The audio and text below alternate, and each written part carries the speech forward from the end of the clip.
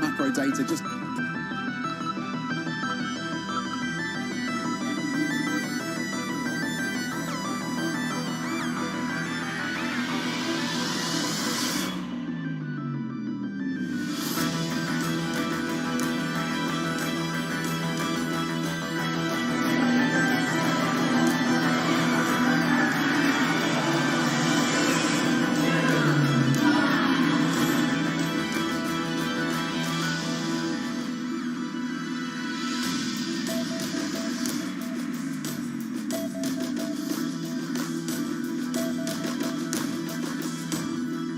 our guest earlier was suggesting we could see that. Dollar strength has been a theme. Today we see some pushback, though, in the shape of the Chinese currency and the yen. Certainly the rhetoric is pushing back there in terms of the fixing over in China and the verbal talking about the currency that we're hearing from Japanese authorities, all that very much in the mix. And interesting to see then, Tom, that we're not seeing a huge amount of movement on bonds and the euro after that disappointing German data. And across the equity markets, setting ourselves up for what looks like a sixth day of losses across European stocks. DAX futures pointing lower by 0.3%. Here in the UK, the FTSE 100 pointing lower by 44 points. And in France, you're looking at downside of 0.5%. OK, so looking for some weakness then across these European equity markets, and decidedly weaker here in Europe, it would seem, than we've seen through the Asia session, where we have seen a fairly flat handover on the MSCI Asia Pacific at least. And US futures point lower, but NASDAQ futures only down 0.2% or so. But the FTSE 100 out of the gates down by 0.3%. This is the latest on the euro. So the euro a little bit firmer, despite the fact we got some disappointing data in terms of the German factory orders at the top of the last hour. Here's the dollar, pretty flat now, flat to negative. Dollar strength, though, has been a feature since the middle of July,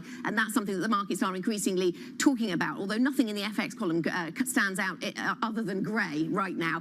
In terms of the sovereign bond markets, then, we're looking there for response to that disappointing data out of Germany. Will we see more buying of bonds? Well, the answer, no, not at the 2-year horizon. For the 2 years in Europe, we seem to be seeing selling and some slightly firmer yields coming through. That's where the direction of travel is right now, and very little to get excited about for once on gas markets. But maybe that is good news, Tom, because the volatility in those gas prices has been exceptional around the Australian story and then the Norwegian story as well. Particularly as we lead up, of course, to the winter months. Across the sectors, you're seeing red across the screen, across the main sectors.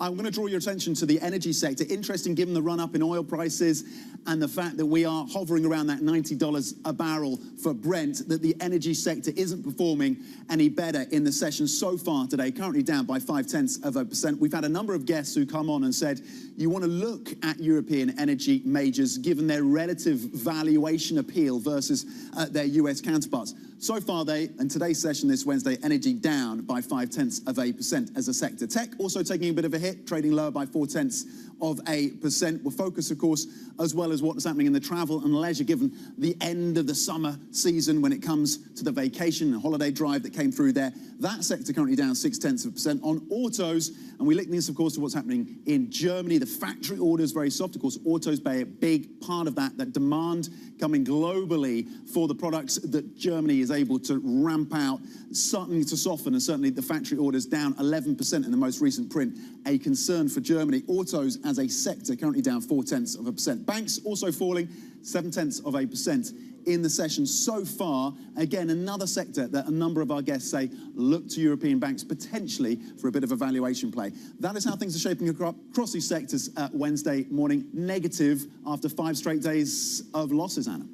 Yeah, absolutely. So that's the sector picture. And actually, just looking at the full list of all of those sectors, Tom, there's only one in positive territory, and that is telecoms. That sometimes takes on quite a defensive nature, and there is some news flow surrounding telecoms in Europe as well, so we keep that in mind. Otherwise, everything else in negative territory. And worth just checking on a couple of assets in the wake of that weakness in the German data, that factory orders number, which came in for Germany at minus 11.7%. As a reminder, that was factory orders month on month. The expectation had been a drop of 4.3, and the prior reading reading was +7. It is a volatile data set, Tom, so worth making that point. We often have to make that point. This data is really volatile, and a month-on-month figure is not necessarily going to tell you the whole story.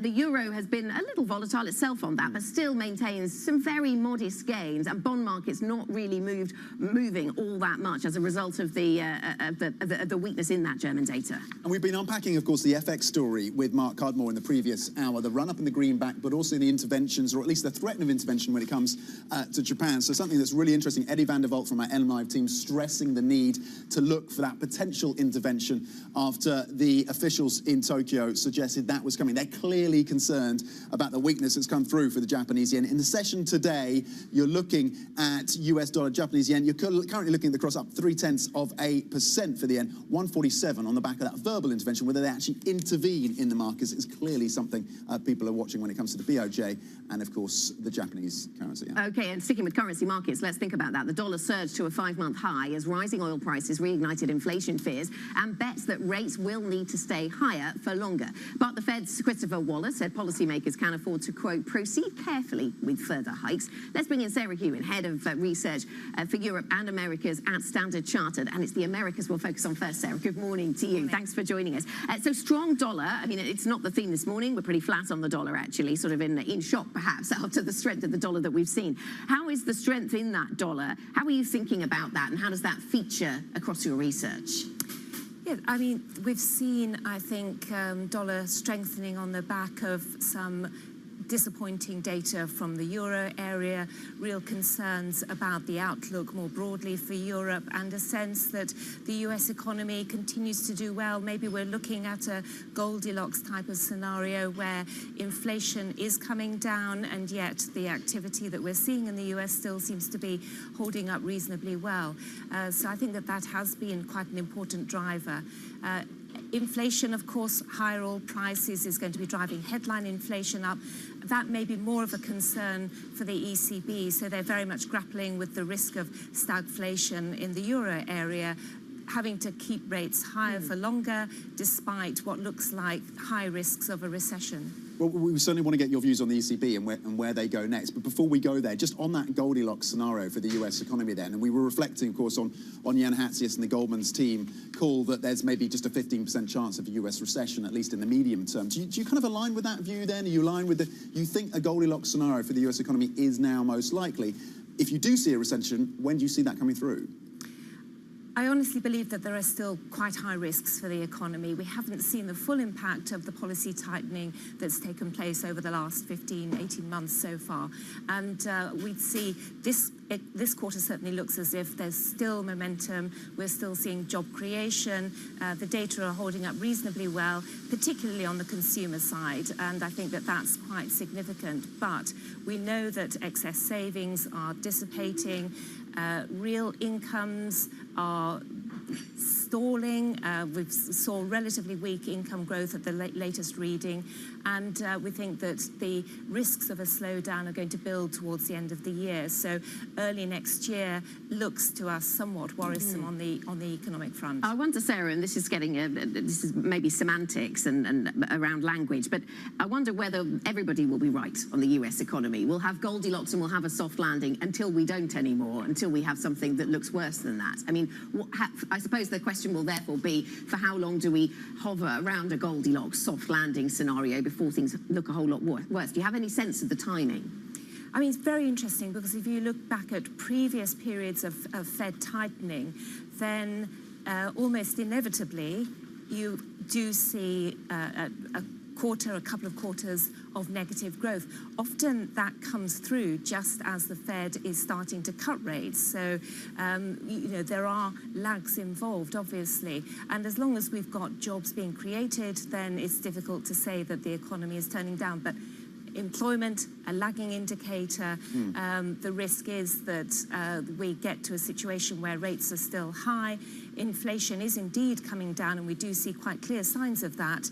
And the economy is starting to show all the stresses and strains of the policy tightening that's been taking place over the past year. Okay, so concerned about the first half, or at least the early stages of 2024 when it comes to the US economy. And Sarah, staying with us, we'll get more of your views on Europe and the impacts, of course, coming through from China, the policy response there in in the next couple of minutes. Sarah Hume, Head of Research of Europe and Americas at Standard Chartered. We'll get more from Sarah just in the next couple of minutes.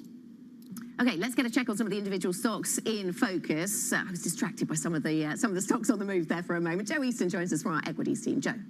So Telefonica moving around 2% higher straight out of the gates following news of Saudi Arabia's Saudi Telecom taking a 10% stake.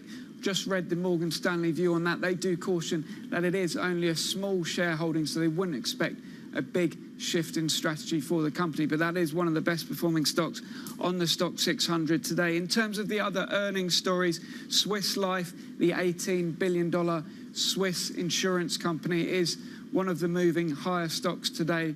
They have reported better than expected margins and also getting a boost from all that cash that insurers hold on their books as well. BME Europe, meanwhile, they had news yesterday that they are taking over around 50 stores from the collapsed Wilko business here in the UK, and Shore Capital upgrading their earnings estimates today, saying that that will start to boost profit at least within the first 2 years. In terms of some other shares that we had moving, we had a focus on UK consumer stocks today. Halfords moving higher, a bit of weakness in discretionary spending, but the more resilient area is their MOT and also tyre servicing business, that holding up and boosting that stock today. But WH Smith reporting some weakness in their international travel business. So this is all the airports and some train stations abroad as well. That is weakening, according to the company. And that stock down around 2.8% in London. Restaurant Group holding up. Who doesn't like Wagamama katsu curry? Everyone does, I think. But Barratt Developments in the home builder sector reporting yet again another decline in some of their sales rates. This is the UK home builders, of course, seeing weakness given the rising mortgage rates for them.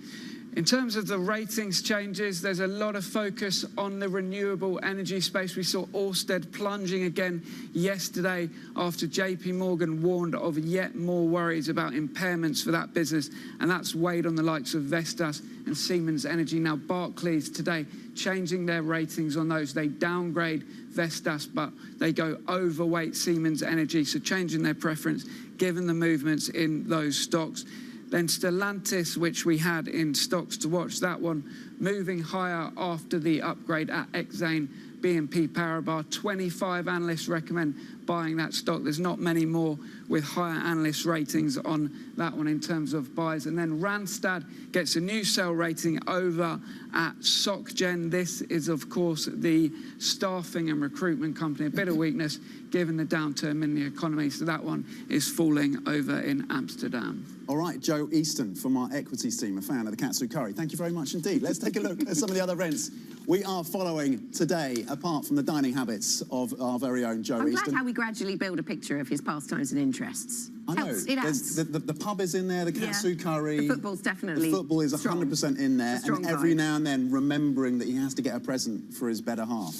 Joe Easton, thank you. A slew of data stateside today. It's an important day in terms of the data for how the Fed is thinking about things at 12 p.m. UK time. We're going to get an update on US mortgage applications. Here in the UK, the BOE Governor, Andrew Bailey, and his colleagues are set to testify to the Treasury Committee in the UK Parliament about their latest decision and forecast. That's at 2:15 p.m. in London after Hugh Peel, the chief economist, of course, made that analogy to Table Mountain. And I know Anna's been thinking about, I don't know, the Peak District, other analogies that maybe committee members might be alluding to. I don't have any suggestions, but I'm sure the members of Parliament who will be quizzing him will be thinking of their own local mountain ranges to try and make some newspaper headlines. Anyway, elsewhere, we also get 3 p.m. UK time, a check on US July factory orders and ISM data for August. The data will come alongside the Bank of Canada's rate decision. Mark Cudmore really focused on that with the backdrop of an underwhelming Canadian economy. And will this tell us anything about the broader central bank developed market fight against inflation? Is it nearly over? Are we nearly there yet? That's the story that Mark's been telling.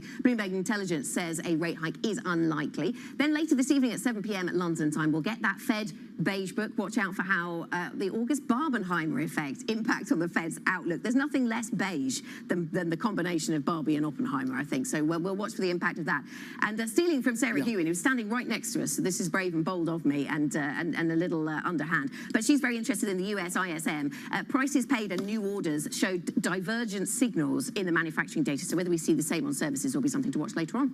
Absolutely. Well, let's bring Sarah back in then at this point, but maybe with a little. Well, we'll get to the ISM stuff as well. But we've grilled you on the state of the US economy. But Germany and the factory data that came through, really a shocker earlier this morning. That contraction of about what 11%, orders plummeting in July after 3 months of gains. The vulnerability, the fragility of Europe's largest economy. How concerned do you think the ECB is, and is it enough? Have they seen enough weakness to call a pause? I think they must be very concerned, and we're hearing that from some of the governing council members already. The German manufacturing PMIs have been sliding, been negative since last July, and we've seen a reversal of the improvement on the services side as well. So Germany is certainly looking at risk of turning down again in the current quarter, and more broadly across the euro area, activity does seem to be stalling in the third quarter. That's a very big concern. At the same time, of course, though, inflation has only just recently started to turn down. Headline inflation disappointed to the upside at the latest reading. The rise in energy prices is going to add to concerns about inflation expectations. We did see a small tick higher in inflation expectations, and that's something that we know Governing Council is watching very closely as well. Okay, we'll get more on the thoughts on Europe in just a moment. We'll get back to that German story coming up on the programme. We'll think about where the ECB goes from here after that German factory order number. It plummeted in the month of July. We'll get further thoughts on Europe's economy with Sarah Hewitt shortly. This is Bloomberg.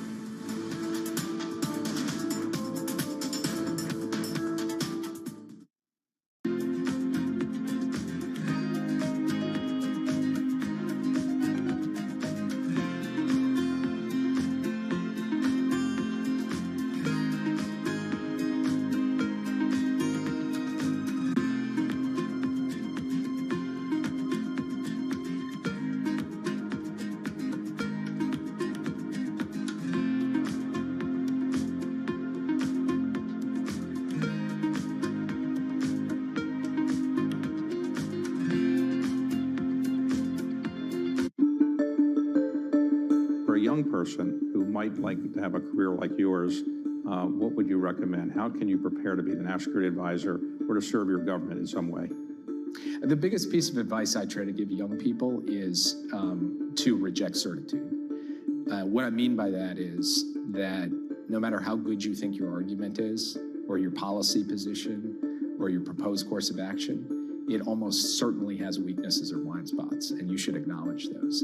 I think actually sometimes saying, you know what, I was wrong, you were right, is actually a more powerful show of intellectual strength than just sticking firmly by your position. Doesn't mean you should compromise your principles or your values, but the easy decisions do not rise to the White House. The hard decisions do. And those hard decisions have two sides that are not 100-0.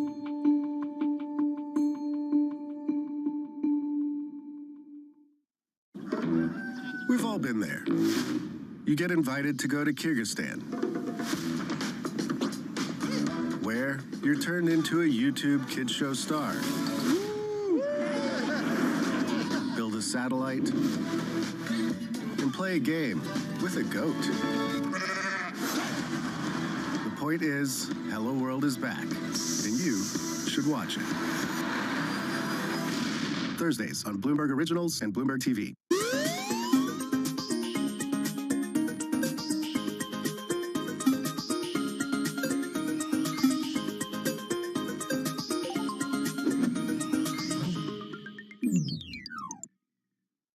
I think that it's hard to put your head around any narrative. Let's just be honest. We've had sort of a shift in, are we in some sort of stagflation fears moment? People were talking about that all day yesterday.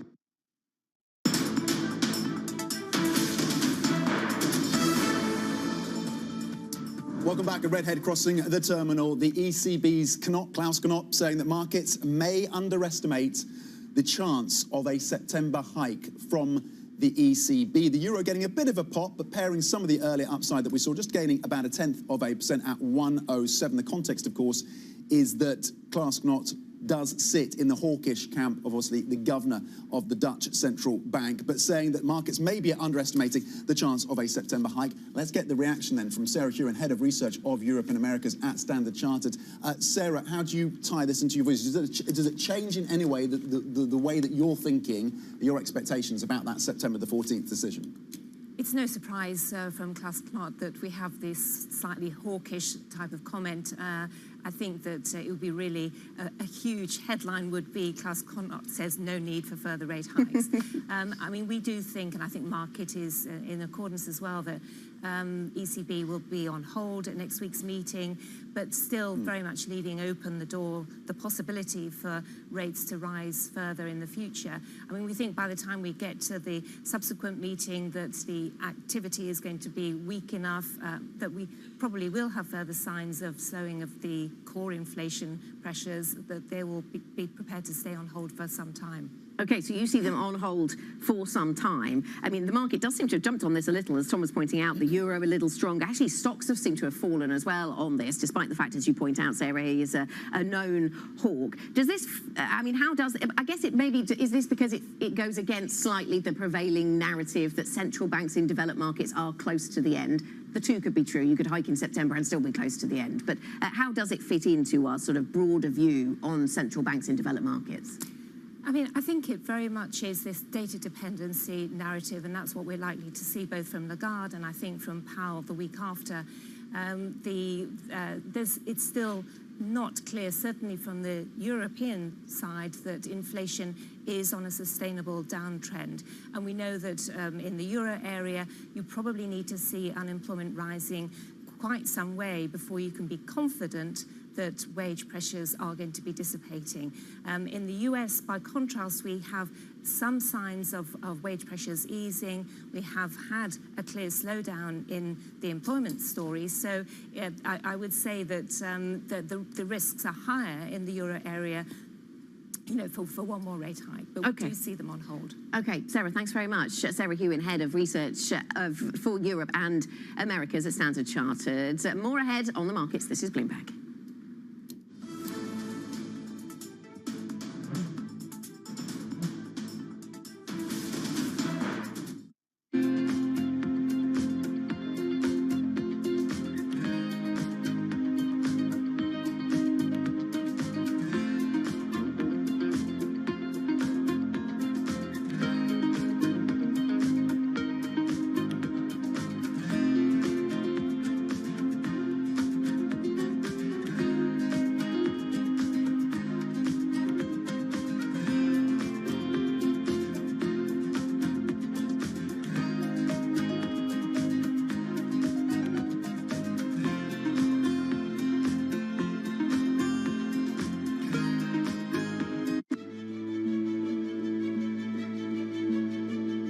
So Fabian, talk to me a little bit about the ocean. It covers 70% of the planet. It gives us food, it gives us jobs, it gives us, of course, oxygen. We're taking too many fish out, we're polluting it, we're making it warmer, and only 3% of it is protected. What frustrates you the most about this? The basic frustration is our ignorance about how integral ocean is to not only our well-being, but to our existence. And for far too long, we've been using the ocean as an endless resource in a garbage can. Imagine our planet is a three-dimensional system. The ocean represents 99% of our world's living space, about 3.4 billion cubic kilometers of volume, within which the vast majority of biodiversity lives and thrives. And that's what we're beholden to. That is what makes us possible as a species.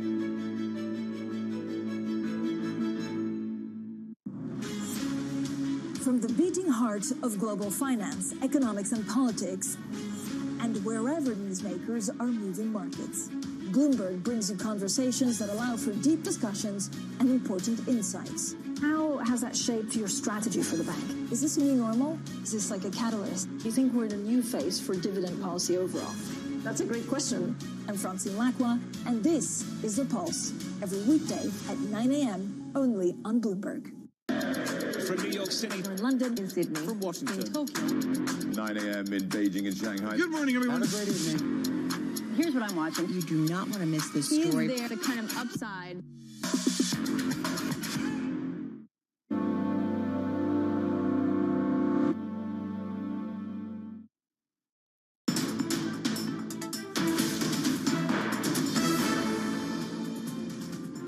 This is markets today, almost 23 minutes into the European trading day. You're seeing losses across the European benchmark, the European stock 600 of 0.6%. One of the hawkish members of the ECB warning that markets are maybe underestimating the chance of a hike coming through in September. Okay, so a bit of a weaker look for stocks right now. Let's focus in on the oil price, which has been jumping of late. Oil is in focus after two key members of OPEC Plus announced they're extending their voluntary output cuts until the end of the year. The move sent Brent crude above the $90 a barrel mark for the first time since November. Let's get more on the story. Bloomberg's Paul Wallace.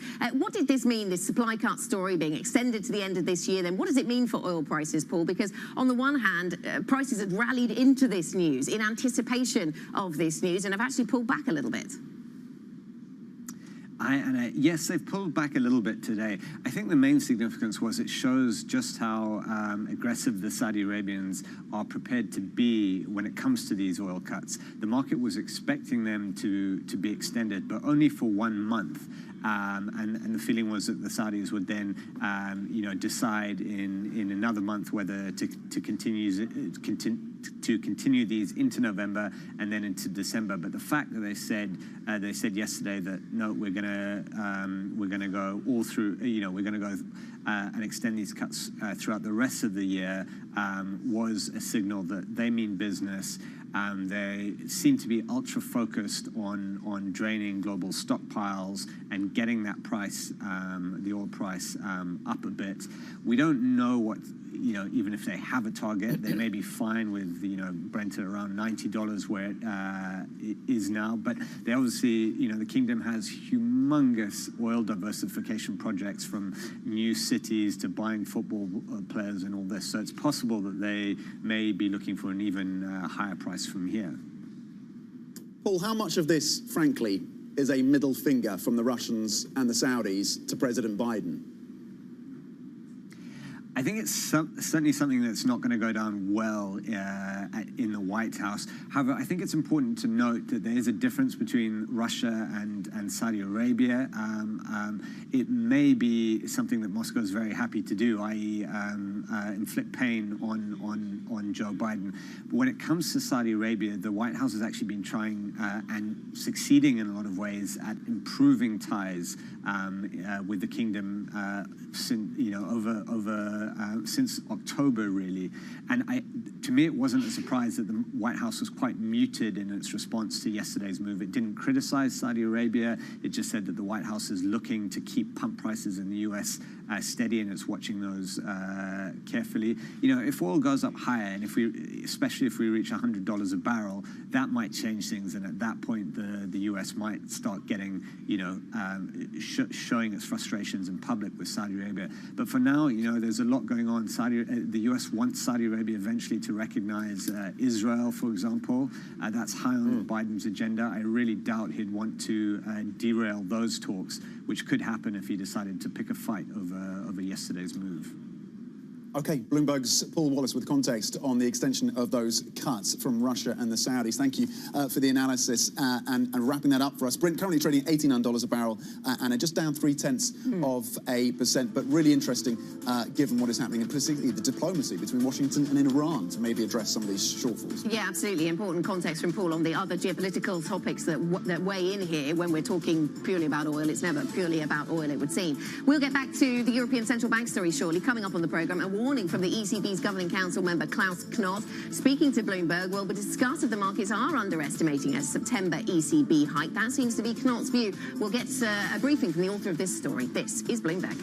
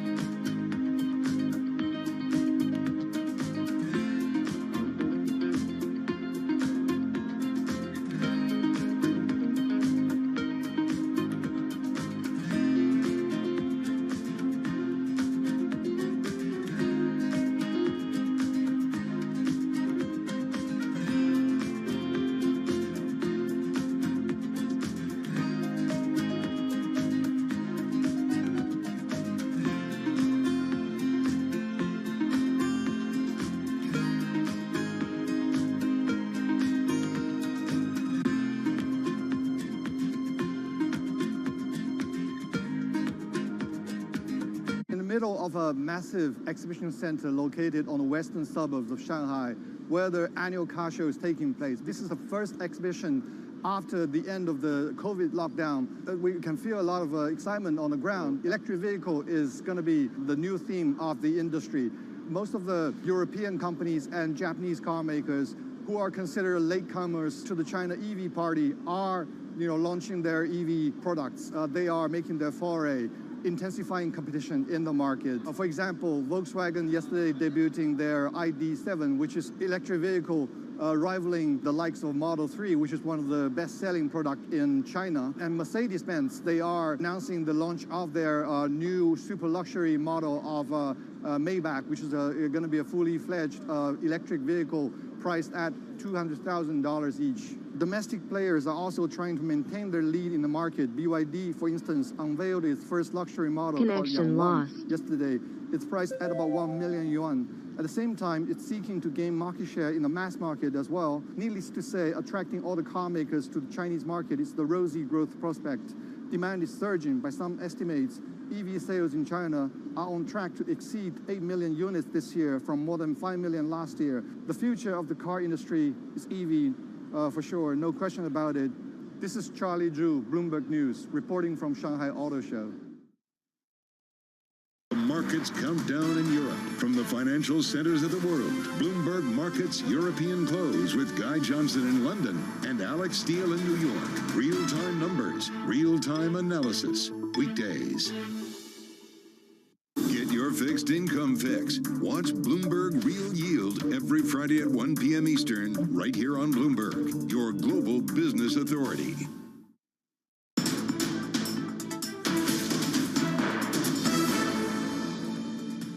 This is Markets Today, 30 minutes into your European trading day for this Wednesday morning. Here are your top stories. Raising the alarm, the greenback surge causes concern with officials in Japan and China threatening FX intervention as sentiment sours.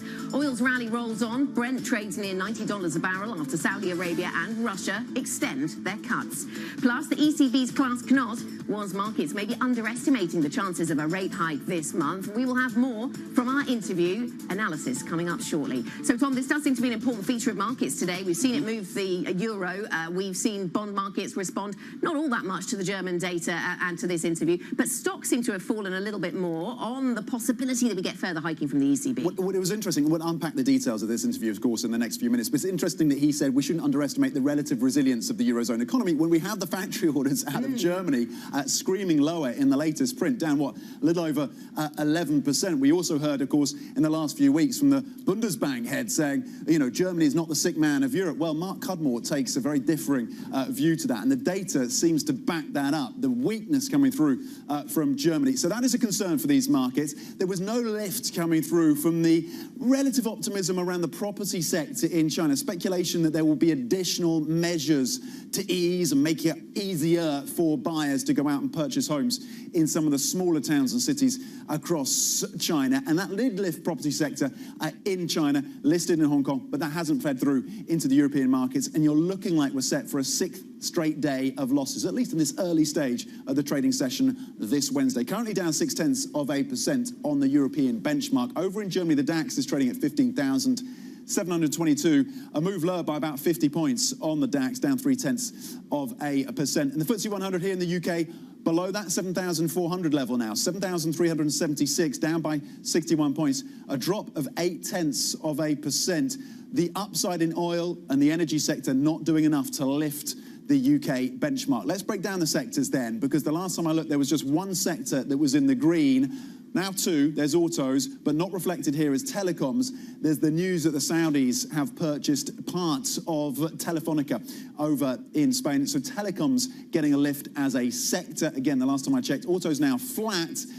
And the losses coming through for travel and leisure down a full 1%. Here's energy, relatively speaking, not feeling as much pain as some of the other sectors, given the lift that we come through on oil prices, but still, as a sector, down 0.3%. Financial services also lower by a full percentage point. Banks taking a bit of a knockdown, 0.5%, and the safe haven of utilities off by 0.7%. You're also getting losses across construction materials, down a little over 1%. So again, negative momentum, it seems, so far midweek for European stocks, looking possibly for the next catalyst, Anna? Yeah, it seems that energy names had a chance yesterday, didn't they, to price in some of that move in oil prices as a result of the Saudi news flow.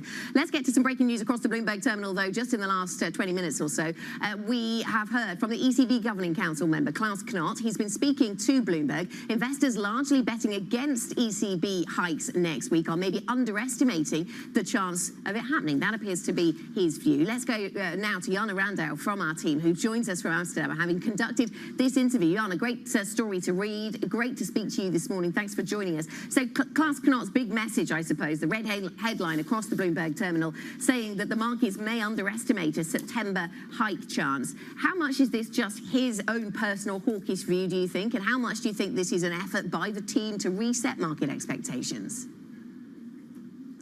It's a good question. That's what we all want to know, right? I'm afraid I don't have a clear-cut answer for you.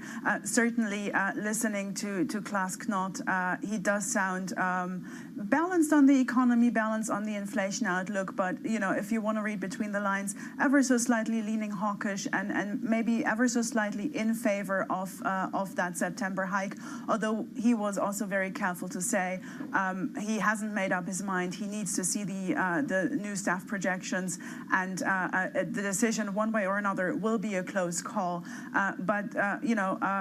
We of course have also spoken to a lot of his colleagues over the past couple of weeks, and certainly the hawks. I'm thinking about Joachim Nagel from the Bundesbank. I'm thinking about colleagues from Belgium, Austria, Latvia. Those have all come out in favor of that 10th consecutive hike. On the dovish side, comments from Portugal, from Italy, have highlighted the economic risks, the risks that are now starting to materialize. The economy is weakening. So it is a difficult decision for the ECB. If you look at the economy, yes, it is weakening. At the same time, a strong labor market is underpinning consumption. Inflation is still far above target. So it is indeed a very, very difficult decision. I think the conclusions we can take away from Klaus Knot is him saying pricing less than a 1 in 3 chance of a hike. That is too low. Whether that chance should be at 60-70%. I don't know, but certainly, a 1 in 3 is too low for him to accurately reflect what is going to happen next week. And Jana, you obviously pressed him on the inflation question as well. We're expecting to get an update in terms of the ECB's inflation forecasts at that September 14th meeting. What did you get from him in terms of his forward look on inflation and that 2% target? So he does not expect the inflation outlook to look very differently from the one in June. And obviously, that one in June showed inflation above target all the way through the forecast horizon, all the way through the end of 2025. And he says, he doesn't see any material changes to that outlook. He also said that reaching the target at the end of 25, that is the bare minimum the ECB needs to achieve. He prefers it to happen sooner. He definitely will not accept reaching the target, for that point to move outward further into 2026. And that in a way will be the ultimate benchmark, the ultimate thing that will sway the ECB decision one way or another. And unfortunately, we won't know what those forecasts are until after the rate decision is announced. So the forecasts will be available to the Governing Council, obviously not to us. What also makes this difficult is because, yes, you have at the same time that the inflation outlook remains strong, a weakening economy, and he also said he expects that to be reflected in forecasts. So we do expect downward revisions to the growth outlook, that tells you a story or two about just how difficult it is, and also how maybe they're dealing with structural elements pushing up inflation, which is very difficult to handle. Yeah, and are we closer to having to start to call this stagflation in the Eurozone? Bloomberg's ECB reported with that really important interview with Klaas Knot. Of course, Jana Randau, thank you. And of course, the top line coming from that, Klaas Knot's warning that maybe markets are underestimating the chances of a September hike from the ECB. The euro is up a little over 0.1% at 107 and yields slightly higher on German and Italian debt as well. Let's go to Joe Easton now with a check on the movers. Joe. So the worst performing stock in Europe today is now Vestas, as Barclays recommends clients sell this stock. I've just read the note, and they say that the market has misconceptions about the firm's growth outlook and do go underweight on that stock. Now, there's a lot of concern around the renewable sector following that big warning from Ørsted, which announced that $2 billion impairment on their US assets last week, and that is spreading through into the rest of the sector. Barclays says Vestas only worth 99 Danish kroner a share. We can see it trading at 148 at the moment, so some way to go back down. WH Smith, meanwhile, looks like a bit of a sucker punch. Not a single analyst has a sell rating in this stock, and the company today announcing a slowdown in some of its airport sales. That is hitting the retailer down 5% on the London market, and also dropping in the UK is Darktrace. This is a cybersecurity company that had a big short seller attack and has lost about 2/3 of its value since its high around 2 years ago. They've once again reduced their profit expectations this morning, sending that stock lower as well. And we've also brought up UBS, this one ticking down. We saw a big gain after the earnings, of course, just around a week ago. Traders telling us that this is likely just a bit of profit taking, but that one underperforming on the Swiss market this morning. In terms of the gainers, there are a few. So Telefonica holding on to that rise. That's the biggest gain for around 6 weeks. This is a pretty stable stock as Saudi Telecom takes around a 10% stake in the company. That one gaining over in Spain. And then InPost is the Dutch company that does delivery. Now this one, the best performer in Amsterdam, up almost 9%, reporting strength in their online sales. Their online parcel deliveries continuing to gain, and that's boosting that one. Bakkavor here in the UK. Now this does packaged food, so ready meals, sandwiches, all the stuff you get in Tesco's on your lunch break. That's made by Bakkavor, and that one gaining around 4% after their earnings report. And then finally, SalMar. This is Norway's largest salmon producing company. That was the best performer on the stock 600 a moment ago. It's come back down a bit, up around 2%. Should probably say something like salmon's leaping or something like that, but that one getting a bit of a boost this morning. Excellent. That one is leaping then. Joe, thank you very much. Joe Eaton from our equities team with all the puns you did and did not need this morning. Coming up on the programme, we'll talk about Belgium and its attempts to raise money. It's holding Europe's biggest ever debt offering, targeted exclusively at retail investors. We speak to the country's Deputy Prime Minister. That conversation coming up next. This is Bloomberg.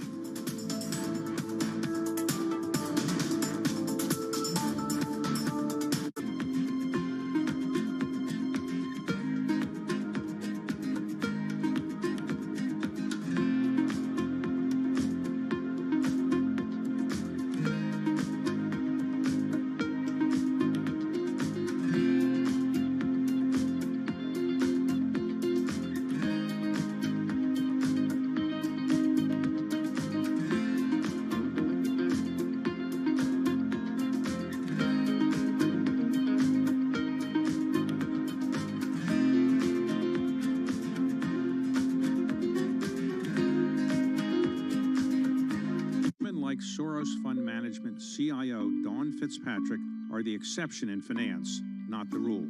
Morningstar has taken an in-depth look at women in the industry, and the numbers are startling.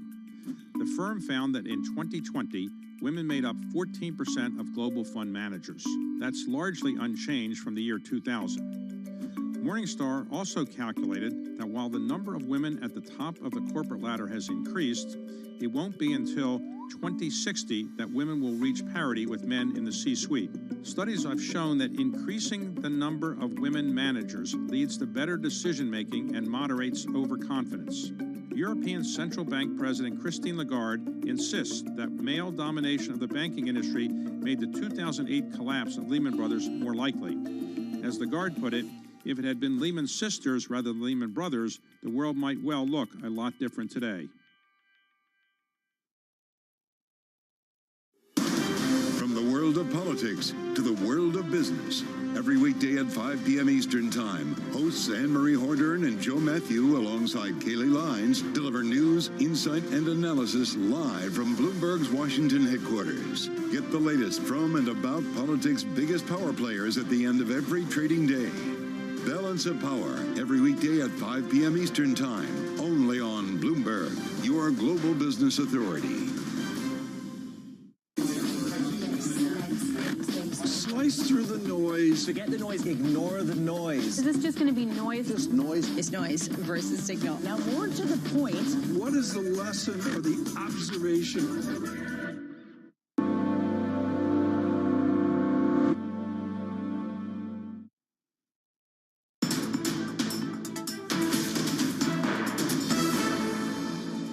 This is Markets Today, 43 minutes into European trading day. Losses of 0.6% across the benchmark, setting ourselves up for 6 straight days of downside across European stocks. Okay, this week Belgium sold nearly 22 billion euros of bonds to households. It's Europe's biggest ever debt offering, targeted exclusively at retail investors. The move is seen as a message to banks that have been slow to pass through higher central bank rates to customers' deposits. An interesting one to pick through. Let's do that. Bloomberg's Europe correspondent Maria Tadeo joins us from Brussels with Belgium's finance minister. Maria. Yes, and he joins me here in the studio. Vincent van Pittingen, excuse me. No problem.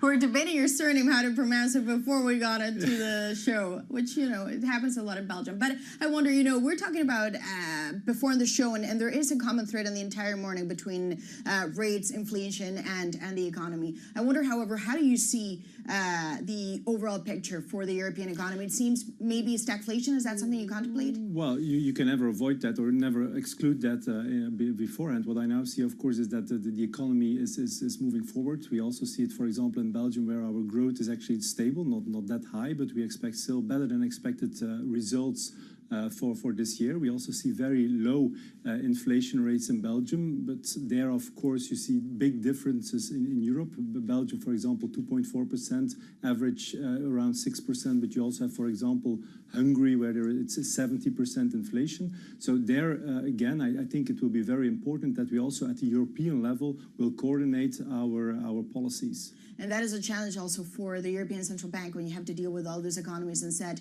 monetary policy. I know you're not going to tell me what you think Christine Lagarde will do next week. Well, it's her job and the job of the governors, of course, to decide what they're going to do. But again, it will be important that we will be able to coordinate not only the monetary, but also the monetary and the fiscal policy, because both of them will have an influence on each other. And we will see, and I think that they will do and decide what is necessary to get at that 2% medium-term target. And you were quick to answer that question. Before I could ask you the question, though, your central banker, by the way, Pierre Wuch, he says that, look, it's a close call what's going to happen next week, maybe a hold or hike. But the question that I actually wanted to ask you in particular is, let's assume there is another hike. Do you feel, in a sense, the European economy, the Belgian economy, is ready for higher rates for longer? Well, at least what we have seen, of course, in our country, the inflation is now rather low compared to the rest of Europe. But I still believe that we will be able, and I also think that it will be necessary that, of course, the European Central Bank will be playing its role to get to that medium target of 2%. We see that we are still above that. I'm sure that if you look also to the way how, especially in Belgium, we have a lot of automatic buffer mechanisms and so on that actually also help us in this kind of situations. So I'm confident, of course, that we will overcome that, and that if there will be an increase in the interest rates, that of course our economy will be able to deal with that. So you don't sound as maybe on the fence, as some of your colleagues, finance ministers, have said. There is a concern that maybe doing too much is equally dangerous as doing too little, but you seem to me fairly neutral. But of course, at the European level, we always need to be aware of what the situation exactly is. And again, I really plead for something where there is a coordination between the monetary and the fiscal policy. That's also the reason why the meetings we have at the European level, at the ECOFINs, are so important to actually discuss this kind of stuff together with, of course, Christine Lagarde, who is around the table and all the ministers of finance of Europe. Which we cover religiously here on Bloomberg TV. But I wonder now, maybe perhaps onto the good news, because you had a massive, I mean, this was a monster retail bond auction. I mean, you pulled in 22 billion euros. Yeah. We have to look at the size of the country. This is why I say this is huge. So tell me, how did you get to that point? What is the profile of some of these buyers? And what do you think there is this interest now for this type of product? Well, what we have seen the last couple of months is that a lot of people were a little bit disappointed in their banks because they saw a big difference between the mortgage rates that they had to pay and the rates they receive on their savings, on the saving accounts. And so they were lacking a kind of respect of their banks, also knowing, of course, that if the banks put their money at the ECB, they get a much higher rate than the ones they get on their saving accounts. And at a certain point, we decided to put some pressure also on the market and to increase that competition between the banks. We actually decided to put a similar product, a state bond of 1 year, duration of only 1 year. And the issuing of that state bond, well, a lot of people were really interested. The fact it was a secure investment, also a short-term investment, and also the one with a much better return on investment than the one they get on their saving accounts. So on that note, I mean, you're proud of your product. That is clear. Well, but I wonder, are there more to come, though? Well, I'm very proud of the fact that the customers actually and the citizens actually sent a signal to the banks to say we want a higher return on investment on our saving accounts, and that signal is loud and clear. And I'm sure that the banks will also need to move in the coming period. And the question, are we going to do a next one in December? That's possible. I didn't even mention the month. You said it, so you're always, actively looking at December. No, but it's always in Belgium. We have 4 moments, and the following one is in December. And what's the volume? Well, we will see. And again, no, we will have to look at the context. The reason why we started with this 1 year state bond is because we wanted to put pressure on the banks. We will now see what will happen, what the context will be on the market. We, of course, also have to look what the agency of our debt says that we need, because that's, of course, also an important element. And then at that moment, we will decide if we're going to issue a next one or not. And I want to ask you, just as a final question, though, because you've said something, this was a very clear signal to the banks in terms of the appetite, in terms of the direction that some of the customers also expect they will take. And you say it almost needs to be listened to and attended to. Have you had any feedback from those banks suggesting maybe we get that loud and clear message? Well, I think that the message was loud and clear. Yesterday, there was another bank who also announced another huge profit for the first half of the year. Again, I think at that moment, that's also one of the reasons why the citizens are a little bit saying, well, they get high profits and we don't get anything on our saving accounts. But at the same time, that CEO also said, yeah, we understood the message of the customers. And I really believe that is actually the main goal of what we did, to also put some more competition. I really hope that banks are going to, and it's maybe a little bit strange, but going to fight also for their customers to get them and to really offer them a nice return on their saving accounts. And we see that conversation, really fascinating conversation, play out pretty much across Europe. Well, Vincent van Pitt, again, thank you so much for joining us. We'll be seeing you very soon, I guess, because you're joining the European presidency next year. The fiscal debate is still going on, so I'm sure you're going to be back on the show. Looking forward. Well, thank you so much. Appreciate it. And of course, I was Belgium's finance minister joining us here in the studio. I'm not sure, this is not going to be the last one of him. As I say, this fiscal debate's going on in the euro area. They will take over the presidency next year. So this is going to be as always, an interesting debate. Okay, Bloomberg's Europe correspondent Maria Tadeo with the Belgian Deputy PM and Finance Minister. And really interesting in terms of the strategy around trying to compel those lenders in that country to increase interest rates on a deposit. That debate, of course, is live here in the UK. And that line coming across from the Finance Minister of Belgium saying that the 1 year state bond issuance was meant to put pressure, indeed, on banks. Coming up, the Nasdaq is up more than 40% so far this year. Is the tech index ready for a correction? This is Bloomberg.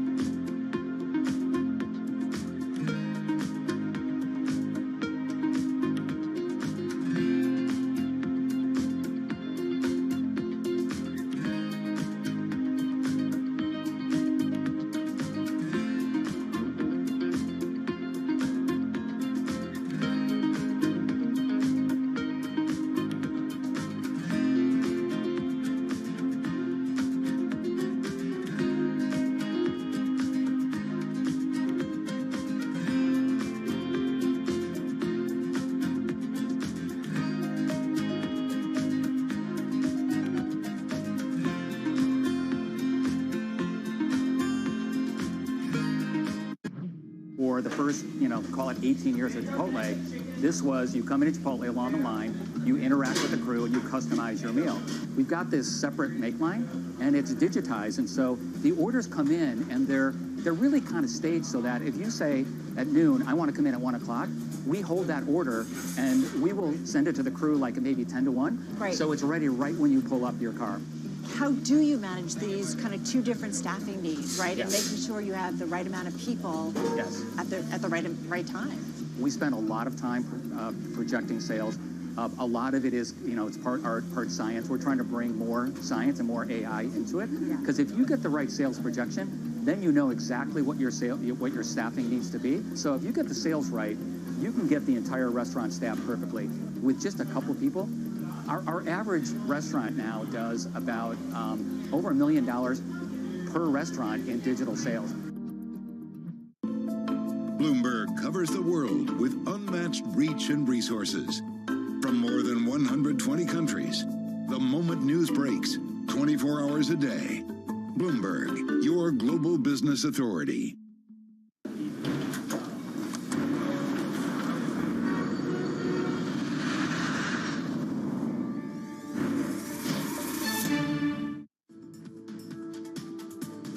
This is Markets Today. We are 54 minutes into the European trading day and sentiment turning a little bit more negative, currently down 0.7% across the European benchmark. Yeah, fear of higher interest rates perhaps back on the agenda in Europe. US tech stocks, meanwhile, have run up fast and furiously this year. But according to analysis by our colleague Ven Ram from the Markets Live team, by one measure, their fair value is 17% lower than current levels. Ven joins us now.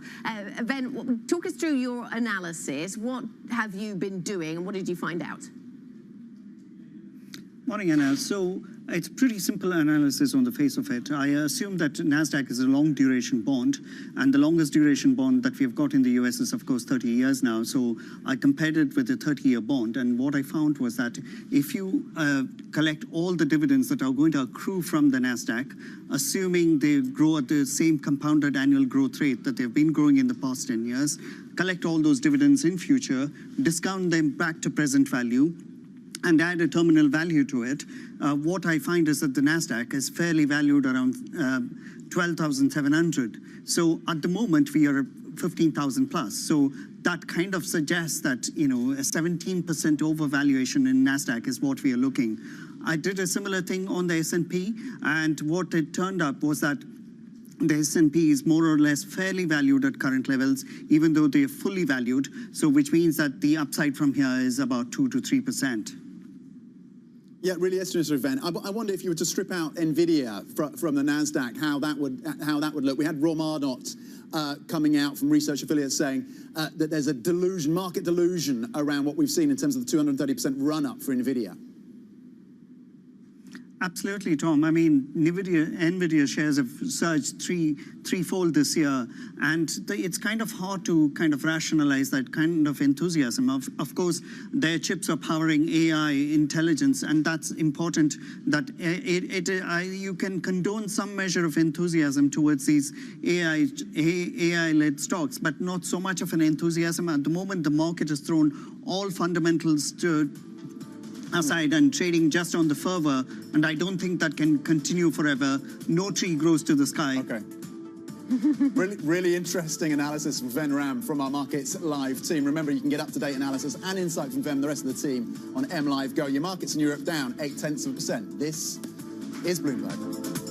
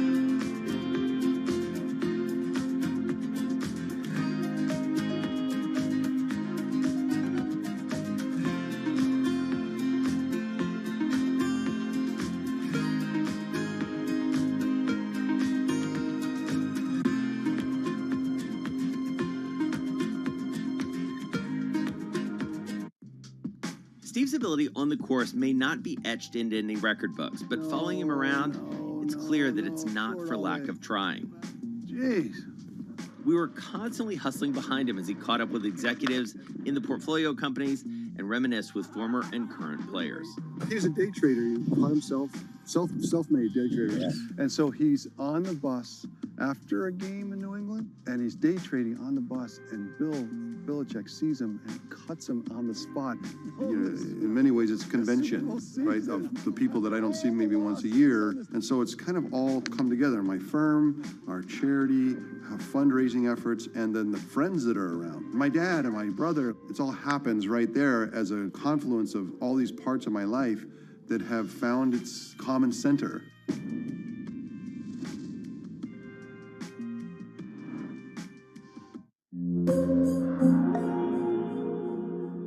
Bloomberg has enhanced search on the terminal to deliver what you need when you need it. Now, you can simply type phrases in everyday English in the command line. Compare financials. Find people. Analyze markets. You can enter phrases or ask questions. What do you want to know today? Ask a question or visit SearchGo to find answers now. Good morning, good morning. This is Bloomberg Surveillance on TV and radio. Welcome to Bloomberg Markets, China Open. Good morning, everyone, and welcome to The Pulse. This is Bloomberg Technology. And welcome to Balance of Power. This is Bloomberg. When U.S. jobs numbers are released, Bloomberg brings you crucial data at terminal speed and instant expert analysis. Nobody covers jobs day like Bloomberg.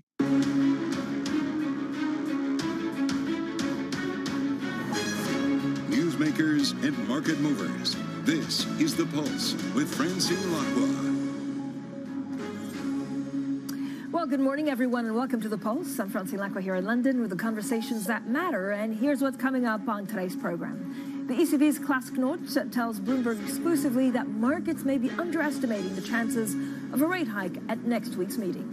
The renewed advance in the U.S. dollar is causing concern with officials in Japan and China threatening FX intervention, plus oil near the highest level since November after Saudi Arabia and Russia extend cuts through the end of the year.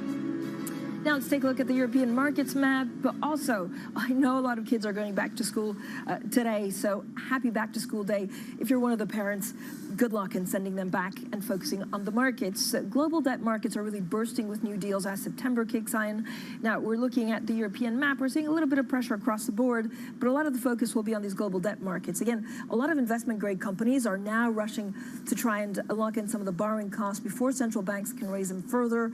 We had about 40 businesses tap some of these high-grade debt markets around the world yesterday ahead of some of the crucial releases of economic data and central bank policy decisions. Now, the other thing we're looking at for is, of course, away from these equities, what's happening with oil. That's giving a little bit of concern out there in some of the equity markets, but it's also dollars. So a lot of the focus today will be on currencies and quite big currency moves that we've seen. Now, the renewed advance, and you can see that on the screen in the US dollar, is really sending Asian currencies to a multi-month low, whilst prompting authorities in Japan and China to step up defense of their beleaguered exchange rates. Now, we had something from Japan issuing the strongest warning in weeks against rapid declines in the yen, and then shortly after, we also heard the Central Bank of China saying that the nation will, or they certainly offered some of the most forceful guidance on record with its daily reference for the yuan. If you look at the dollar in context over the last 12 months ago, you can see we are seeing a little bit of rising, or certainly a little bit of strength, but it's nothing huge compared to what we had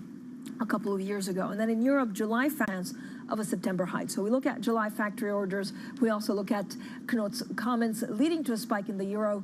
And this, of course, is one of the most important things that we need to look at, given we have an ECB rate decision on September 21st. Now, joining us for more on all of this, Sanlam Investment Global Equity Investment Analyst Hannah Gooch-Peters and our Bloomberg Economics Chief Economist Tom Orlik, who's fresh off a plane from DC to come and join us. So thank you both for coming on today. It does feel like there's a bit of a panic moment, Tom, where we don't really know how much more tightening we'll see across the world, and so we also see this extra debt issuance. What are you expecting the Fed, the ECB, and the Bank of England to do? So the Fed, the ECB, and the Bank of England, Francine, they have something in common, which is that they're all pretty near the end of their tightening cycle. But there's also some pretty important differences. In the United States, we've had what we think is the kind of illusion of strength over the summer, a kind of mirage of robust growth driven by some pretty unusual things. The Barbie film, the Oppenheimer film, the Taylor Swift tour, the Beyonce tour, huge spending on these things, boosting GDP, boosting growth over the summer. We think that's going to fade pretty quickly. We don't think the Fed has anything else to do. European Central Bank, well, we just heard, as you mentioned, from Klaus Knot this morning, suggesting the markets maybe are underpricing the risk of a hike at the September meeting. We agree with that. Clearly, it's a close call, but on balance, we think probably another 25 basis points. Bank of England, unfortunately, in the worst of all worlds, inflation from commodity prices, inflation from tight labor markets, we think the BOE still has 2 more hikes to deliver. When you look at the ECB, is there a concern, and I know a lot of central banks are frustrated, right, that we look at their every move, and I know it's extremely important for a lot of the currencies, but does it make a difference to your world, in the equity world, if there's a 25 basis point hike in September, or whether they wait until next year?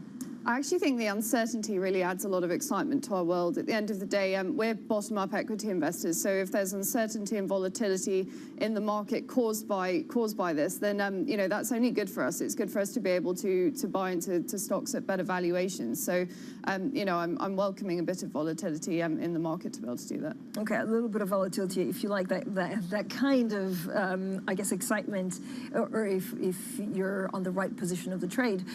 Key at an unacceptable high level.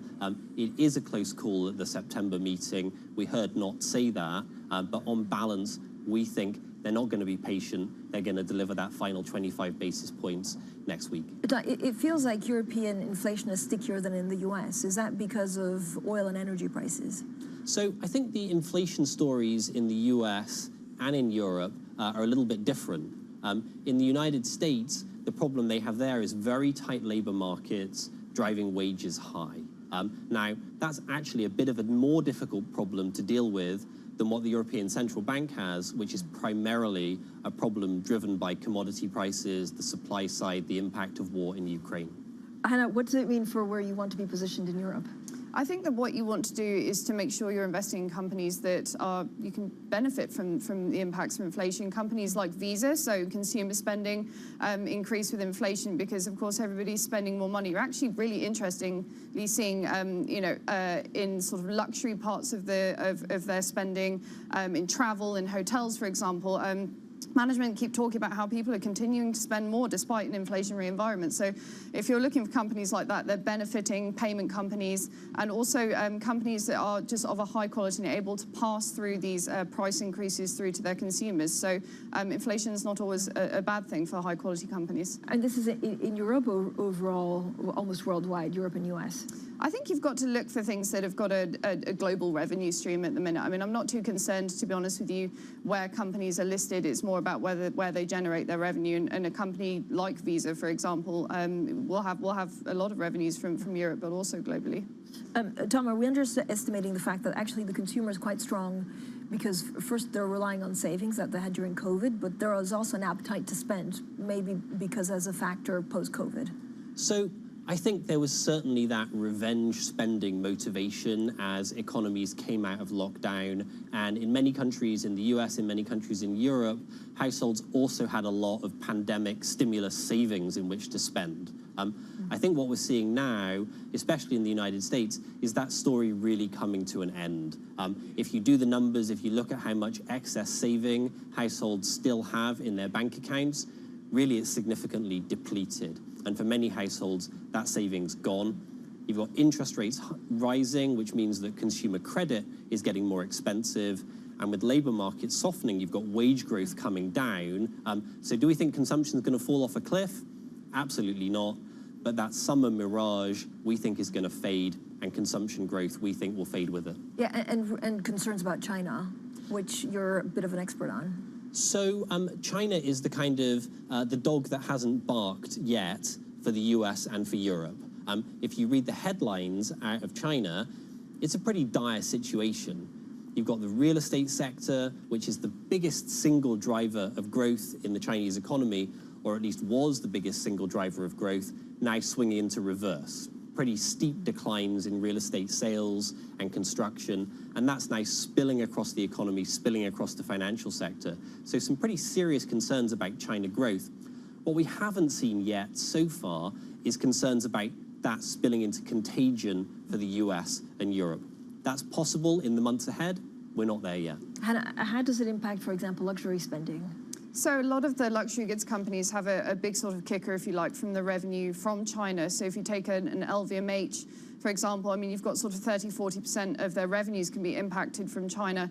A really good example, actually, a high-profile example, is Estee Lauder, which shows if management execute poorly in that part of the world, it can really have a detrimental impact on the share price. It's down probably close to 60% from its peak, which is quite sort of, unheard of for a company of such high quality. So I think you just have to be mindful of valuations. But at the same time, when that Chinese, sort of consumer spending, the travel aspect kicks back in again, I think that you could actually get a really good sort of growth driver from those companies, because there's been very good data historically to show that growth in that area, in the luxury goods market in particular in China, is exceptional, sort of double-digit compound growth, close to 20% over the last 10 years. Okay, Hannah, thank you so much. Sanlam Investment, Hannah Gooch-Peters and Tom Orlick of Bloomberg Economics both stay with us. We'll have more on global markets.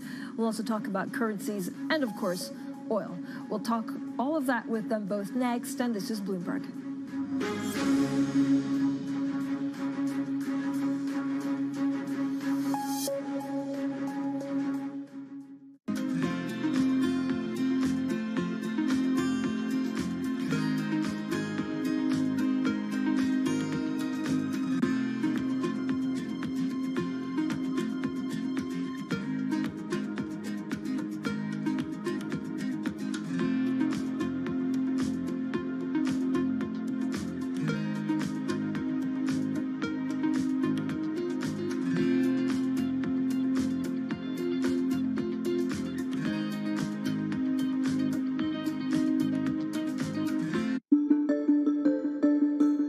Person who might like to have a career like yours, what would you recommend? How can you prepare to be the national security advisor or to serve your government in some way? The biggest piece of advice I try to give young people is to reject certitude. What I mean by that is that no matter how good you think your argument is, or your policy position, or your proposed course of action, it almost certainly has weaknesses or blind spots, and you should acknowledge those. I think actually sometimes saying, you know what, I was wrong, you were right, is actually a more powerful show of intellectual strength than just sticking firmly by your position. Doesn't mean you should compromise your principles or your values, but the easy decisions do not rise to the White House. The hard decisions do. And those hard decisions have two sides that are not 100-0.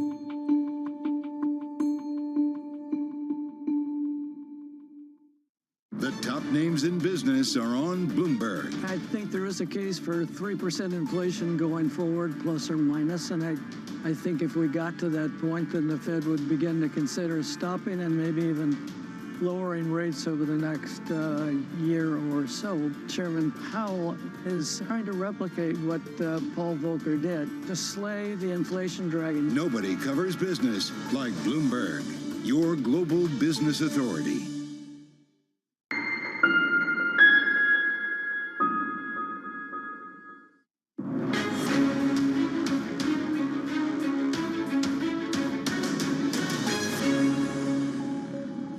The conversations that matter, the insights you need. This is A Pulse. I'm Francine Lacqua here in London. Now, still with us, Bloomberg Economics Chief Economist Tom Orlick and Sanlam Investment Global Equity Investment Analyst Hannah Gooch-Peters. Now, this is a big number. And actually, I'm kind of giggling because Tom reminded me that they used to do this on Sesame Street. So it's like Sesame Street, but for geeks. This is the pump price in U.S. that's hit the highest seasonal level since 2001. And it's $3.81. And this is, look, it's the driving price. It has a huge impact on consumers in the U.S., Tom. And it also comes on the back of the fact that OPEC plus, the two leaders, Russia and Saudi Arabia, have decided to, cut their supplies for longer. So we knew by how much they would cut, but we didn't know the timeline on this. So it's interesting, Francine. I think you've got some pretty powerful conflicting forces moving energy prices in the months ahead. On the one hand, you've got the demand side, and our view is that if you look at the big drivers of energy demand, if you look at the US, if you look at China, then you're going to see that coming off the boil. We still have a recession forecast for the US in the fourth quarter of the year, and of course China, because of that real estate collapse, growth there isn't that great either. So on the demand side, you've got some pressure for energy prices to come down. On the supply side, though, you've got this kind of newly empowered producer cartel, right? You've got Saudi and Russia and OPEC saying, no, we're going to put a floor under this. And it'll be interesting to see how that dynamic plays out. Yeah, and how does this dynamic actually impact some of the stocks that you like? You know, what's really interesting is actually if you look from the end of July, you've got the energy sector up about 10% in dollars and tech up sort of 1%. So we've seen a sort of somewhat of a stealth rally. So what you're saying is being reflected in the markets. Ultimately, it's a very small part of the equity market. And if you'd actually owned a basket of these energy stocks over the past 10 years, you would barely be looking at a positive return. And actually all of that comes from reinvestments of dividends. So for a high quality based investor, it's actually a part of the market that you've done well avoiding over the long term. Hannah, I know you like some of the big stocks. I think you reduced your position in Microsoft, actually heavily adding to the position earlier this year, but I think you still like Johnson & Johnson, Visa, and Novartis. I don't know whether the ARM IPO and the fact that they now managed, or they're putting it out there for half the price of which they wanted just a couple of quarters ago. Does that change your perspective on tech? I think the big call you have to make now is selectivity in tech, because a lot of it is looking very expensive. We talked about how we've reduced our Microsoft position. That's because of the increased capital expenditure behind investing in artificial intelligence puts it on about a 2.9% free cash yield for next year. So I think there may certainly be a pause for breath in the market, and there's a lot of that investment. Companies like NVIDIA, even in companies like Alphabet, for example, they're putting this heavy investment in behind this technology. It will surely benefit long term, but we have to be mindful of valuation now, especially if we're looking towards returns for the rest of the year. Tom, we also have, this renewed advance in the US dollar is sending shockwaves in Asian currencies to a multi-month low, and we heard from PBOC, and we also heard a couple of, I guess, shots of warning from the Bank of Japan. What does it mean? Does it, disorder the world if there's going to be a kind of, trip to the bottom? So it's interesting. I think for China and also for Japan, currency weakness is actually a positive, right? You've got China struggling with this huge blow to domestic demand from the real estate collapse. What do they need to offset that? Well, they need exports to do better, and a weaker yuan helps with that. Japan wants to reflate the economy, wants stronger growth drivers. A weaker yen helps with that.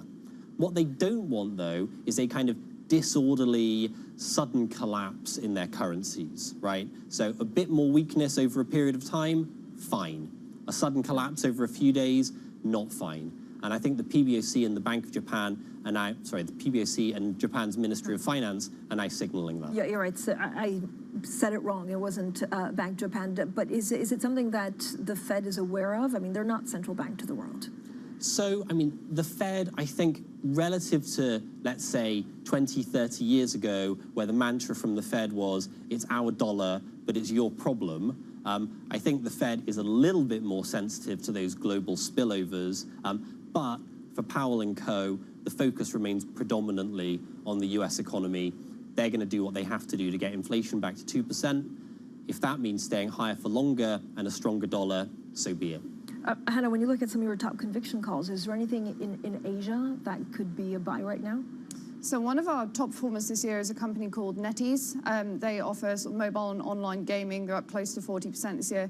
We still think there's a good margin of safety in that name. They're expanding internationally, and I think for the level of growth you get versus particularly developed markets and in the US, the valuation sitting around sort of 6% free cash yield is very compelling for that growth opportunity and that international expansion you get in a company that's got billions of dollars in net cash on the balance sheet too, so we don't have to worry about the rising cost of debt. All right, Hannah, thank you so much. Sanlam Investment Global Equity Investment Analyst Hannah Gooch-Peters and our Chief Economist at Bloomberg Economics, Tom Orlik. Now, coming up ahead of the G20 Summit in New Delhi on Friday, we'll also look at how India is working on boosting its infrastructure and economy. That's next, and this is Bloomberg.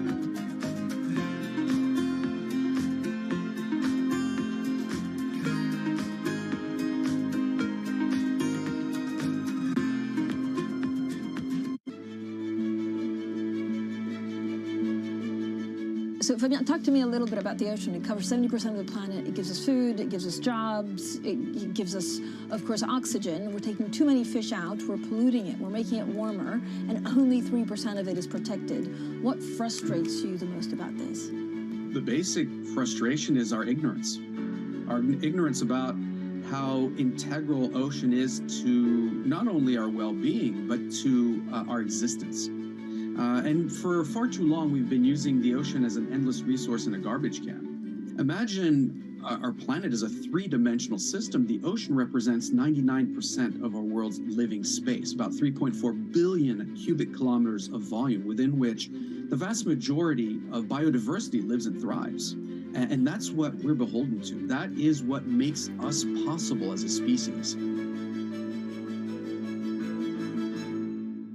Bloomberg UK, your source for news and analysis covering the biggest challenges facing the UK government, economy, financial services and markets. Tax cuts should not be the priority. It's about a credible plan for growth over the next 2-3 years. In this post-Brexit world, how do you see actually servicing your clients? It was disruptive, and it's going to have implications to how capital raising works. Now we're having the perfect storm in the UK. Watch Francine Lacqua Thursdays at 9:30 a.m. only on Bloomberg, your global business authority.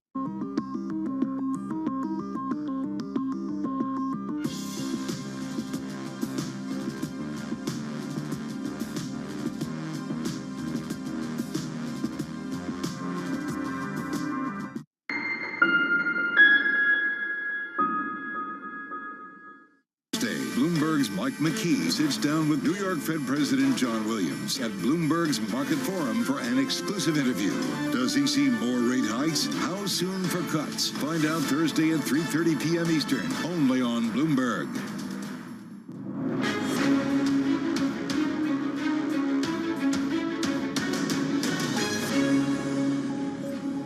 The conversations that matter, the insights you need. This is A Pulse. I'm Francine Lacqua here in London. Now, this year, India surpassed China as the world's most populous nation and now says it's on a mission to build, energize, and connect its vast nation. Ahead of the G20 summit being held in Delhi, Bloomberg's Menka Doshi takes a look at India's infrastructure landscape.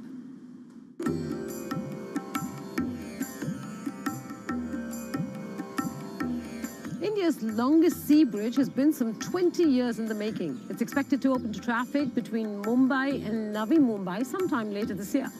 The connectivity will redistribute the burden and opportunities of rapid urbanization. Infrastructure building has gathered speed across cities and villages, with the government spending record amounts on transportation, power, and housing projects to meet urbanization needs, boost jobs and growth, and to cut logistics costs. India needs trillions of dollars in infrastructure spends, currently supplied by government and multilateral institutions.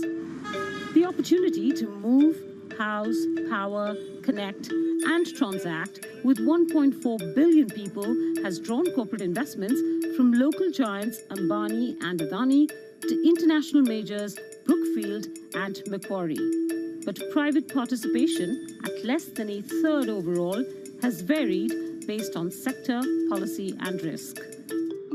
Telecommunications and aviation are mostly private-owned, but with many financial failures. Airports, ports, power, and now new energy are both under public and private ownership. Railways are mostly government-owned, whereas in roads and highways, past bankruptcies have prompted the government to take on construction risk.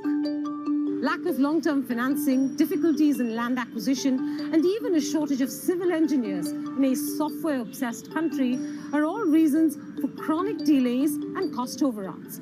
Half the projects under construction right now are behind time and over cost. Then there are the challenges of quality, safety, and sustainability. India has the world's second largest road network, fifth largest metro network, and third largest construction market. Yet, over 3/4 of the India of 2050 is yet to be built, says McKinsey. That will likely provide opportunities, but many challenges as well. Bloomberg's Menaka Doshi there in Mumbai, and we also have a great big take that really focuses on India and India's moment. The title, actually, of this wonderful essay is looking at the G20 summit in Delhi, set to showcase Modi's attempts to demonstrate that geopolitics goes beyond the US and China. Then we also have to look at Manchester United, or United for the fans, as they call it, pre-market. This was the only story that everyone was talking about yesterday. So yesterday, shares fell by a record amount after a report in the Mail on Sunday that said the Glazer family is going to take the club off the market after failing to receive offers that match their asking price. So yesterday there was quite a big drop at some 18% lower, today gaining 0.8%. Coming up, we'll be speaking exclusively to the chief executive of Zurich Insurance, Mario Greco, on the pressures facing the sector. That's coming up shortly, and this is Bloomberg.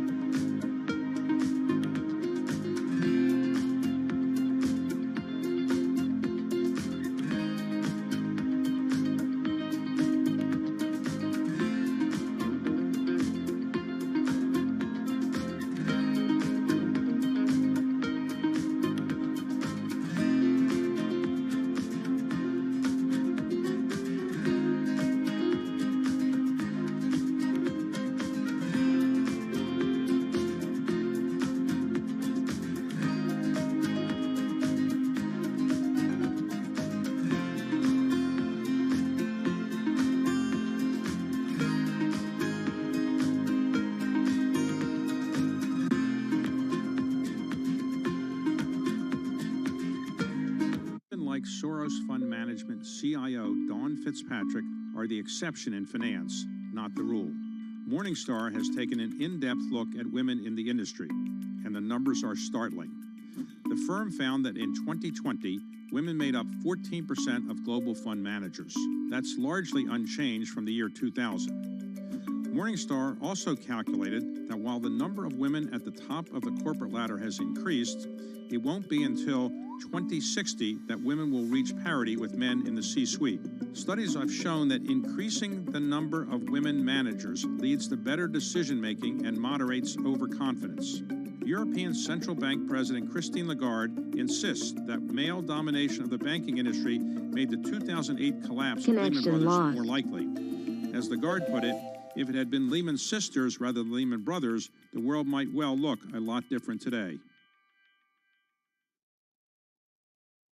Bloomberg UK, your source for news and analysis covering the biggest challenges facing the UK government, economy, financial services and markets. Tax cuts should not be the priority. It's about a credible plan for growth over the next 2-3 years. In this post-Brexit world, how do you see actually servicing your clients? It was disruptive, and it's going to have implications to how capital raising works. Now we're having the perfect storm in the UK. Watch Francine Lacqua Thursdays at 9:30 a.m. only on Bloomberg, your global business authority.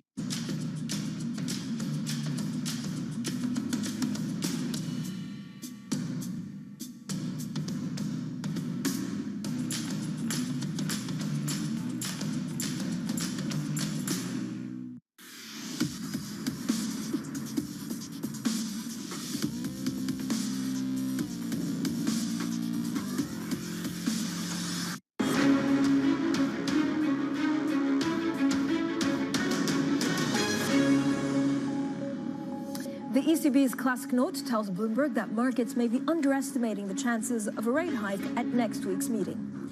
The renewed advance in the US dollar is causing concern with officials in Japan and China threatening FX intervention. Plus, oil is near the highest level since November after Saudi Arabia and Russia extend cuts through the end of the year. Well, good morning, everyone, and welcome to The Pulse. I'm Francine Lacqua here in London. Now, the global insurance sector faces a number of headwinds, with insurers having to navigate persistent inflation, the impact of extreme weather, and of course, an uncertain economic outlook. Now, to discuss the pressures facing the industry, I'm very pleased to be joined for an exclusive conversation by the Chief Executive of Zurich Insurance Group. He's Mario Greco. As always, thank you so much for joining us. Mario, first of all, when you look at the outlook for the rest of the year for insurance, finance income, and expenses, what's it looking like? It's looking better. I understand all the challenges we face, but we've been preparing for these challenges for a number of years. We especially, but the whole market has. And so the inflationary situation is actually helping us going from negative rates to positive rates. Climate can be managed, and there are a lot of services that we can provide to customers to prevent and to mitigate the consequences of climate. And yes, there are new risks. Cyber, the most important one. But we're prepared, and so I'm looking with optimism to the end of this year and then the next years. What's your biggest concern? And I mean, you beautifully laid out some of the challenges, but also some of the opportunities. Is there one thing that keeps you up at night? Yeah, these are all the things that we haven't been preparing yet. What we experienced over the past years is that there is always something new that it's coming as a surprise. I mean, with the pandemic and then with the recession, the inflation, the war, risk of recession again. You can't really anticipate for these things. And so you need to react very quickly. You need to keep your organization very alert and reactive. And if you do that, then you can thrive and you can keep growing and you can really do your service to the economy and to the customers. As you beautifully said, I mean, higher interest rates is not necessarily a bad thing, right, for your sector. Yeah. But is there a limit to, I don't know if you have a sweet spot for when, if interest rates are too high, then it also could kill demand? I think the limit is the GDP growth. It is recession. If by driving the rates high, the central bankers drive the economies down into a recession, this is clearly not healthy at all, and we will suffer. But we're used to work in even high inflation situation. We've been working for years in Argentina. We're working for years in countries which have high inflation. We know how to do and how to deal with that, as long as the GDP keeps growing. Mario, when you look at the weather patterns, I mean, they're absolutely unbelievable, and especially in the last 8 months. Are they just going to get worse and worse, and what does it mean for insurance premiums? Yeah, I'm afraid to say so, but I think we're at the beginning. I think we have initiated a path that will be hard to stop now, and we can only prevent and mitigate along this path and help the people managing this. But yes, I do think this is going to get worse even quickly, and we need to be used to that. And there are different ways in which you can look at. I mean, warm weather will become very hot weather. Rainy days will become flooding days. And cold days will become icing days. And so there is a lot to do to help the society preventing and preparing for that, and then mitigating the consequences. But how do you mitigate something as big and as formidable as some of the fires that we've seen over the summer? Prepare. I mean, once the fire starts, you just have to, put water on it. But it's late. You have to prepare. You have to anticipate. We've been, working even with cities in Europe to prevent the effect of warming on these cities. This is the things you have to prepare and do, many years before they happen or many months before they happen. When they happen, you just, it's emergency care and you do whatever you can. But does it mean, Mario, that there are some things that you won't insure anymore? I don't think climate will ever become uninsurable. It can become expensive. But no, I think, we will continue to provide, and the customers need that, and both our retail customers, the individuals, and the companies need that. So we will continue to provide coverage, but the coverage will become expensive. Yeah. You also withdrew from the Net Zero Climate Alliance. Is it because this was flawed? No. I think the issue there was that this was born to be a global alliance, and it ended up being just a European one. And then the second point is that I believe that we have already passed the point at which we need all these alliances. We are in a situation today where the political support and even the societal support to climate is dubious, right? And so you need to stand by yourself on what you believe for. You can't hide behind alliances. You need to take your own decisions, and you need to represent yourself in front of the customers, shareholders, stakeholders, and say what you believe in.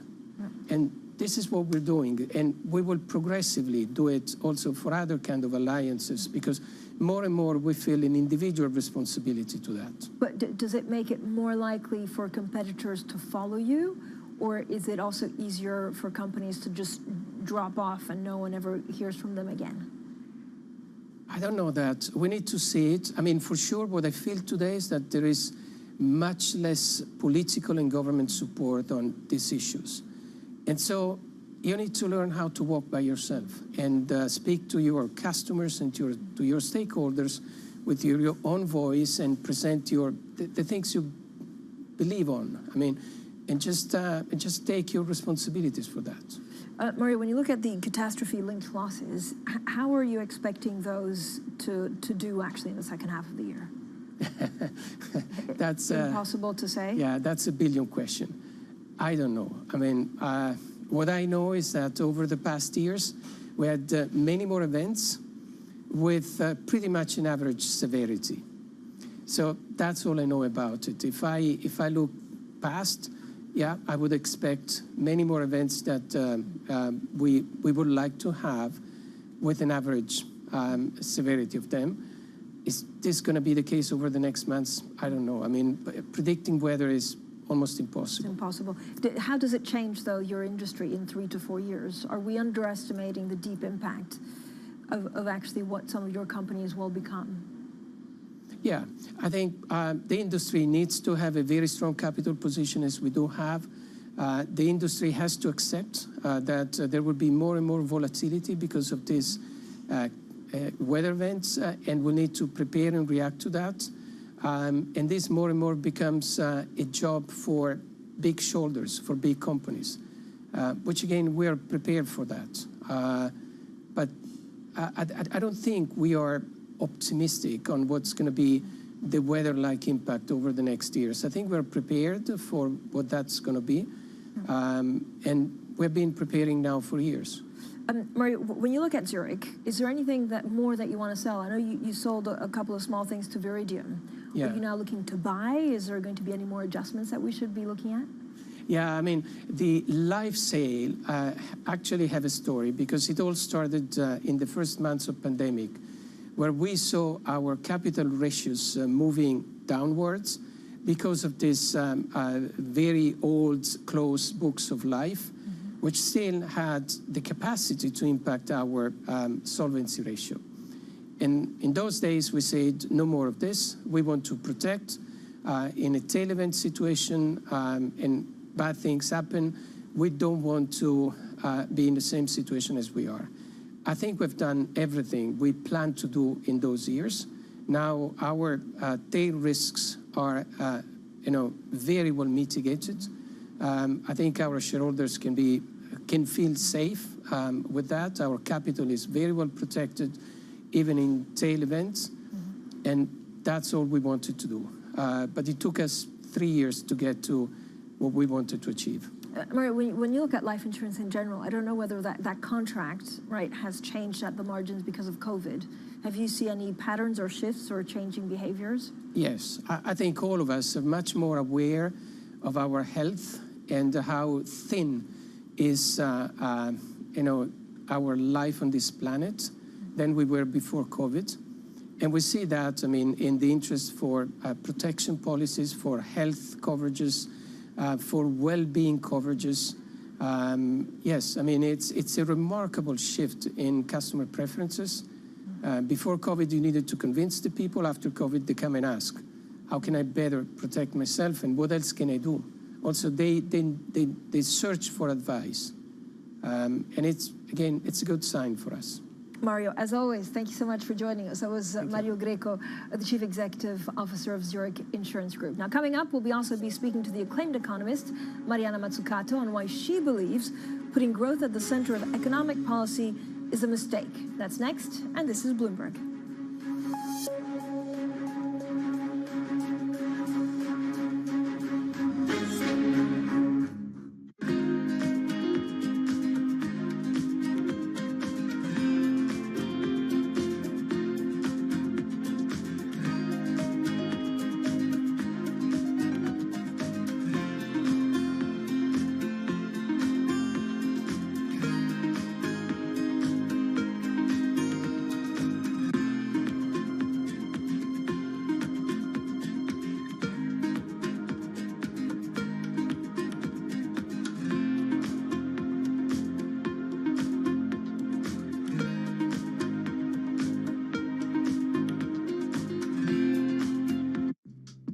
Steve's ability on the course may not be etched into any record books, but following him around, it's clear that it's not for lack of trying.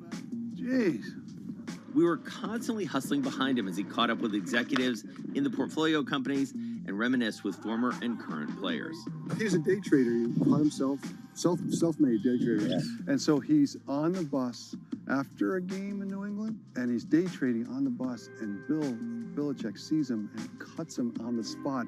You know, in many ways, it's a convention, right, of the people that I don't see maybe once a year. And so it's kind of all come together. My firm, our charity, fundraising efforts, and then the friends that are around. My dad and my brother, it all happens right there as a confluence of all these parts of my life that have found its common center.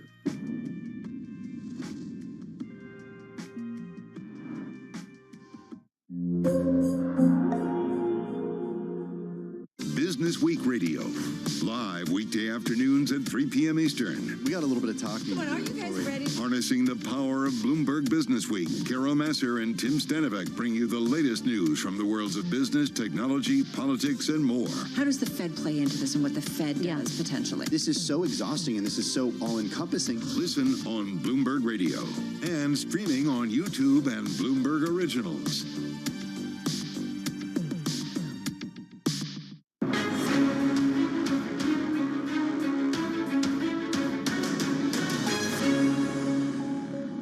The conversations that matter, the insights you need. This is A Pulse. I'm Francine Lacqua here in London. Now, my next guest is the author of 4 highly acclaimed books. She advises policymakers around the world, and she's, of course, a leading academic. This week sees a publication of the 10th anniversary edition of her book, The Entrepreneurial State, Debunking Public versus Private Sector Myths. Now, here's a spoiler alert.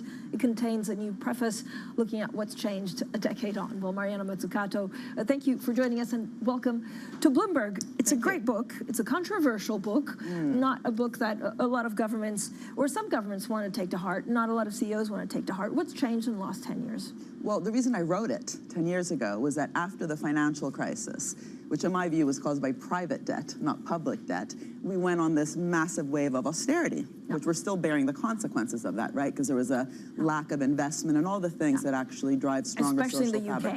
In the UK, but actually across Europe. Across Europe, a lot of the loans and the recovery funds back then were conditional on countries obsessing about their deficits, right?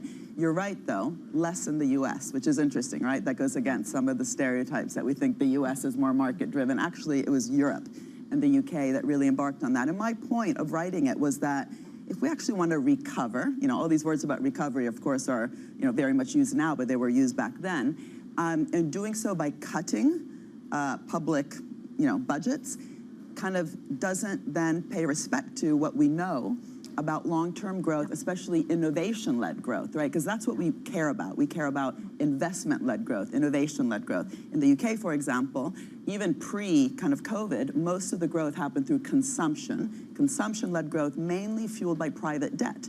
So the ratio, even today, of a private debt over disposable income continues to be way too high. And when that bursts, we'll have another financial crisis. So the book said, invest, invest, invest, but take care on how to do that.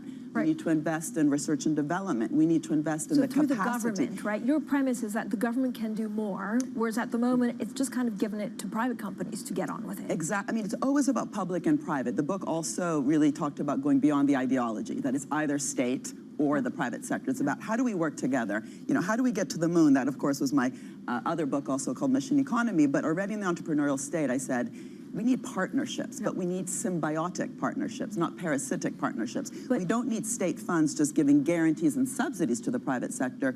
We need conditions, for example, on what that means. So instead of just giving money today, for example, to the semiconductor industry through the CHIPS Act in the US, I've been talking to the US government on the lessons of the entrepreneurial state, on what would it mean to actually embed within the CHIPS Act conditions on making sure that workers are paid well, working conditions are good, green procurement is used, and also that the profits generated are reinvested. You advised, right, the Commerce Secretary? Gina Raimondo, the Secretary of Commerce. So what does that, are we getting in a place where you think is more comfortable than it was 10 years ago? Look, there's so much variety, right? There's different ways to do capitalism. There's not one way.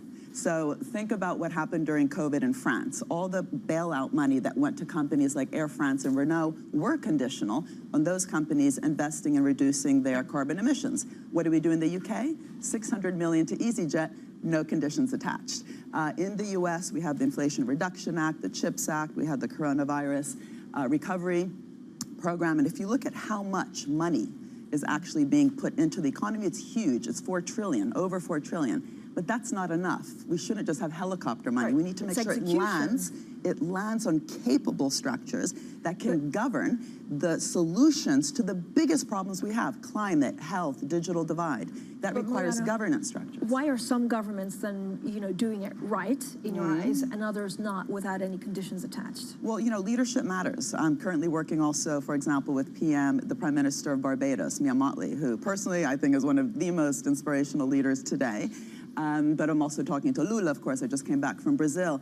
And the question there is, when you have a leader who has a progressive agenda, and progressive versus regressive, and actually steering growth, because growth has not just a rate, but a direction. How do we get inclusive growth? How do we get sustainable growth?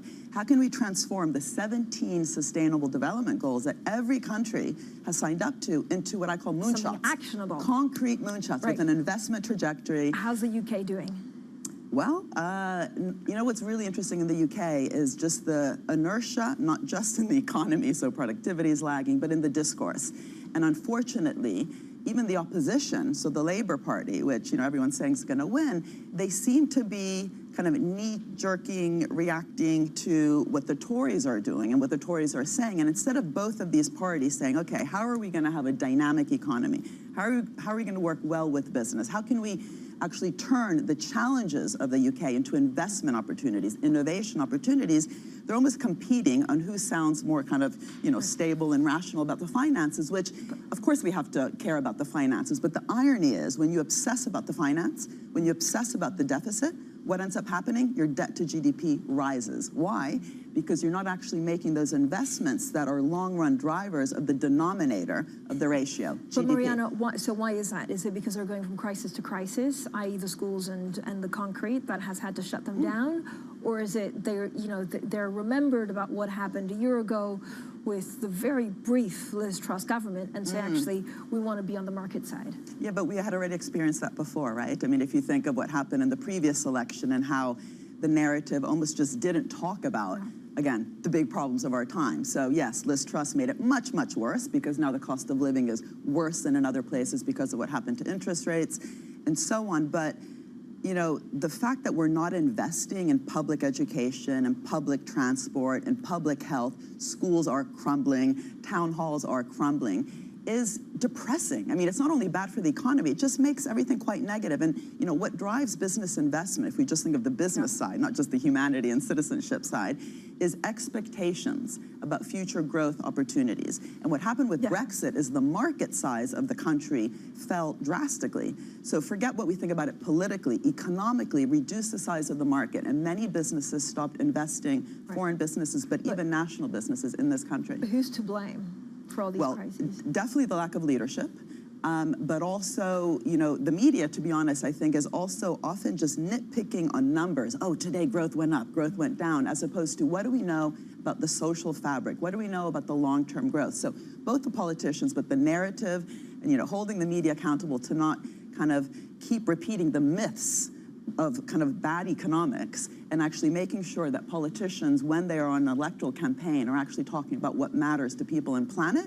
I think is going to be very important for this country in the next months. Mariana, thank you. Coming up, we'll continue the conversation with author and acclaimed economist Mariana Mazzucato. It's also a fantastic book. You agree or disagree, but everyone should read it. We'll be right back, and this is Bloomberg.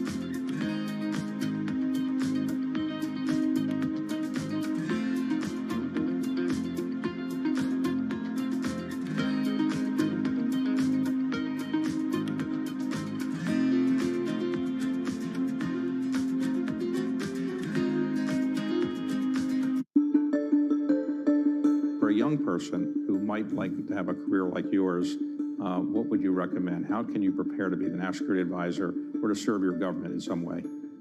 The biggest piece of advice I try to give young people is to reject certitude. What I mean by that is that no matter how good you think your argument is, or your policy position, or your proposed course of action, it almost certainly has weaknesses or blind spots, and you should acknowledge those. I think actually sometimes saying, you know what, I was wrong, you were right, is actually a more powerful show of intellectual strength than just sticking firmly by your position. Doesn't mean you should compromise your principles or your values, but the easy decisions do not rise to the White House. The hard decisions do. And those hard decisions have two sides that are not 100-0.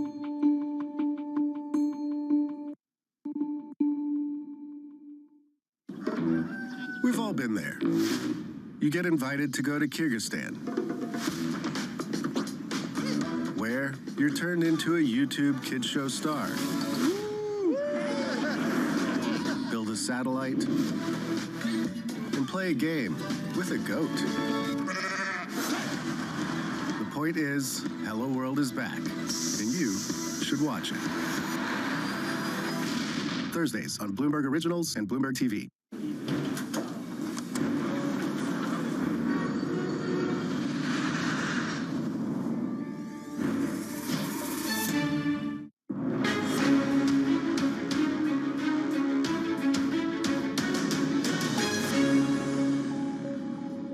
Still with me, author, policy advisor, and professor in economics, Mariana Mazzucato. Mariana, so your book, The Entrepreneurial State, came out 10 years ago. It has a new preface, and it's coming out again this week. Talk to me a little bit about Apple. You dedicate a whole chapter in basically dissecting how Apple was formed, and what does that tell us about the entrepreneurial state? Yeah, so the reason I had the chapter on Apple is that when people think of the United States, they think of free market, and yet all the kind of big innovation that occurred in the U.S. was actually co-funded, if not actually financed early on by the state. So everything that makes our smartphones smart, not just the iPhone, is the internet, GPS, touchscreen, Siri, all government financed. Now that's a nice part of the story. That's business and government working together. What's not so nice is when we end up socializing the risks and then privatizing the rewards. So how much of the profits that have been generated from the internet revolution or today from big tech have been reinvested back into the economy, making sure public schools are strong, et cetera. So that's where the idea of conditionality comes in. When you have an ultra-financialized business sector where over $7 trillion have been used in the last decade on just buying back shares to boost stock prices, stock options, and executive pay, that's a bad deal. Right, So the Mariana, deal, the negotiation between public and private. So concretely, what do you need? Do you need more people in government who can negotiate contracts with privates? You need two things. First of all, you need an innovation system. That's the bit the U.S. did quite well. We had the Defense Advanced Innovation Agency called DARPA. They were, in fact, responsible for investing in the internet. We have the National Science Foundation. We have public venture capital funds. The CIA has one, by the way, InQtel. We have downstream, bold, outcomes-oriented procurement. So that's one part of the story that the world needs to learn. Dynamic innovation systems with public institutions distributed across the whole innovation chain, working with the private sector. But the second part of the story is where it goes wrong. What does it mean along the way to negotiate? What does it mean to actually invest also within our public administration so they also know how to negotiate, but also know their worth? I often say that I walk in as an economist and I come out as a life coach. I'm like, come on, man. Okay, but who's doing it right?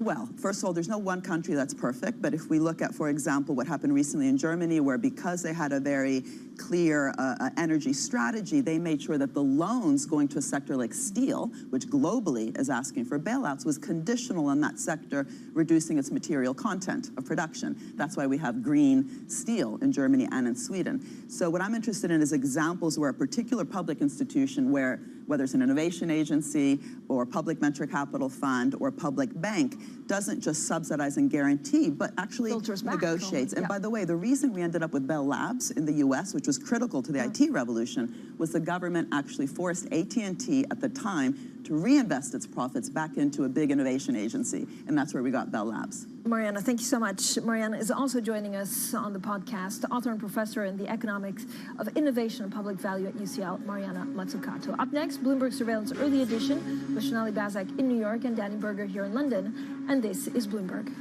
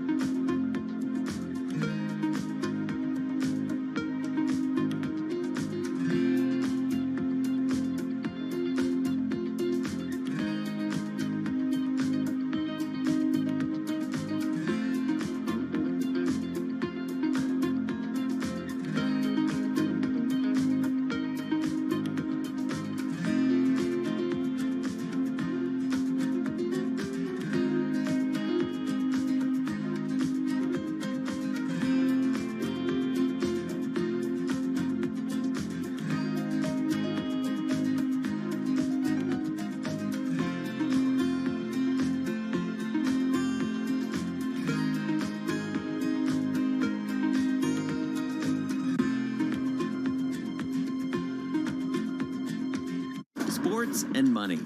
They've always gone together. But never before have sports been so massively influential and as lucrative as they are today. NFL, NBA, none of them were what they are today when they were born. There's leagues that are being thought of and built every day. New teams, new leagues, new business models, even entirely new sports. I never in a million years would have thought this is what my life would be like. Cornhole's one of the only sports in the world in which you can have male and female players playing at the highest level against one another. I'm Jason Kelly, a business journalist and sports fan with a couple decades covering Wall Street. Getting involved from a business perspective was something that was very natural and easy transition for me.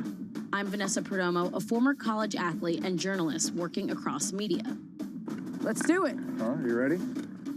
We set out to find what's happening and what's about to happen at the nexus of business, sports, and culture.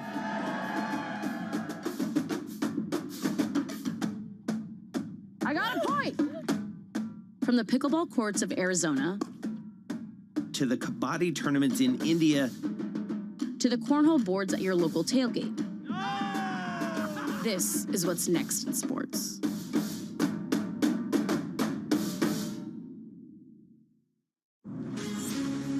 From the beating heart of global finance, economics, and politics, and wherever newsmakers are moving markets, Bloomberg brings you conversations that allow for deep discussions and important insights. How has that shaped your strategy for the bank? Is this a new normal? Is this like a catalyst? Do you think we're in a new phase for dividend policy overall?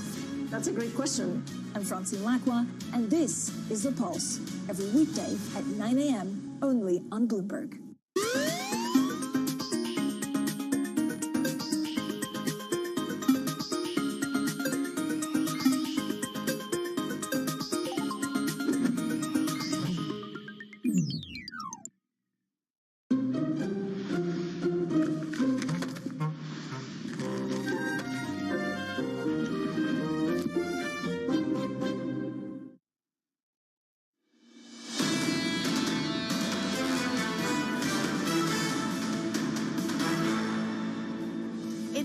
a.m. in London, 5 a.m. in New York, 5 p.m. in Hong Kong. Our top stories today. The renewed advance in the U.S. dollar is raising alarm bells, with officials in Japan and China threatening FX intervention. A flurry of fresh bond supply. U.S. corporate borrowers flood the market with debt sales, while the Fed offloads about $1 trillion of bonds. And the ECB's Klaas Knot exclusively tells Bloomberg that markets may be underestimating the chance of a rate hike at next week's meeting. Welcome to Bloomberg Surveillance. You're watching the early edition. I am Danny Berger in London alongside Shonali Bassick in New York. Shonali, it's that bully of a dollar taking a bit of a break. We're getting some more retail sales data also just coming through for the euro area. July retail sales, those fall 1% year over year. The estimate was for 1.2%, better than expected. So maybe the euro can finally fight back against that greenback. Yes, we'll see about that. And well, let's take a look at the U.S. markets here. Speaking of that dollar, the S&P futures down another day, Danny. We are looking at a little bit of weakness, about 0.2% lower starting the day. Tough week here in the United States. We're looking at the two-year yield also cooling off just a little bit after a sharp leg higher just yesterday. We're looking at it down about 1 basis point, sitting at a 494 handle. The dollar index, to your point, cooling off just a little bit. But remember, it did rise to the highest levels here since March. It has significant ramifications for global currencies. We'll talk about that later in the show, but still just about flat from yesterday's levels. Now, we're also looking at Brent crude. We're going to talk about that OPEC supply extension, the curve here. We're looking at 89 on Brent crude as well. It is down about 0.9% so far, but we'll keep an eye on that as well. Yeah, when I woke up this morning, that was up and it was at $90 a barrel. So some of that running out of steam. So again, Shonali, here in Europe, we just had that euro area July retail sales data. It was a drop of 1%. The estimate was for 1.2%, so down but better than expected. Retail sales month over month, bang in line with estimates, a drop of 0.2%. Again, estimate 0.2% drop. Now that's not having too much of an impact on markets as much as I was hyping up the euro finally making a comeback. Euro stocks having a tough day, down about 0.7%, trading more based on bad data, on Germany factory orders, which fell pretty significantly. But the only thing that's really saving us from having a weak euro at the moment and two-year yields not dropping is an interview from our Jana Randau speaking with Klaas Knot. That's, of course, the Dutch ECB member. We'll be speaking with Jana later in the show. But Knot saying that the market maybe is underestimating the probability that we'll get a rate hike in September. Now, he is a more hawkish member, so yes, we did trade up on the euro and up on two-year yields, but the reason, Shonali, we're not running away with this, again, is because he's a guy who already has that kind of hawkish lean. Now, when we're talking about the strength of the dollar, raising alarm in Japan and China, remember both are stepping up defense of its exchange rates. We're going to get to this with Eddie Vanderwalt of Bloomberg Markets Live because we are looking at finally some plateauing of the dollar. We are finally looking at other countries looking to respond to the dollar. And so we are looking at a very significant move here in global currency markets. Eddie, this is certainly our top story of the day.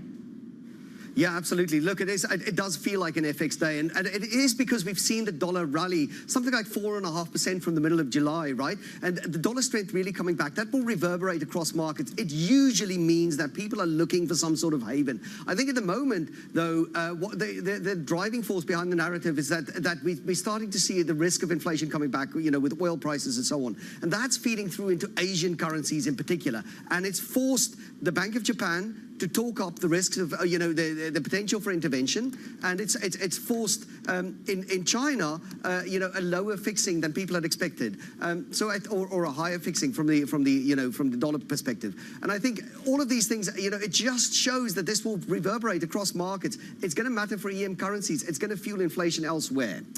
On China specifically, why, and I realize this is probably just an absolute amateur question, Eddie, but why would the PBOC want to step in? Doesn't a weaker yuan help them because they need more growth right now? Yeah, they do need more growth, but also they like to control their currency. They like to be in control of things. They do not want this to be out of their hands. And I think, you know, just the scale of moves and the pace at which they're happening, I think that is a worry for China. So I think, yes, they would like to see probably inflation coming back a little bit. And they would like to see stronger growth. Therefore, you know, a stronger domestic currency or a weaker domestic currency helps them. But at the same time, I think, I think they would just like to be much more in control of the narrative.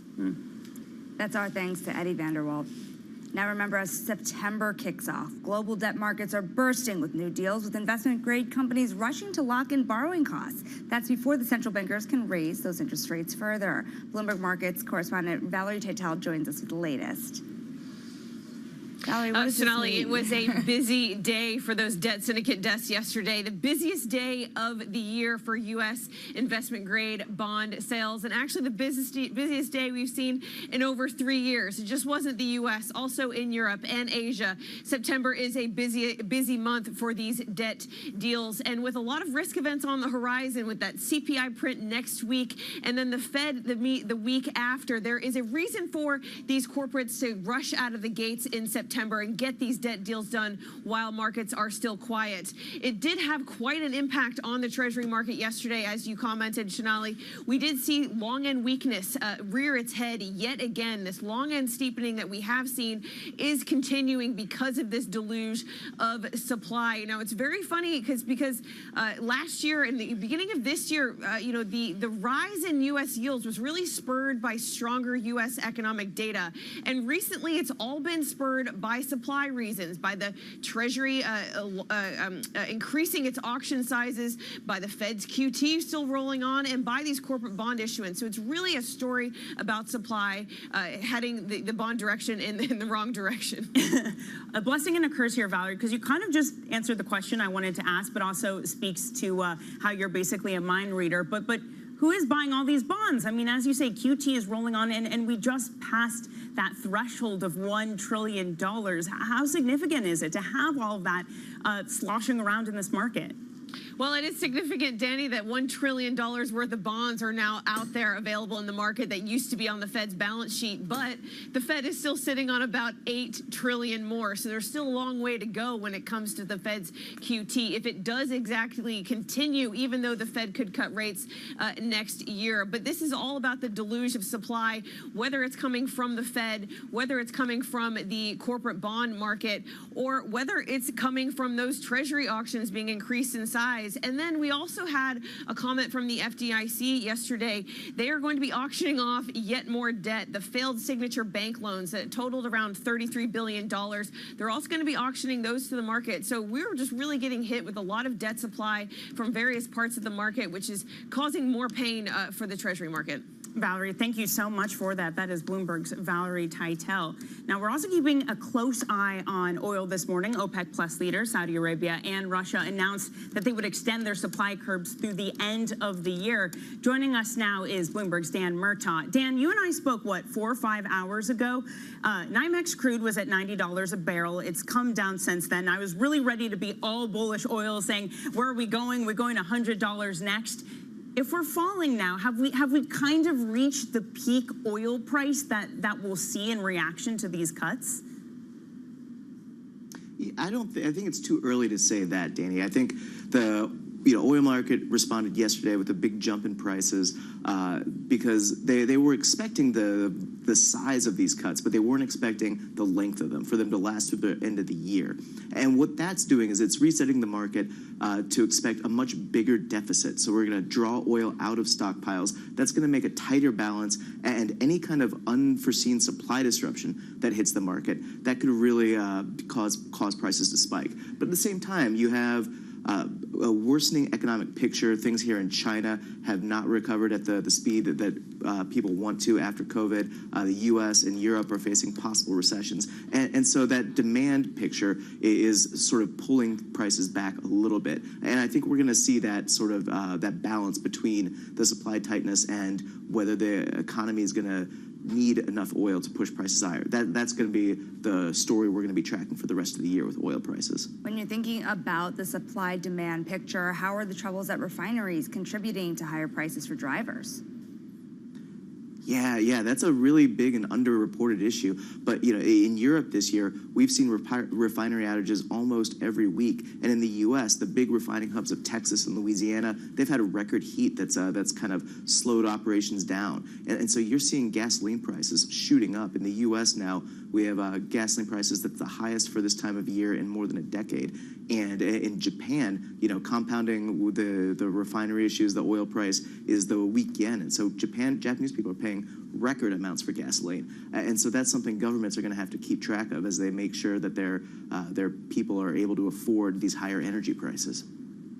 Right, and it's not like in the U.S. we could have more SBR releases. That fodder was more or less already used up. Dan, thank you so much for your coverage throughout the day. Bloomberg's Dan Murtaugh in Beijing. Now, coming up, we are just over a week away from an ECB rate decision. We're going to have more from Bloomberg's exclusive interview with Governing Council member Klaus Knot. That's next. Then we're going to be hearing from Union Investment Christian Kampf on why he expects another hike from the ECB next week and get his take on some of these FX moves. Plus, SoftBank's ARM is looking at a downsized IPO of nearly $4.9 billion. All of that still ahead. This is Bloomberg.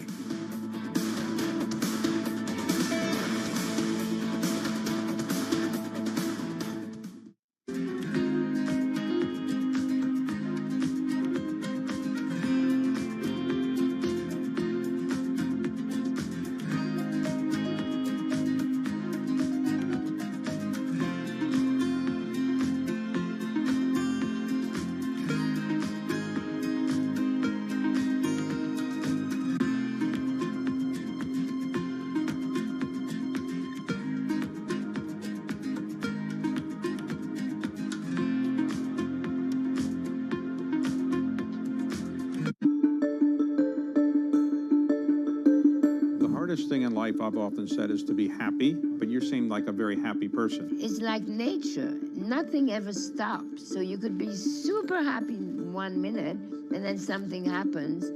So it's just living. It's the joy of life. For any young woman that's watching this, wants to be the next Diane von Furstenberg, what would you recommend? I think the most important thing in life is the relationship you have with yourself. Once you have a good relationship with yourself, any other relationship is a plus and not a must. And the second advice is to be as true to yourself as you possibly can. And you have to accept and own things you may not like, but the more you could be you, the happier you would be.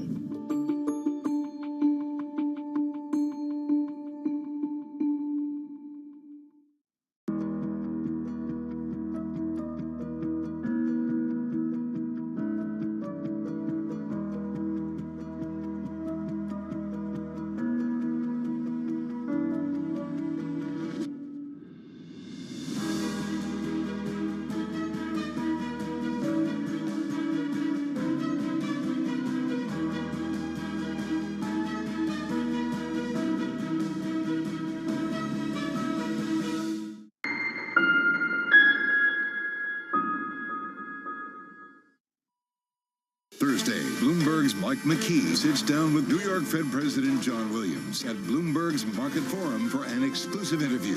Does he see more rate hikes? How soon for cuts? Find out Thursday at 3:30 p.m. Eastern, only on Bloomberg.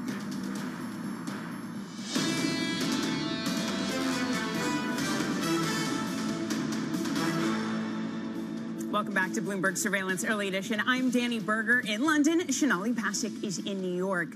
ECB Governing Council member Klaus Knot says investors betting against a rate increase from the European Central Bank may be underestimating the chance of a September hike.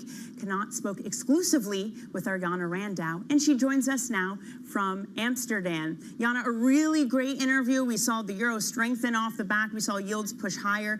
I love how he emphasized that it's maybe underestimating the rate hike, and it's a close call. So he seemed hesitant to say one way or the other. Taking Knot's view then in hand, how likely is a hike next week? Well, reading between the lines and knowing him really well, I would say there's an ever so slightly bigger chance for a rate hike than a pause.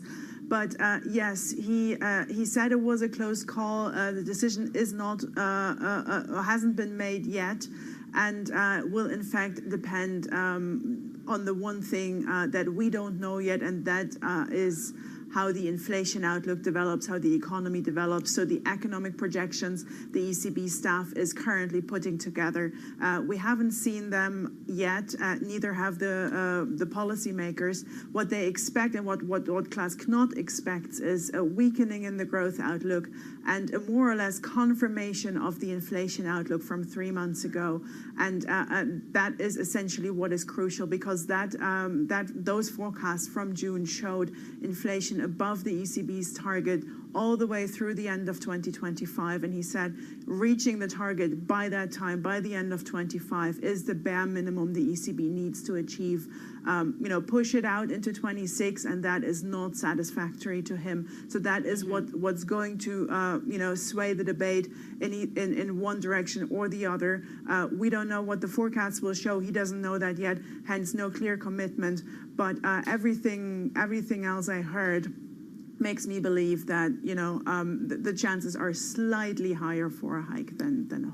The other thing he said about the inflation target, 2%, end of 2025, bare minimum, but he also told you he wouldn't mind so much if that target shifted forward a little bit. How popular or unpopular is that view?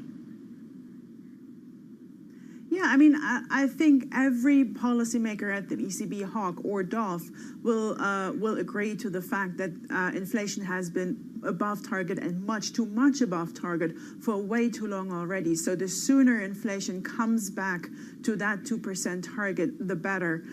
Now, clearly that is complicated. It's not something that happens from one day to the next. Wage deals, for example, play an important role. Those have been really strong. They will continue to be strong, and thus boost demand and keep price pressures high. And we're still seeing that in the economy. The economy itself is slowing, but as Klaas Knot said, it's a feature, not a bug. So that slowdown is welcome, is anticipated. Whether it will be enough to bring down inflation, we'll have to see. And that is the complicated thing. Reading the economy at the moment is really, really difficult. So as you get closer to the end of the cycle, where we are at the moment, it's difficult to say the right or wrong. At the start, it's easy. This time, it's very difficult to figure out how much tightening or what that tightening that's already in the pipeline will have what kind of impact that will have. Bloomberg's Yana Randa, thank you so very much for that exclusive interview.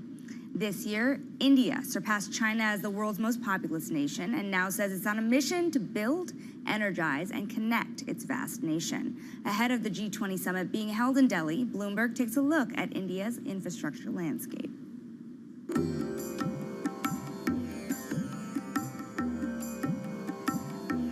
India's longest sea bridge has been some 20 years in the making. It's expected to open to traffic between Mumbai and Navi Mumbai sometime later this year. The connectivity will redistribute the burden and opportunities of rapid urbanization. Infrastructure building has gathered speed across cities and villages, with the government spending record amounts on transportation, power, and housing projects to meet urbanization needs, boost jobs and growth, and to cut logistics costs. India needs trillions of dollars in infrastructure spends, currently supplied by government and multilateral institutions.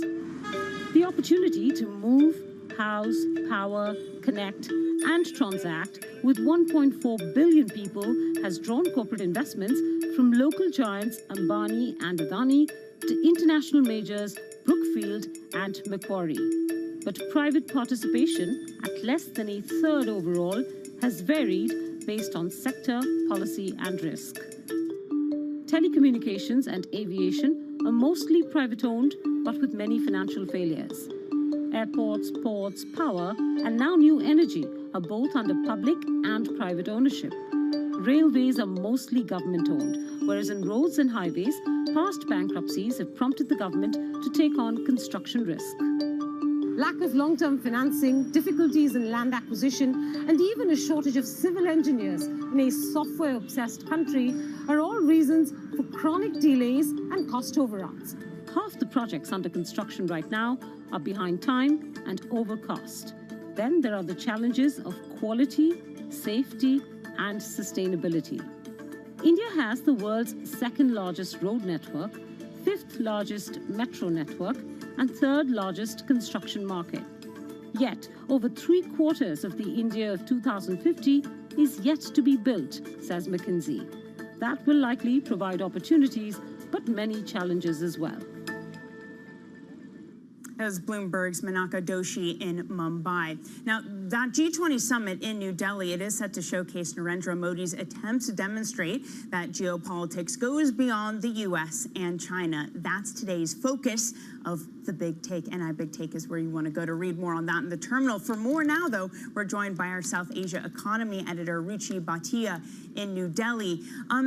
Ruchi, what sort of opportunity is this for India? Is there a concrete takeaway that they are hoping to have in terms of their image after this G20 meeting? Well, Prime Minister Narendra Modi certainly wants to project India as an economic superpower. And while he's doing that, he has to balance with a lot of confidence and dexterity the other global superpowers, whether it is the US, whether it is Russia and China on one side. In fact, as we can see, Prime Minister Narendra Modi in the last few months has been reaching out to the US President Joe Biden as well. He's going to be here along with many other leaders. We have seen the kind of investment push that is being made by India. In fact, the fact that big companies, big technology companies like Apple and other semiconductor firms are also looking at India in a very positive manner. That's something that goes on to show that yes, India's moment seems to have come. But on the other side, as countries are looking to move out of China, one has to see how India will look to balance those other geopolitical issues as well.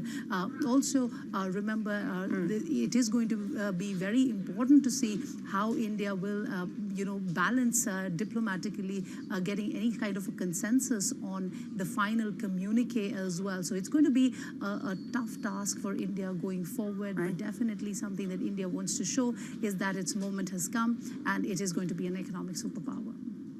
Yep. Certainly got tech companies like Apple backing that narrative. Ruchi, thank you so much for that. Bloomberg's Ruchi Bhatia in New Delhi. And of course, read more of that Big Take, NI Big Take Go, on your terminal, or you can read it on the web. Okay, coming up, UBS is said to be looking at options to reopen Credit Suisse's deal with Apollo.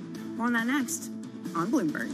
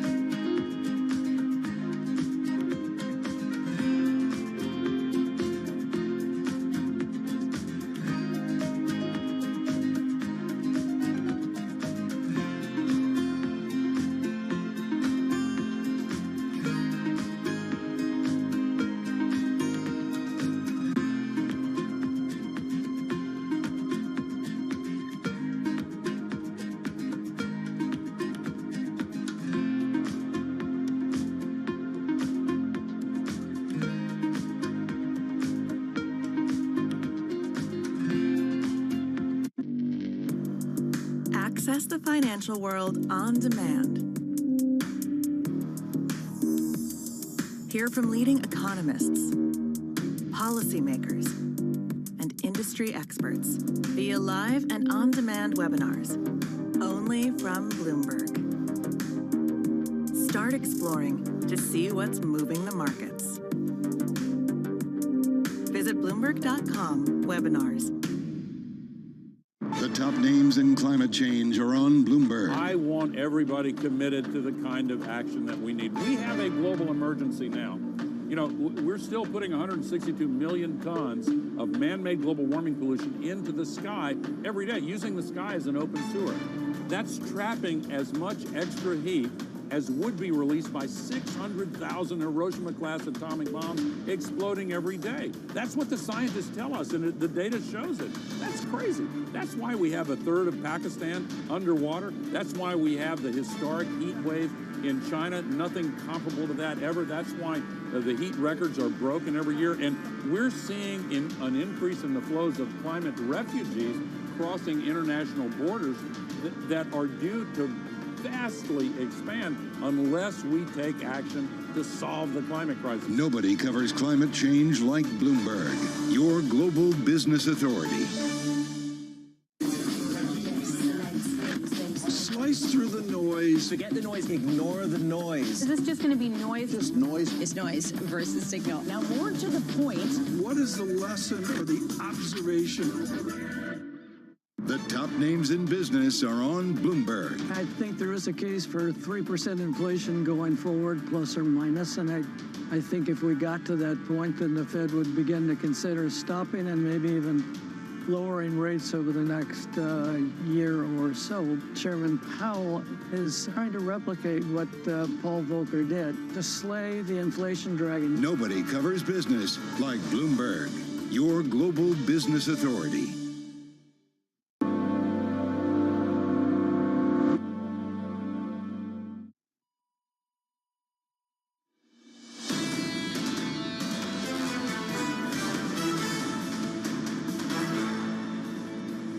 Now, here's a story we're watching this morning. UBS is said to be reconsidering options to reopen a deal with Credit Suisse that struck a deal with Apollo to sell the securitized products business earlier. And that's according to a Bloomberg scoop.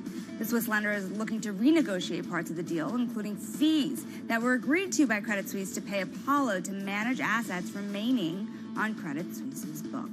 Coming up next, we're going to get back to those volatile dollar markets. We're going to speak to Christian Kopp, head of fixed income and FX at Union Investment, next. This is Bloomberg.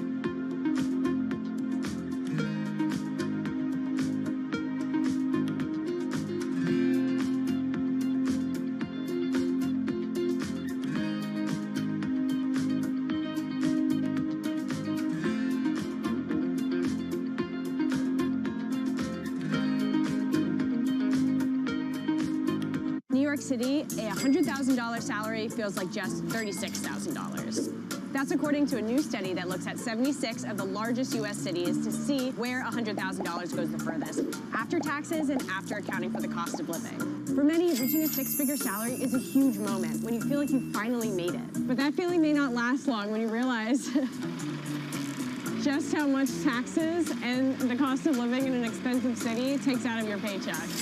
And that's especially true after 2 years of inflation.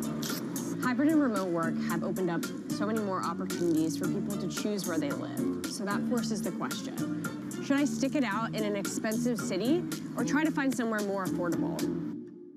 So where should you live if you want to maximize your salary? Consider Memphis, Tennessee. The home of the Blues topped the list with a take-home pay of about $86,000. Tennessee doesn't have an income tax, and the cost of living there is about 14% cheaper than the national average. So $1 there takes you much further.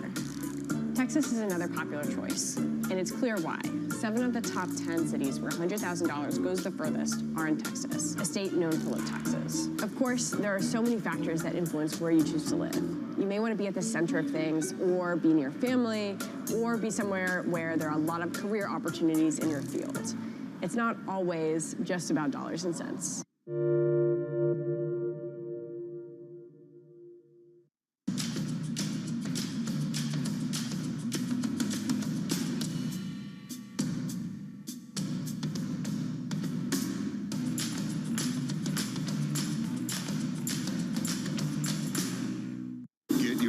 income fix. Watch Bloomberg Real Yield every Friday at 1 p.m. Eastern, right here on Bloomberg, your global business authority.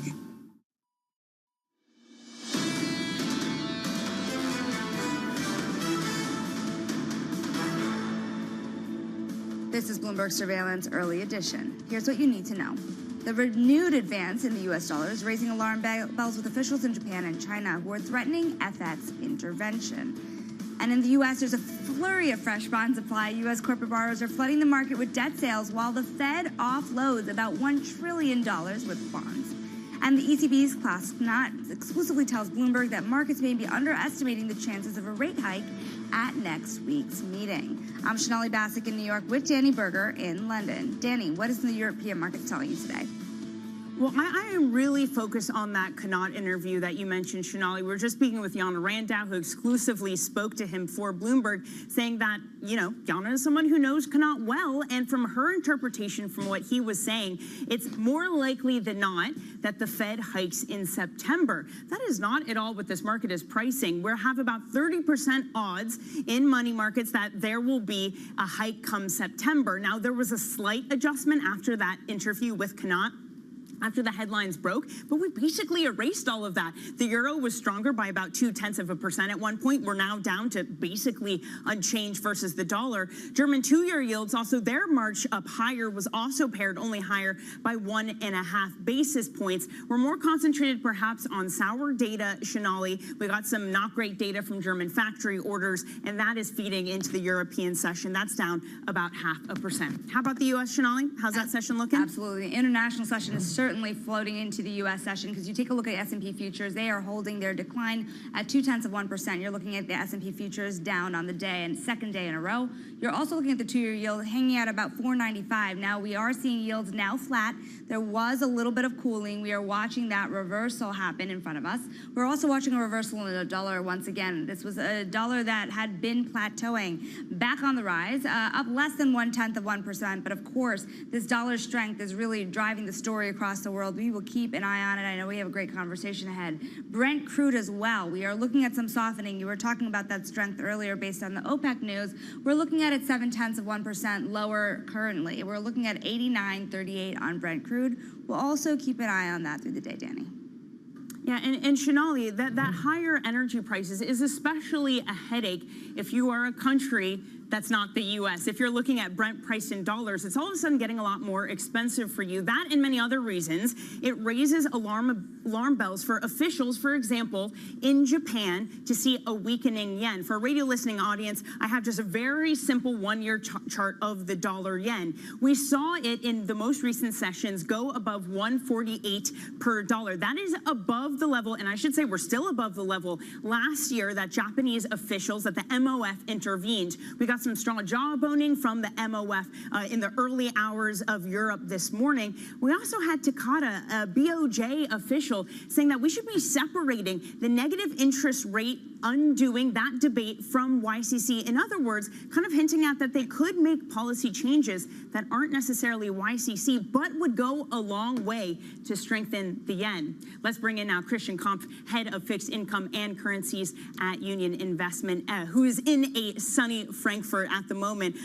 Christian, putting all those things together, has dollar yen basically topped out at this point?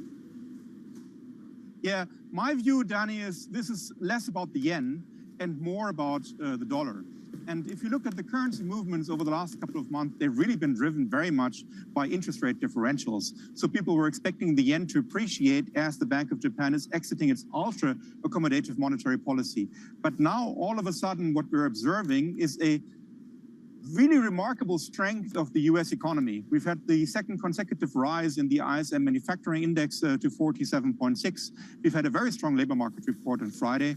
The little increase in the unemployment rate is very much due to an increase in the labor force participation rate. So all of that is good news for the U.S. economy.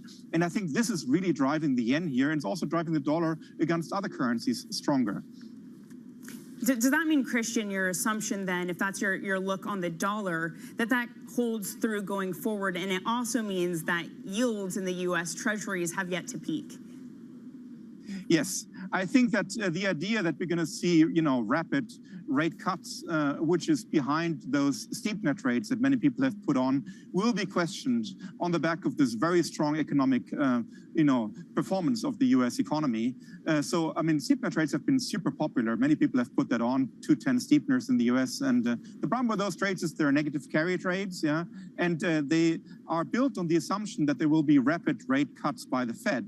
But what we now have to deal with is a situation where a U.S. recession is becoming less and less likely. I mean, for example, Jan Hartzius from Goldman Sachs put out a note yesterday lowering the recession probability in the U.S. to 15%.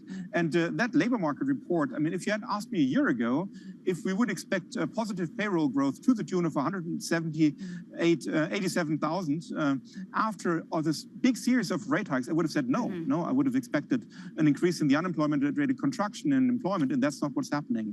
So I think that with this level of employment and strength in the economy, we're going to have to rethink rate cuts in the U.S. Understanding the U.S. strength, but we should also talk here about the reactions that you're seeing from officials in China and Japan. Japan's top foreign exchange officials saying that if these moves continue, the government will deal with them appropriately without ruling any options. But at what point would they have to step in? Well, I think Japan is in a tough spot, no? I mean, they're in the process of exiting yield curve control at the very time where we see a big slowdown of the Chinese economy, easing of monetary conditions in response to that by the People's Bank of China. And I think that the weakness in the Chinese economy will have a detrimental impact on activity in Japan as well.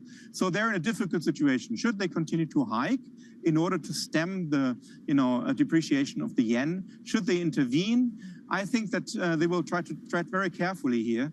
There will be verbal interventions to start. Maybe they'll do something in the currency. But frankly, you cannot go against the movements of the economy, no? And there is a strength in the U.S. economy. This is why rates are holding up in the U.S. And there is a weakness coming out of Asia. So there's not much they can do about that.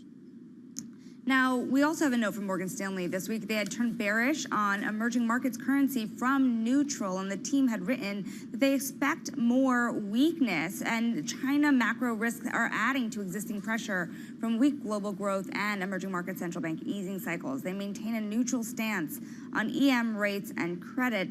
But again, this is a more bearish of a note that they're making, Christian. Where are you most concerned outside of China and Japan for the dollar's strength's impact on other local currencies? Yeah, that actually is not our view. I mean, we're actually relatively bullish on emerging markets, especially emerging market currencies. You see, emerging market central banks have hiked much faster and more aggressive, actually, than the Fed. If you look at Brazil, for example, or Mexico. And there is weakness now in China. That weakness is partially cyclical, but there is also a structural element of that. Many people talk about deglobalization and reshoring, friendshoring, and so forth. No, that is maybe negative for China's medium-term growth prospects, and that could also lead to a weakness of the Chinese economy. But it's actually positive for a lot of the other emerging markets, just to name Mexico, no, or Brazil. So I actually think that in the face of very high interest rates and actually improving economic prospects as trade and investment flows are moving away from China into those other emerging markets, we remain positive, especially on the Latin American currencies. Man, someone needs to get you over to the G20 stat, Christian. I think they all could use to hear from you. Listen, we got to get your views on the ECB. It's right behind you. I think for our viewers, you might have to point it out because it's among the big buildings there somewhere. Just looking at your notes now, you see a hike in September. We are so far from the market pricing that in. I think we only have about 30% odds that they will hike in September. So what do you want to do here? Would you just go long the euro short shats? I mean, that seems like a pretty big dislocation in the market if you do believe they will hike. Okay, so first of all, we're super laser focused on the ECB. We're in proximity to the ECB. You can see it here right behind me, that tall building, yeah. And we think that with core inflation in the euro area at 5.3%, there is a case for the ECB to undertake one last rate hike on the 14th of September. You see that core inflation is on a sequential basis is really not slowing down. 5.3% is way above the ECB target. And we hear a lot of hawkish comments here. We've got Klaas Knot talking to Bloomberg Television. We've had Joachim Nagel, the Bundesbank president, talking to the German press today, ruling out rate cuts, any early rate cuts. So I think that all of this is pointing to a relatively high probability of one last rate hike into weakness, into economic weakness. That's clear. But the ECB does have a single mandate, which is price stability. And with inflation rates where they are, I think there's a good chance the ECB will go for one last rate hike on the 14th of September. Now, what does that mean for us? I actually think that this last rate hike is not going to move the needle that much on the rate side. And even on the currency side, you see here the reactions to the Klaas Knot comments on the euro-dollar have been quite muted. Yeah. So I don't think there is that much that will change in the shape of the curve. What it does mean is that steepener trades in the euro area are also, far away from making a lot of money. We've got the 210 curve in Germany at minus 40 basis points, very inverted. It's never been that inverted for a long time, but we think this time around will be different, and the inversion will likely persist because the ECB is unlikely to cut its interest rate anytime soon, and they may go for that one last rate hike on the 14th of September. What it means for us is that there is no case for extending duration here right now, and we stick to relatively short tenors. We like, especially corporate bonds, which offer 4.4, 4.5% yield in 4 to 5 year maturities, and we don't see the case yet to extend duration into this very persistent inflationary environment in the euro area. Christian Kopp of Union Investment, we thank you very much for your time. Now coming up, AI stocks are surging ahead of the broader U.S. stock market this year. We're going to get the latest on the AI valuation debate next. This is Bloomberg.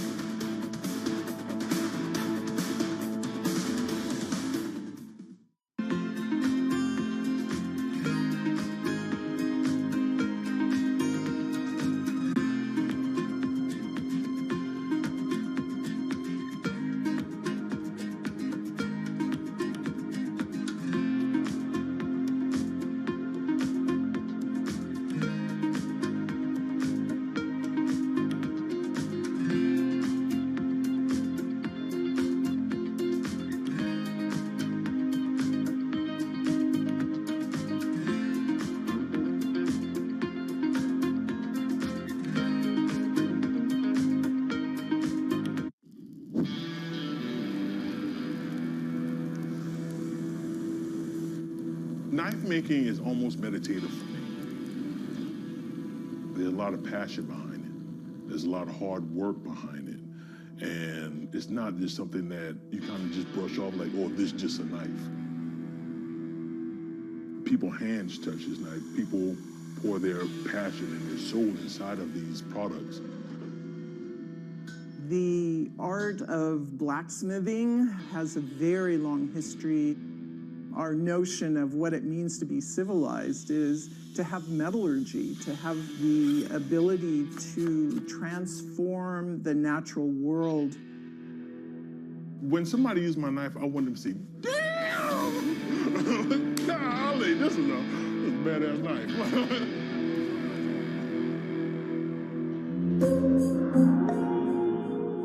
Bloomberg has enhanced search on the terminal to deliver what you need when you need it. Now, you can simply type phrases in everyday English in the command line. Compare financials. Find people. Analyze markets. You can enter phrases or ask questions. What do you want to know today? Ask a question or visit SearchGo to find answers now.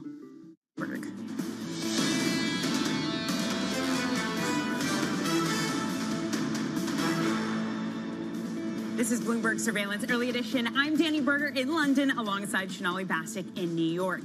So JP Morgan's Marko Klonovich says that investors should fade the artificial intelligence-induced stock market rally. He says, while positioning and valuations increase, we think there is now a higher likelihood of a crisis over the next 6 to 12 months.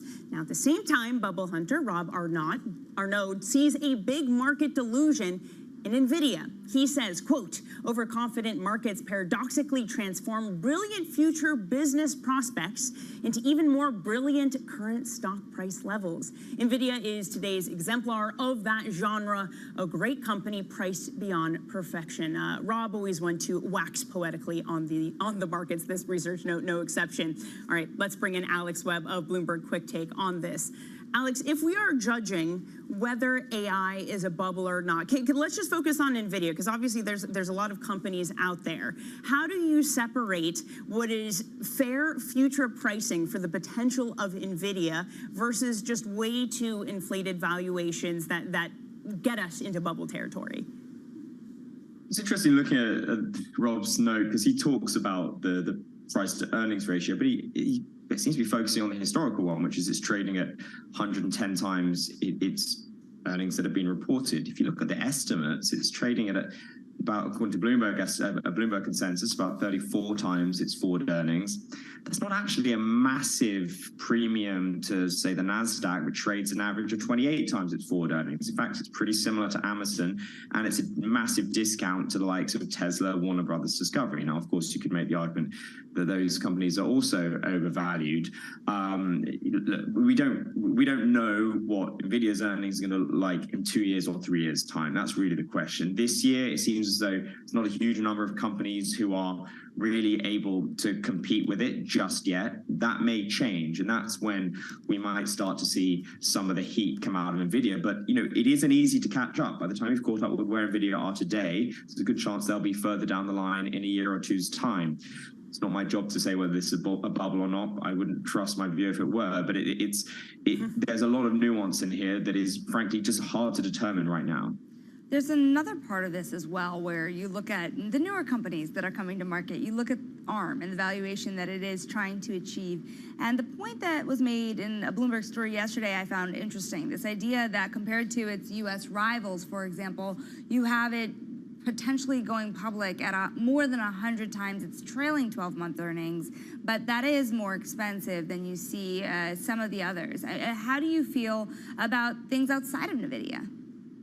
The thing that's interesting with ARM is that the people running the book are essentially, or the company is asking for a valuation sort of in line with what NVIDIA trades at, right? But NVIDIA has massive exposure to AI and is in the GPU space. ARM is not, right? ARM has a little bit of AI exposure, and it rides maybe the coattails of some of the AI stuff, but in the past, in the most recent fiscal year, in the most recent fiscal quarter, its earnings declined. If it had massive AI exposure, it's hard to believe that that would be the case. Now, there may be things coming down the line where ARM will improve its exposure, but it is more in line with a lot of the other chip makers who have also seen declining sales as, for instance, demand for mobile devices has tapered a little bit.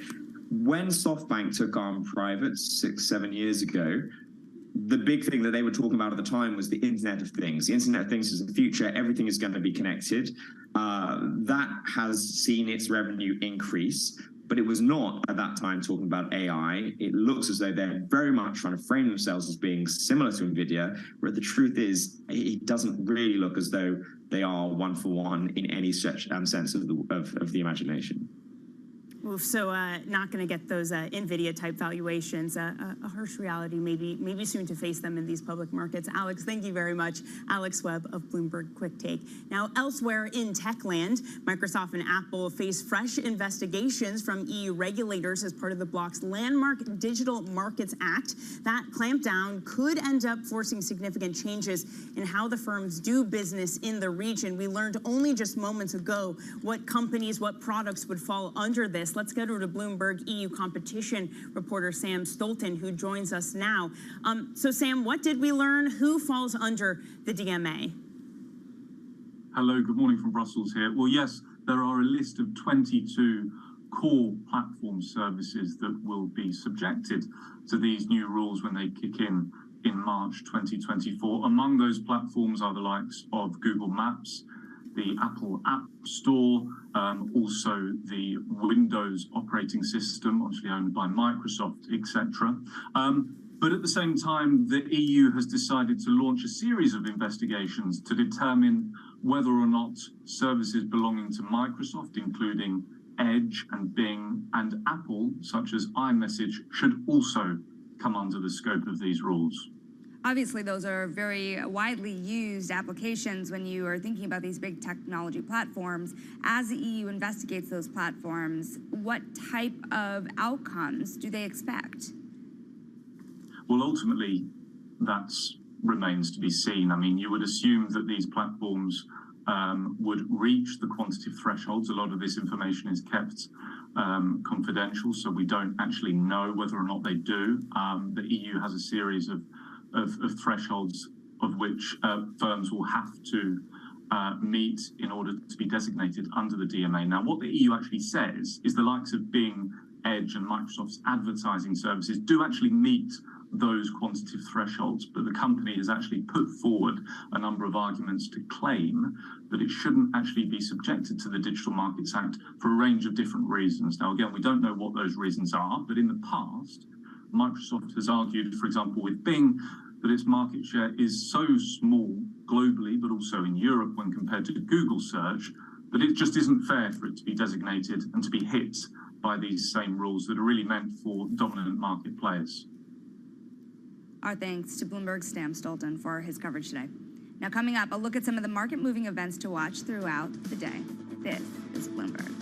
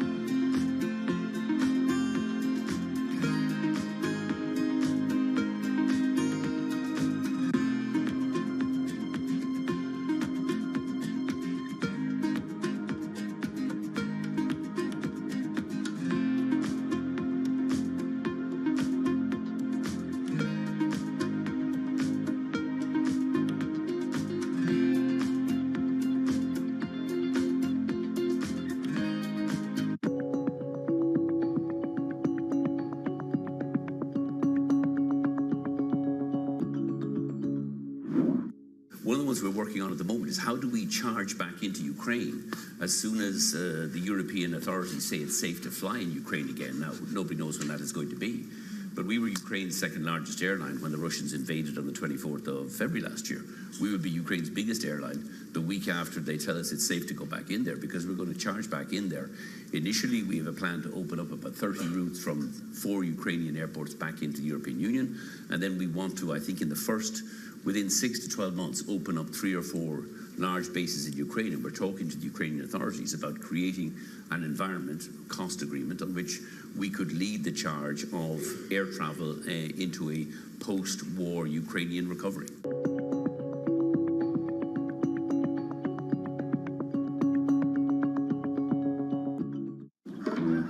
We've all been there. You get invited to go to Kyrgyzstan, where you're turned into a YouTube kids show star.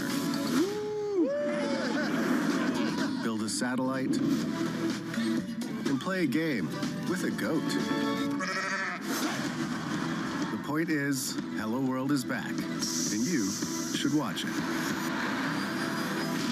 Thursdays on Bloomberg Originals and Bloomberg TV.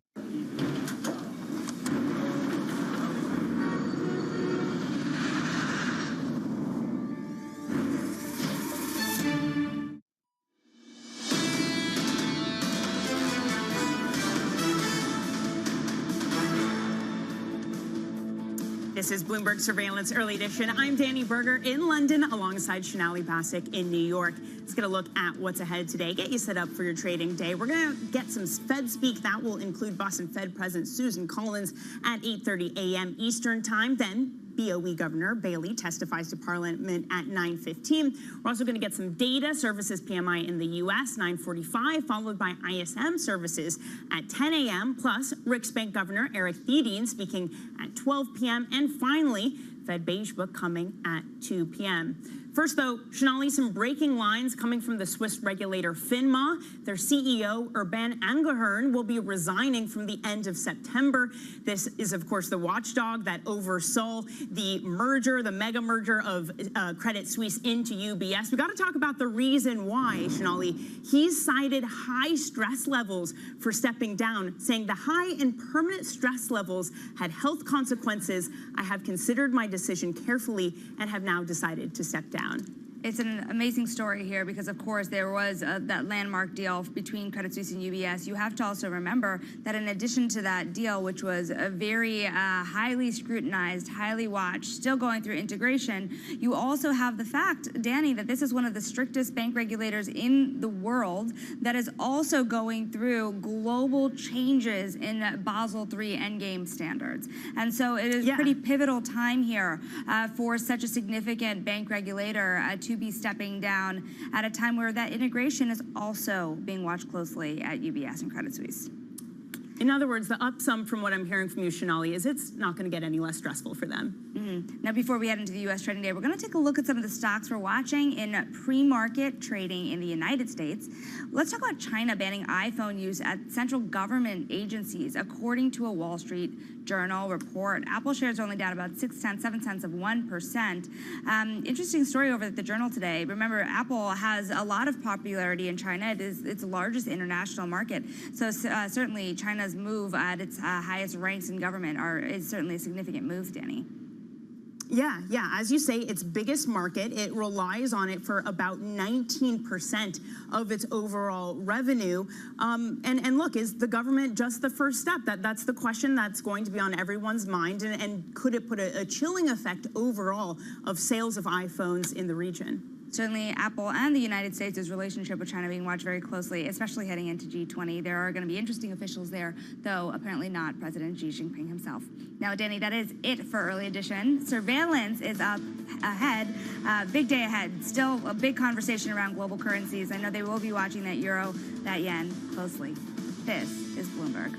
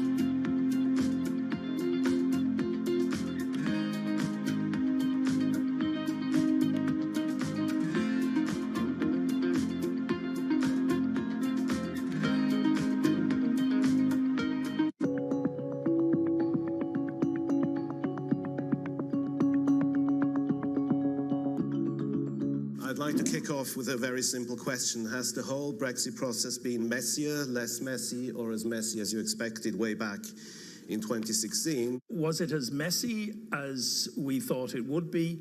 Probably was, and I tell you why, because of the fundamental mismatch between, if you like, rational policy in the UK and what was, in a sense, performative ideology in the UK. And I think that was the problem. We could have had the deal, the so-called Windsor deal, several years ago, but the Johnson government simply did not want a deal on those terms. But I think for the short to medium term, the next 3 to 5 years, the Brexit will be net negative on the UK economy, no question about it. What happens over the longer term depends on what the British establishment or the future UK governments do. One, I do think ultimately they will finish up in the next 10 or 15 years putting some kind of I call it a trade deal with Europe similar to Norway or Switzerland. I disagree with Declan. I think they will pay into a European budget. I think they will have no choice. It is too big. The fundamental strength of the single market is something that is too attractive for the UK economy to be excluded from. Maybe the messier part is yet to come.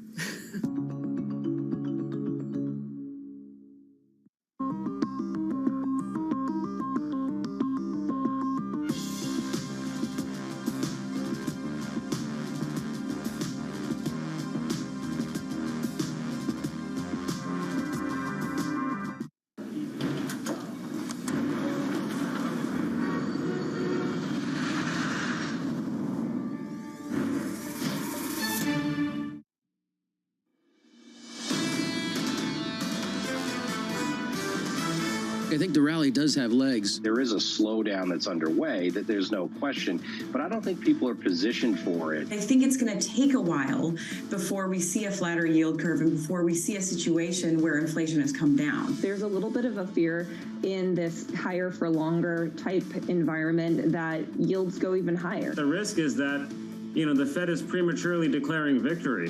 This is Bloomberg Surveillance with Tom Keene, Jonathan Farrow, and Lisa Abramowitz. Live from New York City for our audience worldwide, this is Bloomberg Surveillance. Good morning, good morning. Alongside Lisa Abramowitz, I'm Jonathan Farrow. TK away, looking at the leaves, I'm told. Bramo was something like that. Oh, yeah, he's like a big that. leaf peeper. The start of fall, he likes to make it very official and go for a walk through the countryside. Whatever TK's up to, I'm told he's going to be back tomorrow. We need to talk about a new wrinkle in the soft landing dream. That wrinkle in the soft landing dream, $90 crude for the first time in 2023. And you were asking the right question yesterday. Is it supply driven or demand driven? If it's demand driven, that means you're going to have that growth that's going to underpin some of the higher prices in commodities. If it's supply driven, what does that mean? Does that create more of a hiccup to the soft landing because you get just a higher commodity price without the growth? Just as the likes of Governor Waller seems to put rate hikes on ice, two things: 10-year yields back near the highs of the year, dragged higher by extra supply coming from the credit side of things, and that rally in crude. I want to know how that's going to play out on this FOMC meeting a couple of weeks from today. Yeah, how do they sort of signal? Are they going to be playing to a crude price, or are they going to be playing to a larger question? I think that my guess is you are as confused as I was trying to come up with a narrative yesterday with how high yields were going, just simply because there was this technical aspect that people were talking about, but it was accompanied with that stronger dollar, and then you could throw in the crude. Right now, it is such a muddle, it feels like, trying to put these pieces together. If it's technical, if it's something more longer lasting, if it's a last gasp of people saying higher yields for longer. You mentioned that dollar strength. Let's talk about it. 8 straight weeks, 8 consecutive weeks of dollar strength on the dollar index. And now we're starting to see some pushback in Asia. 2 countries, 2 different responses, Lisa, China and Japan. Okay, they're 2 very different responses, but they're both really highlighting the importance of why this rally is concerning in the dollar. And really, it has been a rally against other Asian currencies in particular. And that, I think, is notable.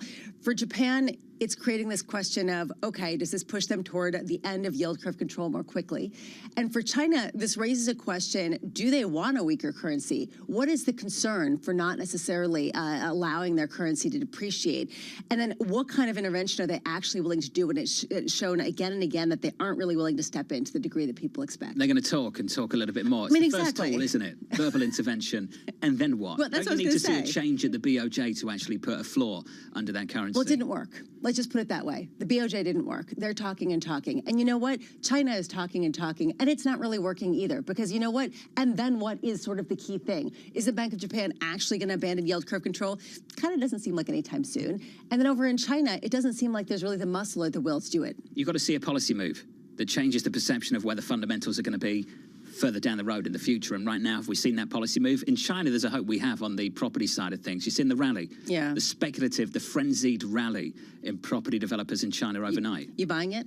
It's not for me to buy. I'm not selling it either.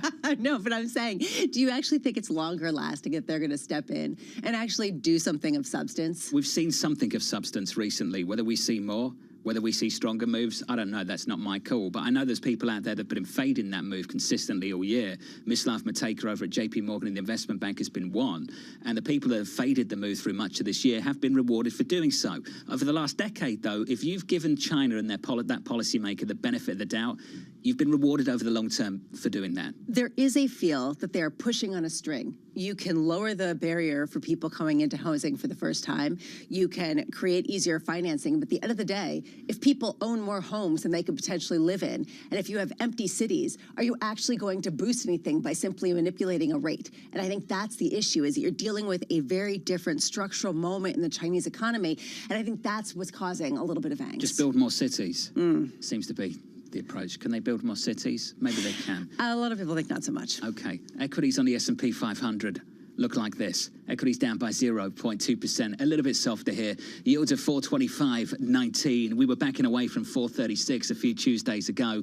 And then all of a sudden, a sell-off in the Treasury market. Curious one. On Friday, payrolls, yeah, a little bit stronger, but unemployment higher. Participation rate better. And yet Treasuries still sold off. Tuesday, we get back to work. Treasuries carry on selling off. It's quite a move over 2 days on that 10-year yield. It's the biggest move going back to, I believe, July. So if you look at just historically, even with some big moves, it is interesting that it's coming on the heels of supply. Here's what I'm watching today. There's a question of whether pause is the new hike, whether everyone is going to be signaling they're done. And the Bank of Canada meets at 10 a.m., and they tend to be out ahead of some of the other banks. And if they do pause at 5% and signal that they're done, or really give that kind of rhetoric, could that shift some of the sentiment and maybe fade some of the shifts that we've seen in yields higher? 2 p.m., Fed's Beige Book is released, tracking the period through June 30th.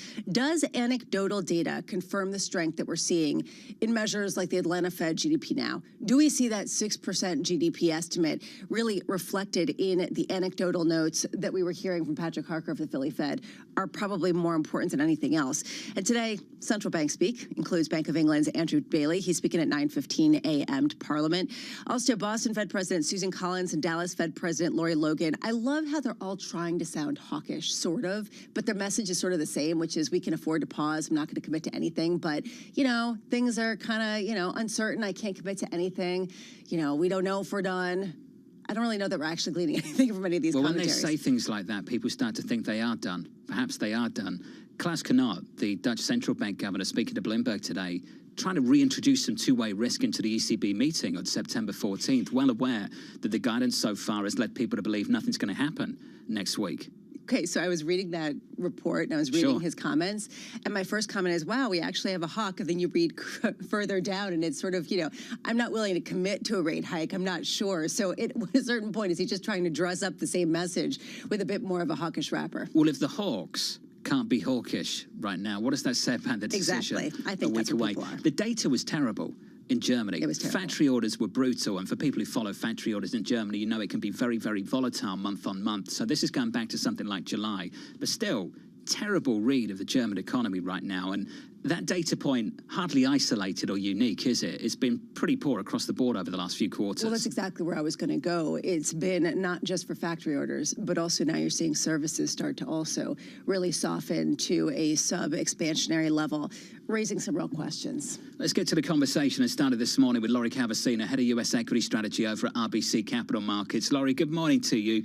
Let's start with that move in crude. Is that a wrinkle in the soft landing dream? Crude getting back to 90 again? Well, thanks for having me as always, John. I think there are so many wrinkles right now. I think you can add this to a conflicting cross-current list. On the one hand, I think the last thing consumers need at this point in time, especially as we're heading into the student lending issue, which is engendering a lot of uncertainty on the street, is a spike in oil prices and gas prices. On the other hand, if we get the energy sector working, and I think that happens as oil prices move up, that does potentially spark a shift out of growth and back into value in more cyclical parts of the market. So I think wrinkle is definitely a good way to describe it. Well, United Airlines might have a problem. Look at these numbers. Jet fuel prices climbing over 20% since the middle of July, seeing third quarter all-in fuel price from $2.95 to $3.05 a gallon. Bramo, this is going to hurt individual companies, particularly the airlines. Well, and not just hurt, but also raise a question of, are they going to try to pass it along to consumers, right? These are sort of the knock-on effects of higher oil prices that could percolate into inflation more than just higher crude prices. Lori, do you see any challenge to the soft landing thesis in the price action, whether on the heels of higher crude prices or just because there is such acceptance of this beautiful Goldilocks scenario? Well, one of the things we've been talking to clients about, the last few weeks, and got into a deep discussion about this with someone yesterday, is the buffers for consumers, I think, are far greater than people have anticipated. So I'm still in the soft landing kind of Goldilocks camp. One of the things we've talked about a lot with people is if you look at the effective rate on mortgage debt outstanding, at the end of the second quarter, it was still about 3.6%.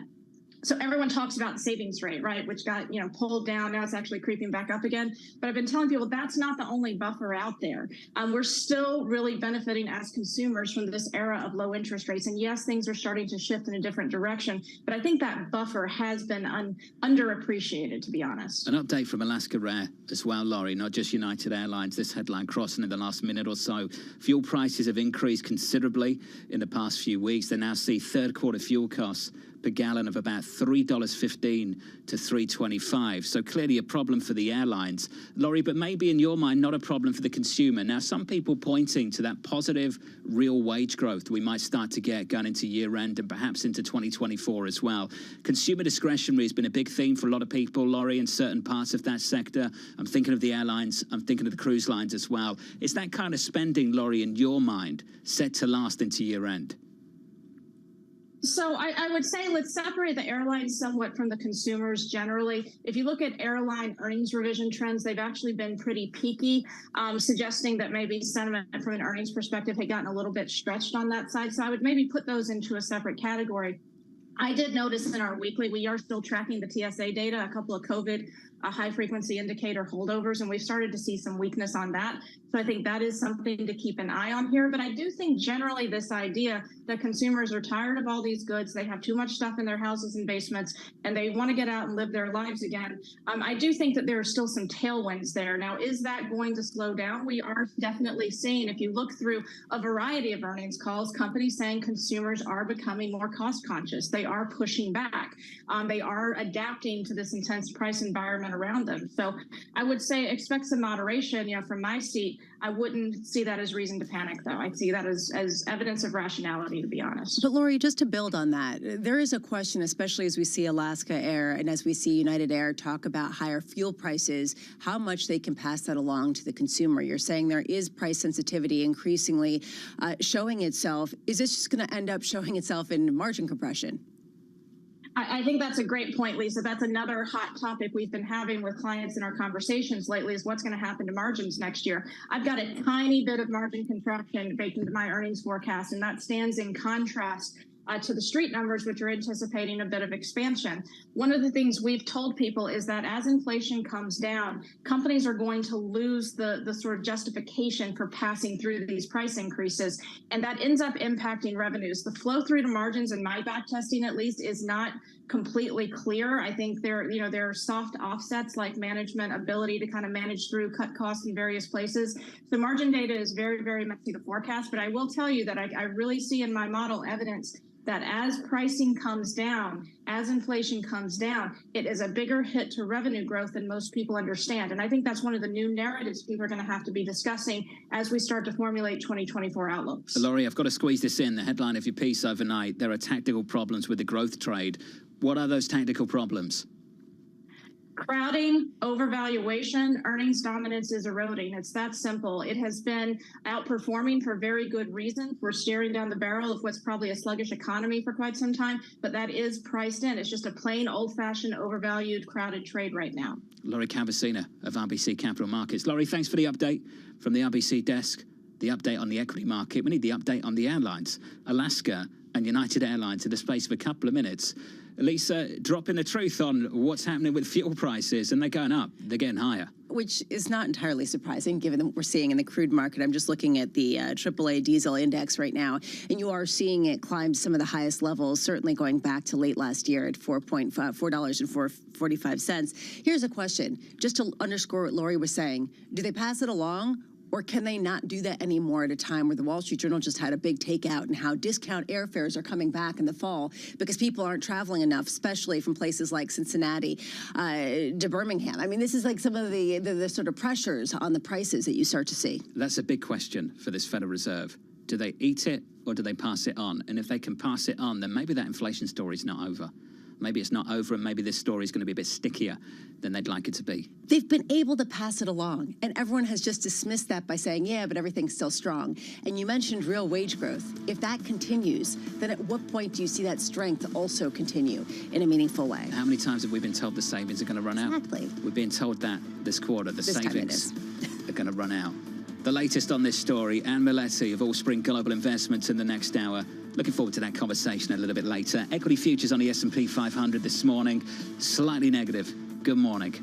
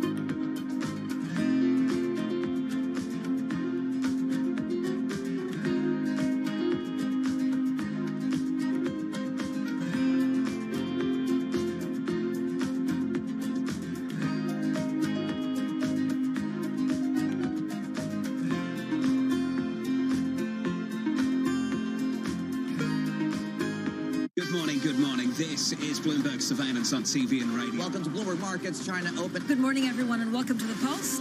This is Bloomberg Technology. And welcome to Balance of Power. This is Bloomberg. People ask me all the time, what is the key to being a really good investor? And I tell them it's to surround yourself with and work with the best investors you can find. On Bloomberg Wealth, I'm going to take you to meet the greatest investors in the world, the people that I would like to have managing my money. I think of myself as a realist, trying to see the world as it really is and not the way I'd like it to be. And sometimes I succeed and sometimes I fail in that. From New York City. In London, in Sydney. From Washington. In Tokyo. 9 a.m. in Beijing and Shanghai. Good morning, everyone. Have a great evening. Here's what I'm watching. You do not want to miss this story. Is there the kind of upside? Thursday, Bloomberg's Mike McKee sits down with New York Fed President John Williams at Bloomberg's Market Forum for an exclusive interview. Does he see more rate hikes? How soon for cuts? Find out Thursday at 3:30 p.m. Eastern, only on Bloomberg.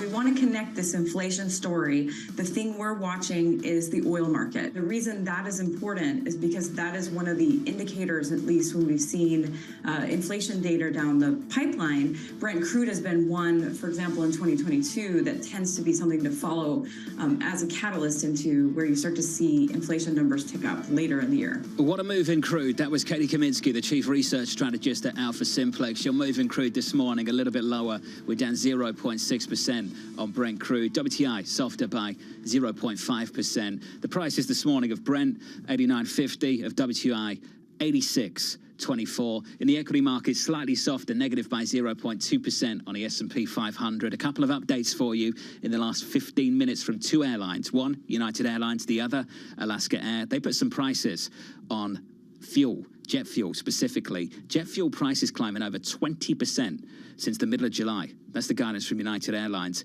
They now see third quarter all-in fuel prices of $2.95 to $3.05. Alaska Air going further on fuel costs for the third quarter, Lisa, per gallon of about $3.15 to $3.25. And the question we'll be asking all morning, can they pass that on, or have they got to eat it in the third quarter? Especially because a lot of airlines are not hedging anymore. So they used to hedge some of these oil prices. Now, not so much, and you have to think that this is a significant part of their expenses. How much does this challenge the story that everyone's going out and traveling at a time where we're actually starting to see softness, reportedly, in airline tickets? Yesterday, gains have been phenomenal. If we can get that board back up and have a look at where the likes of United, Delta, American have been, year to date, Delta's up by 27%. United's up by 28%. I know the gains were bigger earlier in the year, and those gains have faded over the last few months. But this speaks to that discretionary spending, which has held up so well through the summer. Particularly international, particularly because business travel hasn't rebounded to the same level. Does that start to shift if prices don't come down in response to maybe people actually having to go back to work? I'm just saying, did you see there were articles about how airline prices are softening, particularly domestically? You know, we've talked about, do you buy that? I'm told it repeatedly, and I don't feel it. Because it's not international.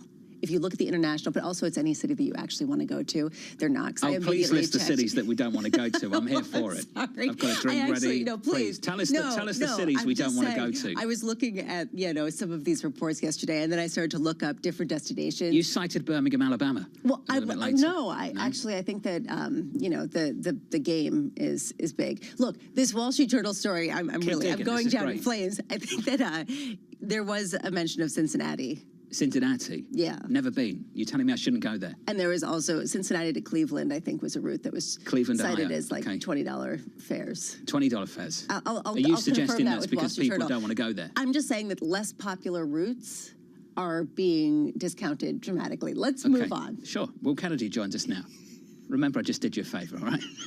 Senior Executive Editor for Energy and Commodities. Well, great to catch up. It's been too long. We were saying in the commercial break, it took a $90 crude barrel to get us to talk again. So, Will, let's talk now. I want to understand from your perspective, Will, when the Saudis and the Russians pull back and they say, we're going to do this until year end, but we'll review it monthly. What should I read into that, Will?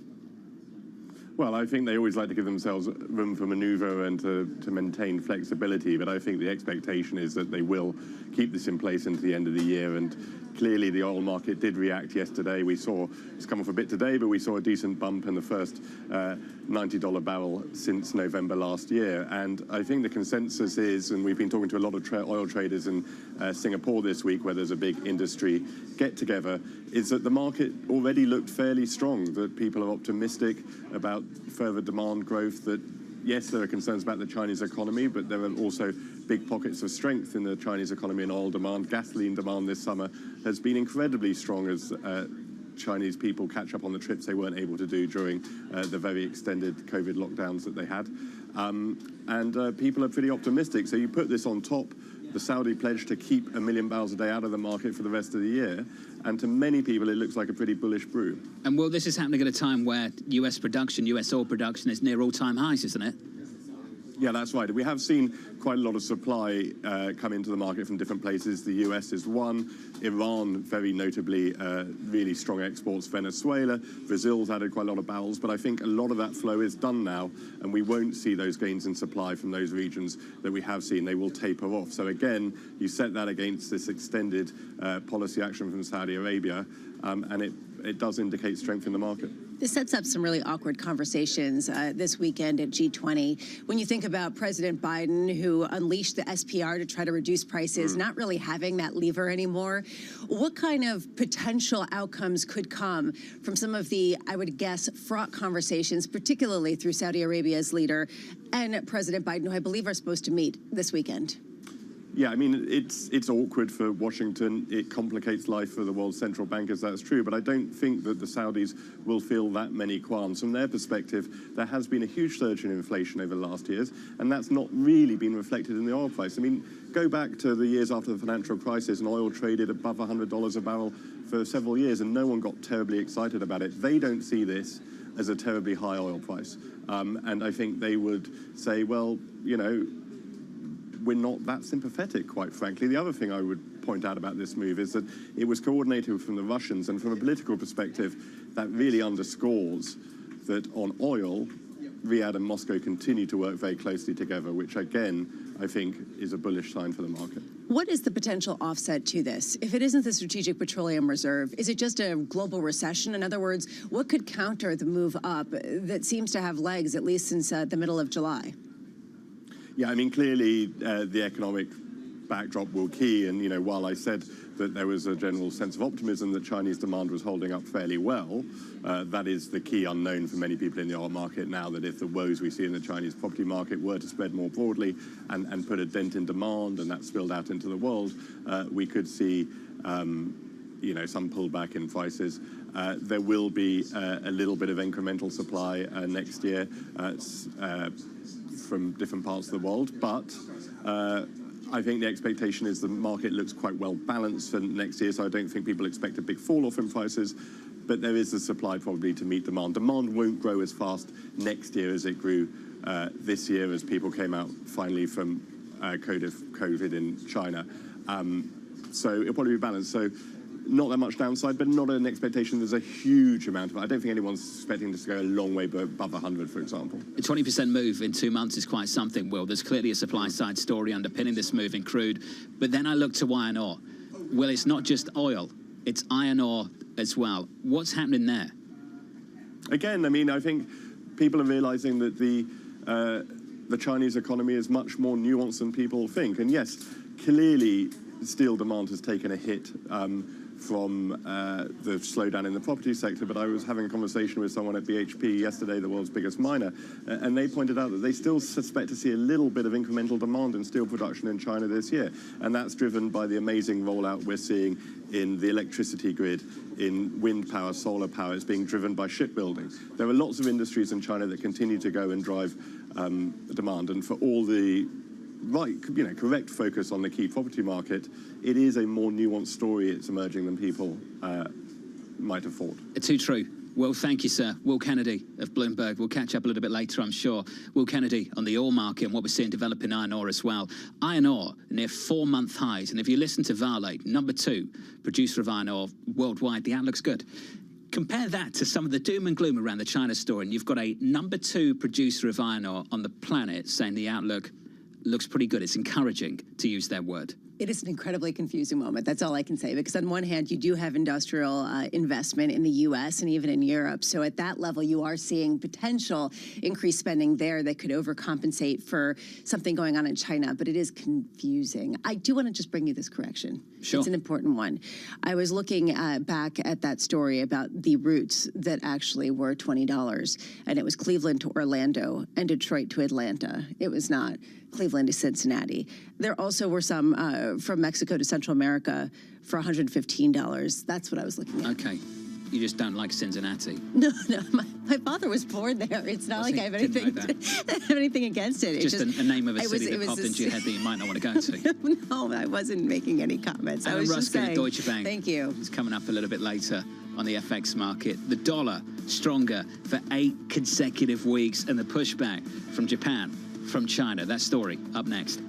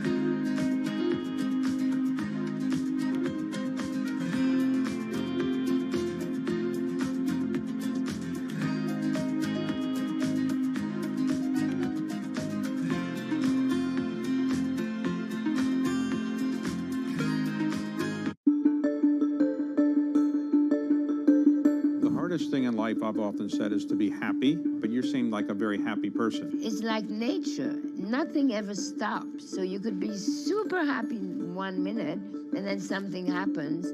So it's just living. It's the joy of life.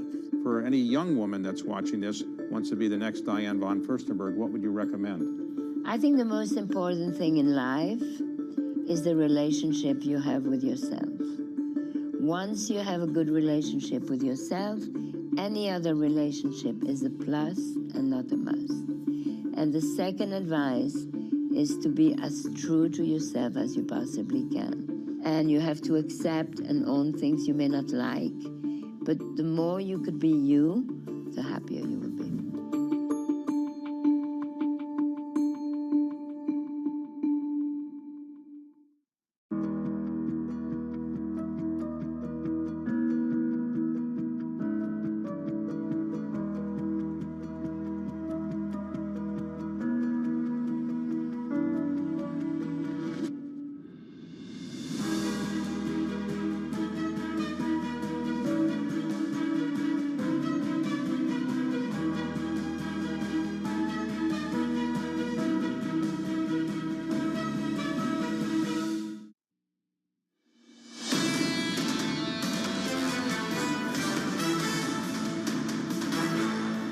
Equities a little bit softer. Soft start to the week, to be honest with you. We're down here on the S&P 500 by 0.2%. On the Nasdaq 100, we're negative by 0.3. Negative across the board. The Russell struggling a little bit again. We're down by 0.1% there. In the bond market, yields climbing 16 basis points in just 2 sessions on a 10-year.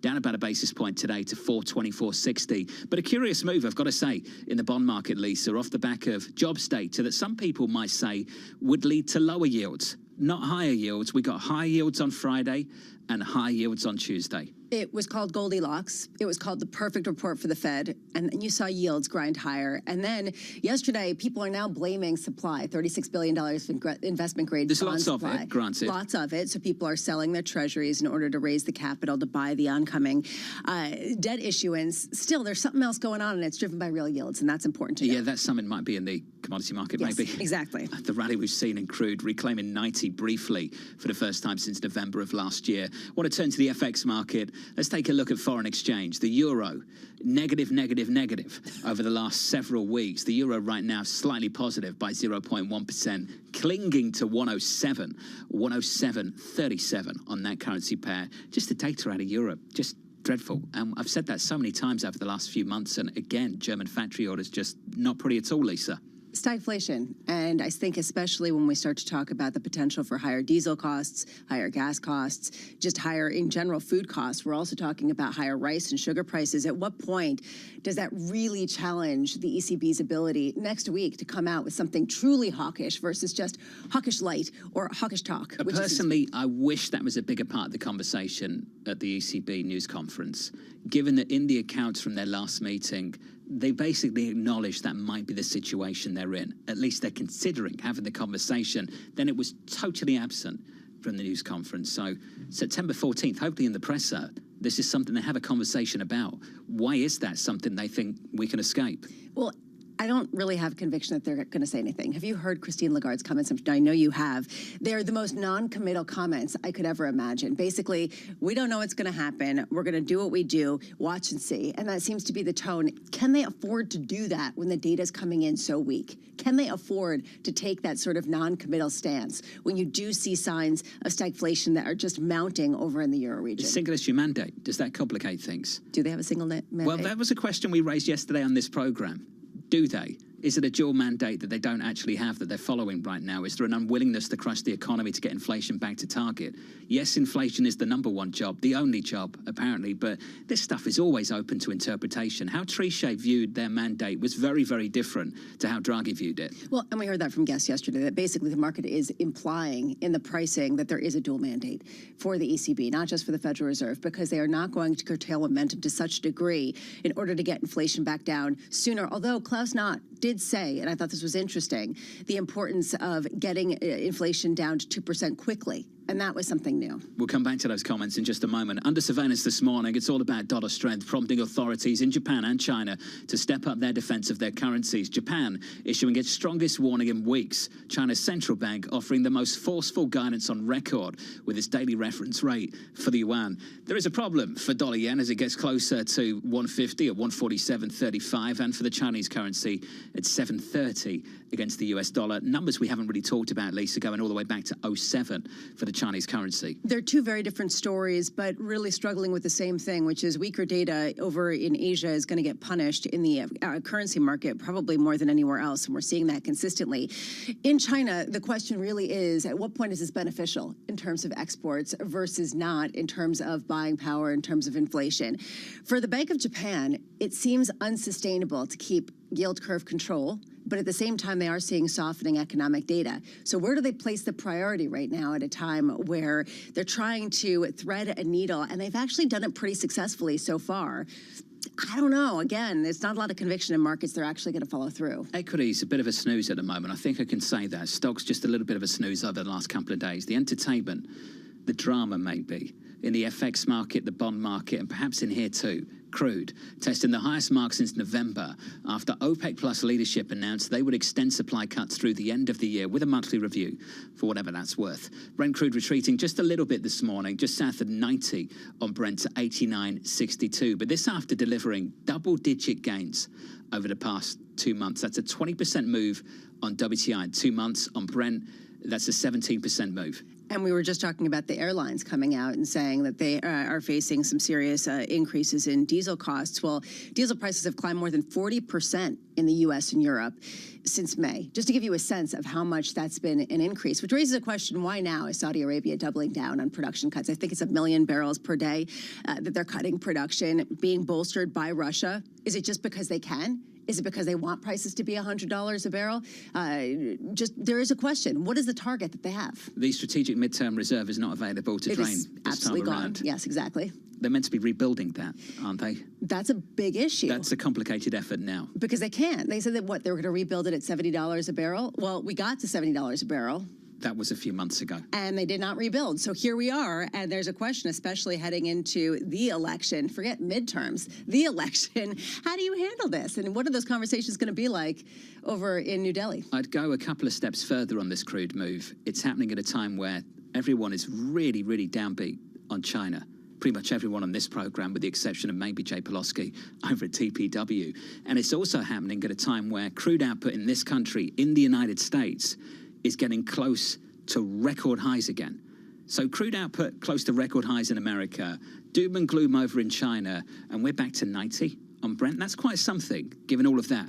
I don't understand the oil market. I didn't understand why it went down as much as it did earlier. People were saying it's partly because of the financialization of the market. I don't understand exactly what Saudi Arabia is doing and why it's reflected in this market. But I think, to your point, the fact that it's not just oil, that it's also in other commodities, tells us that this is more than just supply and demand. Some warnings from United Airlines and Alaska Air in the last 30 minutes, as Lisa indicated. Lisa also pointed out this story, so let's finish there. Investors betting against an ECB rate hike next week are, quote, maybe underestimating the chances of it happening, according to Governing Council member Klaas Knot. Knot calling a further hike, quote, a possibility, but not a certainty, and adding, I continue to think that hitting our inflation target of 2% at the end of 25 is the bare minimum that we have to deliver. That meeting taking place on September 14th, a week tomorrow. Alan Ruskin joins us now, Chief International Strategist over at Deutsche Bank. Alan, talk is cheap. Japan is talking a lot. Will verbal intervention work? I think you hit the nail on the head. Talk is cheap. They're really fighting a strong dollar above all else. So they don't really have control over the big dollar story. They do have some control over the yen. If they really want to strengthen the yen, then they do have the tools now. They've effectively freed up the 10-year yield to move above what is now their latest cap at 65 basis points. So they can let the 10-year yield drift up. The equilibrium rate's probably somewhere between 1% and 1.25%. If we did see a 50 basis point increase in the 10-year yield, that would do it, I think. That would do a lot more than intervention is going to do as far as capping dollar yen. Right now, we are seeing that 10-year Japanese bond at 65 basis points, which is sort of shocking given where it's coming from, just in terms of how much it's crept up. Alan, what is the line in the sand for the Bank of Japan? It seems to be moving in terms of the yen, and at what point it is too weak. Yeah, I think it's fortunate that it's moving because lines in the sand are open to market attack. We've consistently seen verbal intervention in this sort of 145 to 150 range. You would think that if the yen is being singled out for weakness and we move above 150, then on those two conditions, really, some intervention could well be seen. But I think it's going to need to see something a little bit different from what we're seeing right now, which is the yen being singled out for weakness. In general, we're seeing a lot of other currencies under the cosh. China, same sort of story in some sense.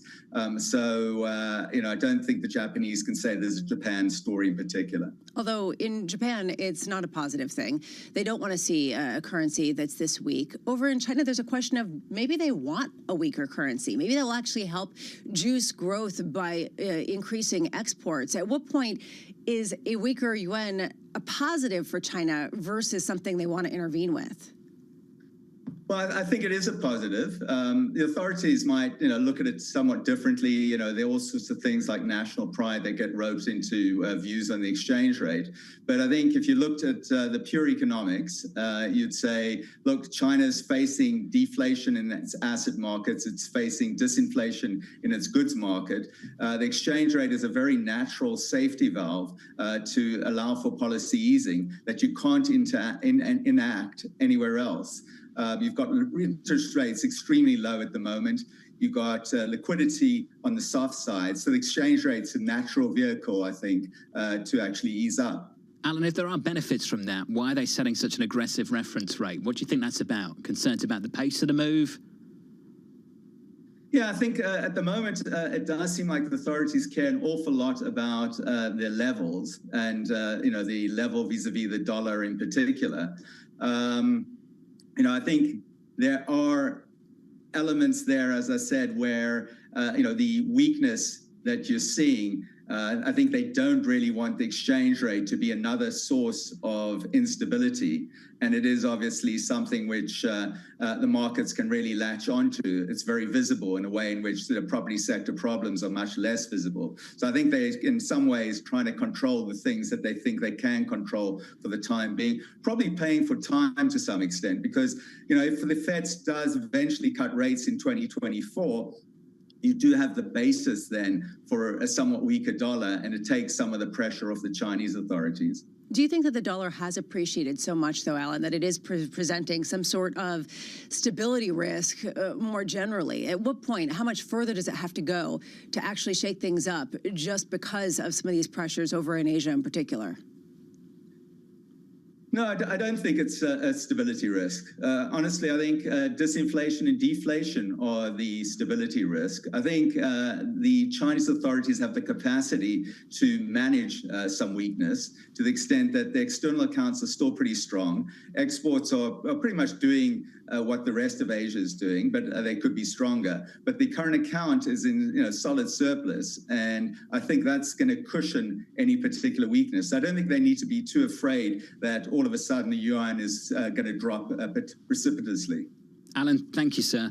On foreign exchange, Alan Ruskin at Deutsche Bank. We need to talk about this right now, just to jump in and get you some more news from the airlines. 3 names to look at in the pre-market: Southwest, Alaska, United. Updates from all 3 in the last 40 minutes or so. Southwest getting hammered, down by close to 6% in the pre-market. An update from them: they had seen third quarter fuel costs at $2.55 to $2.65. They now see third quarter fuel costs at $2.70 to $2.80 per gallon. This after Alaska Air had to come out and basically do the same thing, now seeing fuel costs per gallon of about $3.15 to $3.25. United first out the gate about 40 minutes ago, saying jet fuel prices climbed over 20% since the middle of July. That new range for fuel prices in the current quarter, $2.95 to $3.05. The question we're asking: have they got to eat this, or can they pass it on? Southwest with this headline: they continue to expect solid profits in the third quarter and the full year, Lisa, for 2023. And United Airlines, in a similar vein, said that they're going to reiterate their guidance. So they're not lowering their guidance for profits, even on the heels of an increase in fuel prices, which really raises some questions around how much they can pass along versus cut costs in other areas, how much this really points to that stickiness that we keep talking about, especially with increase in real incomes. I imagine based on what we've seen in the last 40 minutes, we'll get an update from American and Delta, no? I guess in the next couple of minutes. I was actually just looking as to why we're getting all of these now. What's sort of the impetus and the occasion for everyone to be updating on oil prices other than oil prices are up, so it's a nice convenient excuse to put out there ahead of earnings season. Nonetheless, yes, we will get others, I'm sure. Highs for the year, and we've said this repeatedly already this morning, highs for the year, even with what's developing in China. And it's not just crude that's rallying, it's iron ore as well. So just how bad are things in the Chinese economy at the moment? Leland Miller's going to join us next, co-founder and CEO of the China Beige Book. If you're struggling to get clarity on what's happening in that economy right now, this is the man that might give you some visibility. Live from New York City this morning, good morning.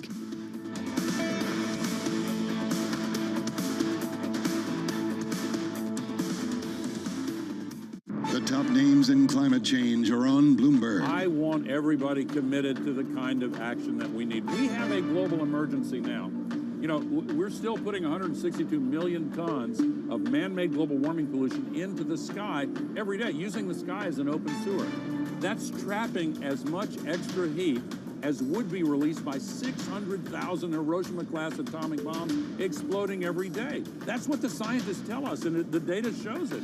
That's crazy. That's why we have a third of Pakistan underwater. That's why we have the historic heat wave in China, nothing comparable to that ever. That's why the heat records are broken every year. And we're seeing an increase in the flows of climate refugees crossing international borders that are due to vastly expand unless we take action to solve the climate crisis. Nobody covers climate change like Bloomberg, your global business authority. Access the financial world on demand. Hear from leading economists, policymakers, and industry experts via live and on-demand webinars, only from Bloomberg. Start exploring to see what's moving the markets. Visit Bloomberg.com/webinars. In a multi-trillion-dollar industry, there's a lot of ground to cover. A record year of growth, hand over fist all year. We're just getting started. We'll show you what's happening in ETFs like no one else. Bloomberg ETF IQ, today on Bloomberg. When U.S. jobs numbers are released, Bloomberg brings you crucial data at terminal speed and instant expert analysis. Nobody covers jobs day like Bloomberg.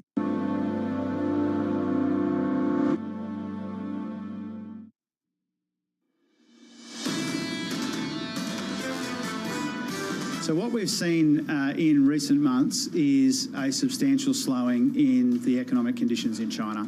And because our economy is closely intertwined with the Chinese economy, we are not and will not be immune from a slowdown in China.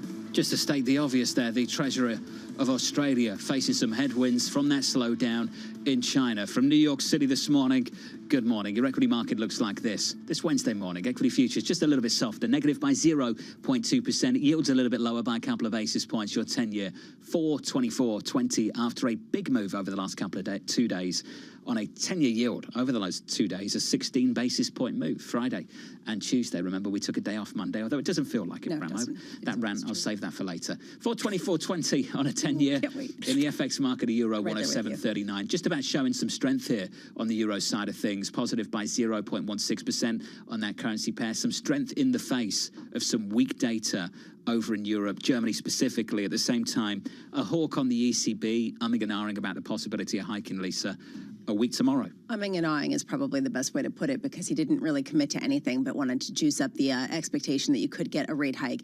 It just is unclear where we are in the monetary policy. And I do think that the Bank of Canada coming out in about 3 hours is going to be interesting. If they hold the new hike, and does that give people confidence in some sort of growth? We're cutting elsewhere. You see the moves in EM? Yeah, it's insane. They're cutting there. Yeah, but they're from the original front loaders. Sure. They are the original front But loaders. cutting from what, 13% to 9? Yeah, like double digits. So I mean, like at that. a certain Yeah, point, it's are a we different talking beast. really apples to apples? We're not at all. It's Okay. a different beast. It's just EM versus DM. Yeah. It's certainly not, and never will be, apples to apples. Leland Miller joining us now, co-founder and CEO of China Beigebook. Leland, great to catch up with you, sir. We're all trying to work out what's happening in the Chinese economy. Everyone's saying it's bad, and then we look at iron ore, 4-month high. We look at crude, new highs for the year. Leland, how bad is it? Well, the discussion in Q2 used to be about, we're going to see a big recovery, we're going to see a mild recovery, we're going to see a tiny recovery. The discussion has moved dramatically to, is China collapsing? And so it's pretty easy to discount that out of hand. We're getting new data in, China's not collapsing, property's a mess. But most of the rest of the economy is chugging along. Things are not going great, but people like to focus in on one area of the economy, which has particular woes, which is property, and you see the shadow banks wobbling. And so you see problems across the economy right now. But manufacturing is holding up better than we thought. Consumption is still disappointing, but you've got areas of services that are still doing pretty well. In our revenge spending basket, not doing too bad. So look, this is not an economy that's doing particularly well, but you have to contrast that with market perceptions of how the economy is doing, and there's really no comparison that China is doing far better than what people think. To your point, Leland, the focus is always on where the drama is, the mess. What's the relationship between the mess, the property market, and consumption more broadly in China? Not just right now, but historically speaking. Well, look, if we take the big picture on this, it is intertwined because historically 70% or so of Chinese households have had their savings invested in property. So if you see property prices going down, you see, chaos across property, people worried, then they're going to spend less. Maybe they're saving more. So some of this is intertwined. But you have a bigger problem, which is confidence in the economy. And I think that's why the consumption sectors haven't jumped the way a lot of people expected them to this year. But the property thing is still a very different dynamic because it is happening because Beijing is allowing it to happen. For 3 years, we've been talking about the fact that Beijing wants to diminish the role of property as a growth driver in the economy. They're doing that. Everyone said they should do that. But now that they're doing that, the market's saying, oh, no, wait a second. This is scary. Give us stimulus. That's not the way it works. So this is a tough process. Leland, you said that China is doing far better than people think. Is that in the short term or is that in the long term or both? Great question, because yes, I am talking about cyclically. Structurally, we are in for a long-term slowdown. I mean, this probably sounds like I have a bumper sticker on it because we do. We've been saying this for years and years when, rates were up our growth rates were up at, 8%, 7%, 6%. Say, look, the economy is structurally undergoing a slowdown that is going to take it into the very low single digits. That is not changing. What we are seeing right now, though, is coming off COVID zero. There's a bit of a cyclical bounce back. Things are not great in 2023. They're better than they were in 2022. So look, that as long as you don't have long-term expectations that things are going to get materially better and jump back up to the old rates of growth or revert to the old stimulus playbook, then you can sort of manage this in a relatively sensible way. But if markets are a discounting mechanism and trying to look forward at something that is subpar growth, at least relative to recent history, and if you're looking at a lot of policy ambiguity as far as where the government's going to step in and push different weights to balance or unbalance different industries, why would you have any conviction to invest in an area, especially at a time where we hear so much about decoupling or people and countries moving away from China? Well, part of what we've done over the past decade is tell companies, look, be very, very clear on what you want to accomplish in China. If you think you're going there because it's the growth engine of the world, then you've got a very bad China strategy. If you're going there because you want to build up China operations to be able to cater to Chinese consumers, and you're taking care of supply chains that they're not getting intermixed and they're not going to fall victim to geopolitics or to politics, then that's a different story. There is a China growth story. It's just not the one that people Tons of from various guests, Leland, over the last year or so. Leland, I want to talk about what's happening domestically in China and the breakthrough that we saw from Huawei over the past week. Leland, how key is that for Chinese ambitions? It's tricky So the Huawei breakthrough is the idea that China can produce advanced chips. There have been U.S. export controls. Are they evading these export controls? Are they beating the export controls? Look, I think that what they have done is created an advanced chip that looks like it's scalable in some fashion.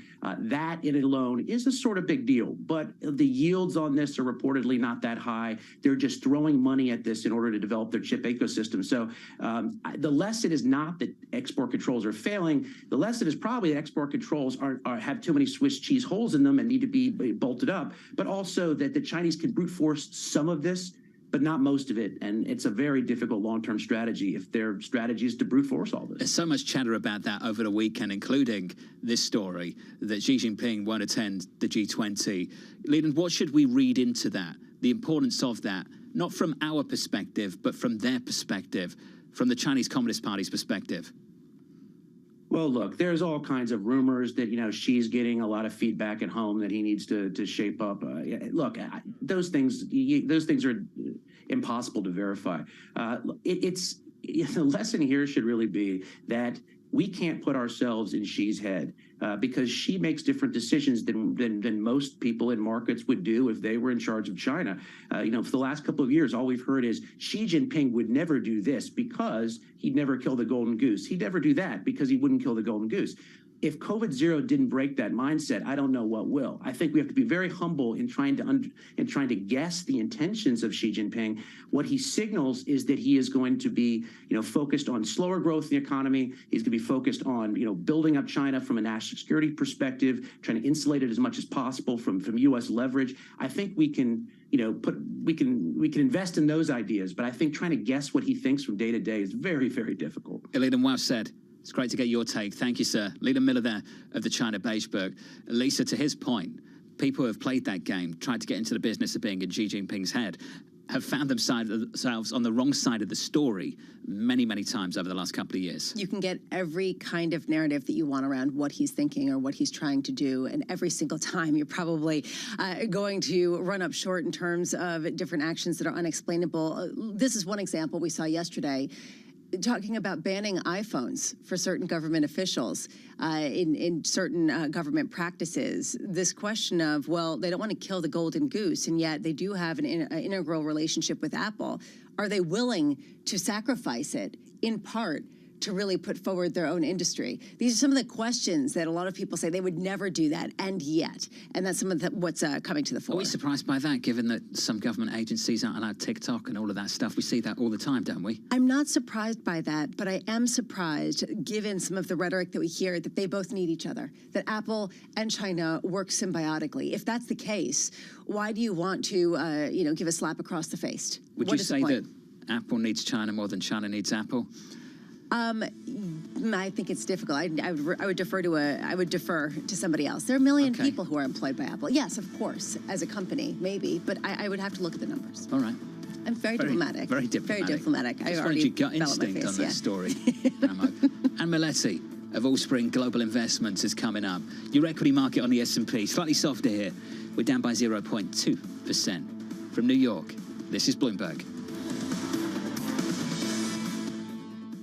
The top names in business are on Bloomberg. I think there is a case for 3% inflation going forward, plus or minus, and I think if we got to that point, then the Fed would begin to consider stopping and maybe even lowering rates over the next year or so. Chairman Powell is trying to replicate what Paul Volcker did, to slay the inflation dragon. Nobody covers business like Bloomberg, your global business authority. Julie Swinehart is supremely skilled at navigating the rapids of real estate. That's important because real estate development is the next frontier in the business of sports. Fenway Sports Group has a blockbuster project in the works. We have 5 acres to play with here. And when all is said and done, we expect 2 million square feet across residential, commercial, retail.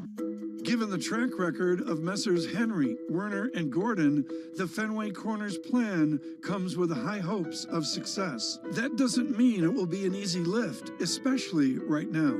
What have you learned with the dynamic move of the interest rates? Do you go fixed structure or floating structure, much more like what they do in Europe? Yes and yes. We have a mix currently.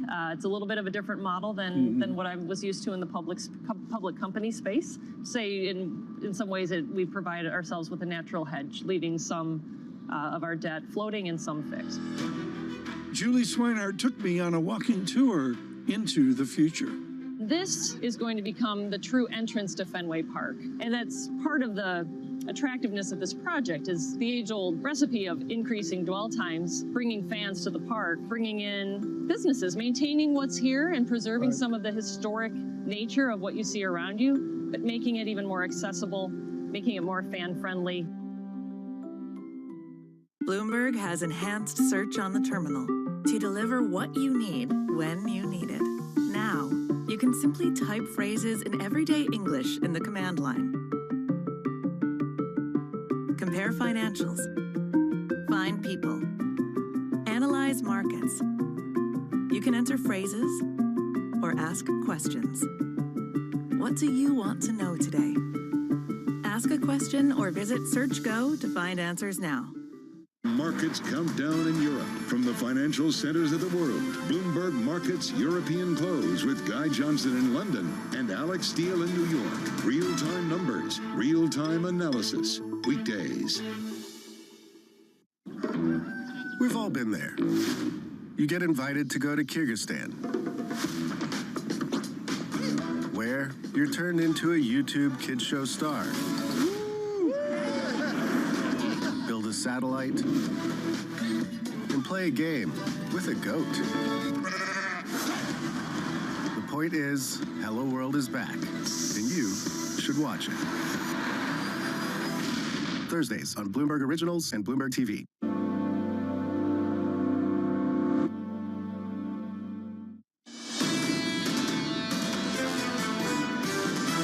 I think the rally does have legs. There is a slowdown that's underway, that there's no question, but I don't think people are positioned for it. I think it's going to take a while before we see a flatter yield curve and before we see a situation where inflation has come down. There's a little bit of a fear in this higher for longer type environment that yields go even higher. The risk is that the Fed is prematurely declaring victory.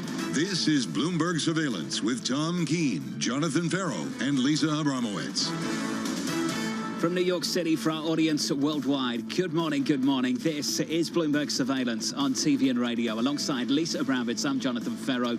Your equity market on the S&P negative here by 0.2% on the S&P 500. At the epicenter of the conversation this morning, $90 crude, and the airlines have a bit of an issue here. Lisa, in the past 60 minutes or so, we've heard from United, we've heard from Alaska, we've heard from Southwest. And all of the comments are the same, which is oil prices are going up and it's causing a significant increase in their costs, which is concerning considering it's one of their biggest costs, and it's unclear how much they can pass along to consumers. And that is what is underpinning this. How sticky can this be in inflation? Southwest down by 4.5% in the pre-market. They had a line on that, Lisa. They said they continue to expect solid profits in the third quarter and for the full year 2023. I'm trying to square this with this idea that you're seeing more pushback, the idea of discounted fares, increasingly written about, if not seen by anybody who I know. But there is a question going forward about whether there's going to be real margin compression, not just with the airlines, that might be the most obvious candidate, but margin compression as a result of higher commodity prices, which are happening despite some of the warnings that we hear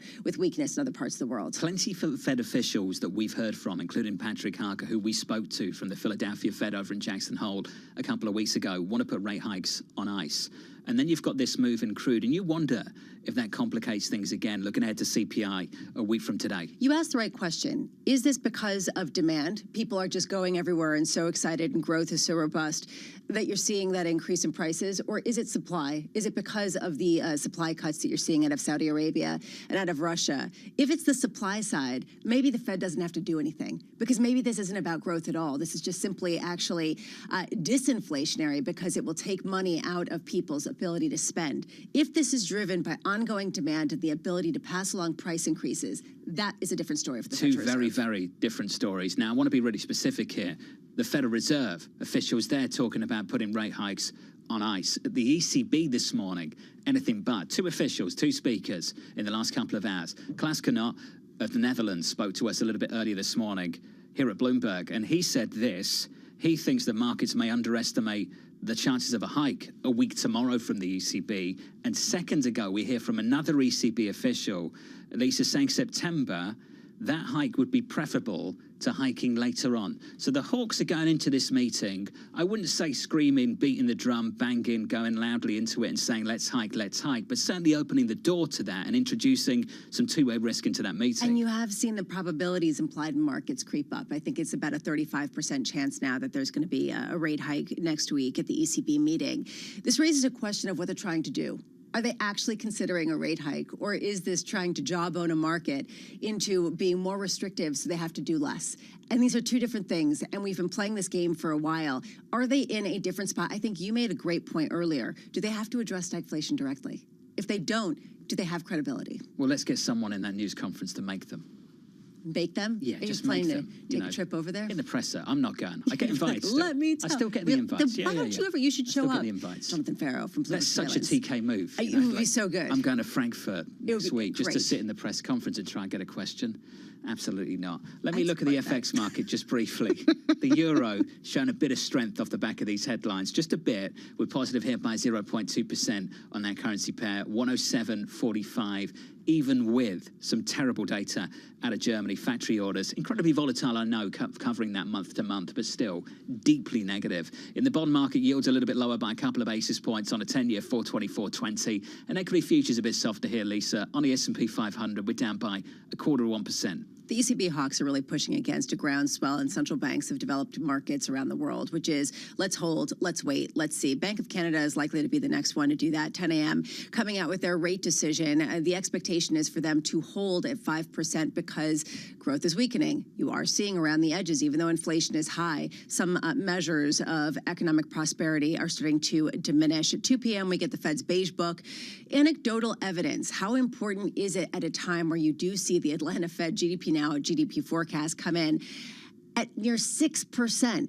Is Patrick Harker of the Philadelphia Fed really leading the charge when he says anecdotes might matter more than some of the other hard data indicators? And today, central bank speak, there's lots of it. Bank of England's Andrew Bailey speaking at 9:15 a.m. Boston Fed President Susan Collins and Dallas Fed President Lori Logan speaking later.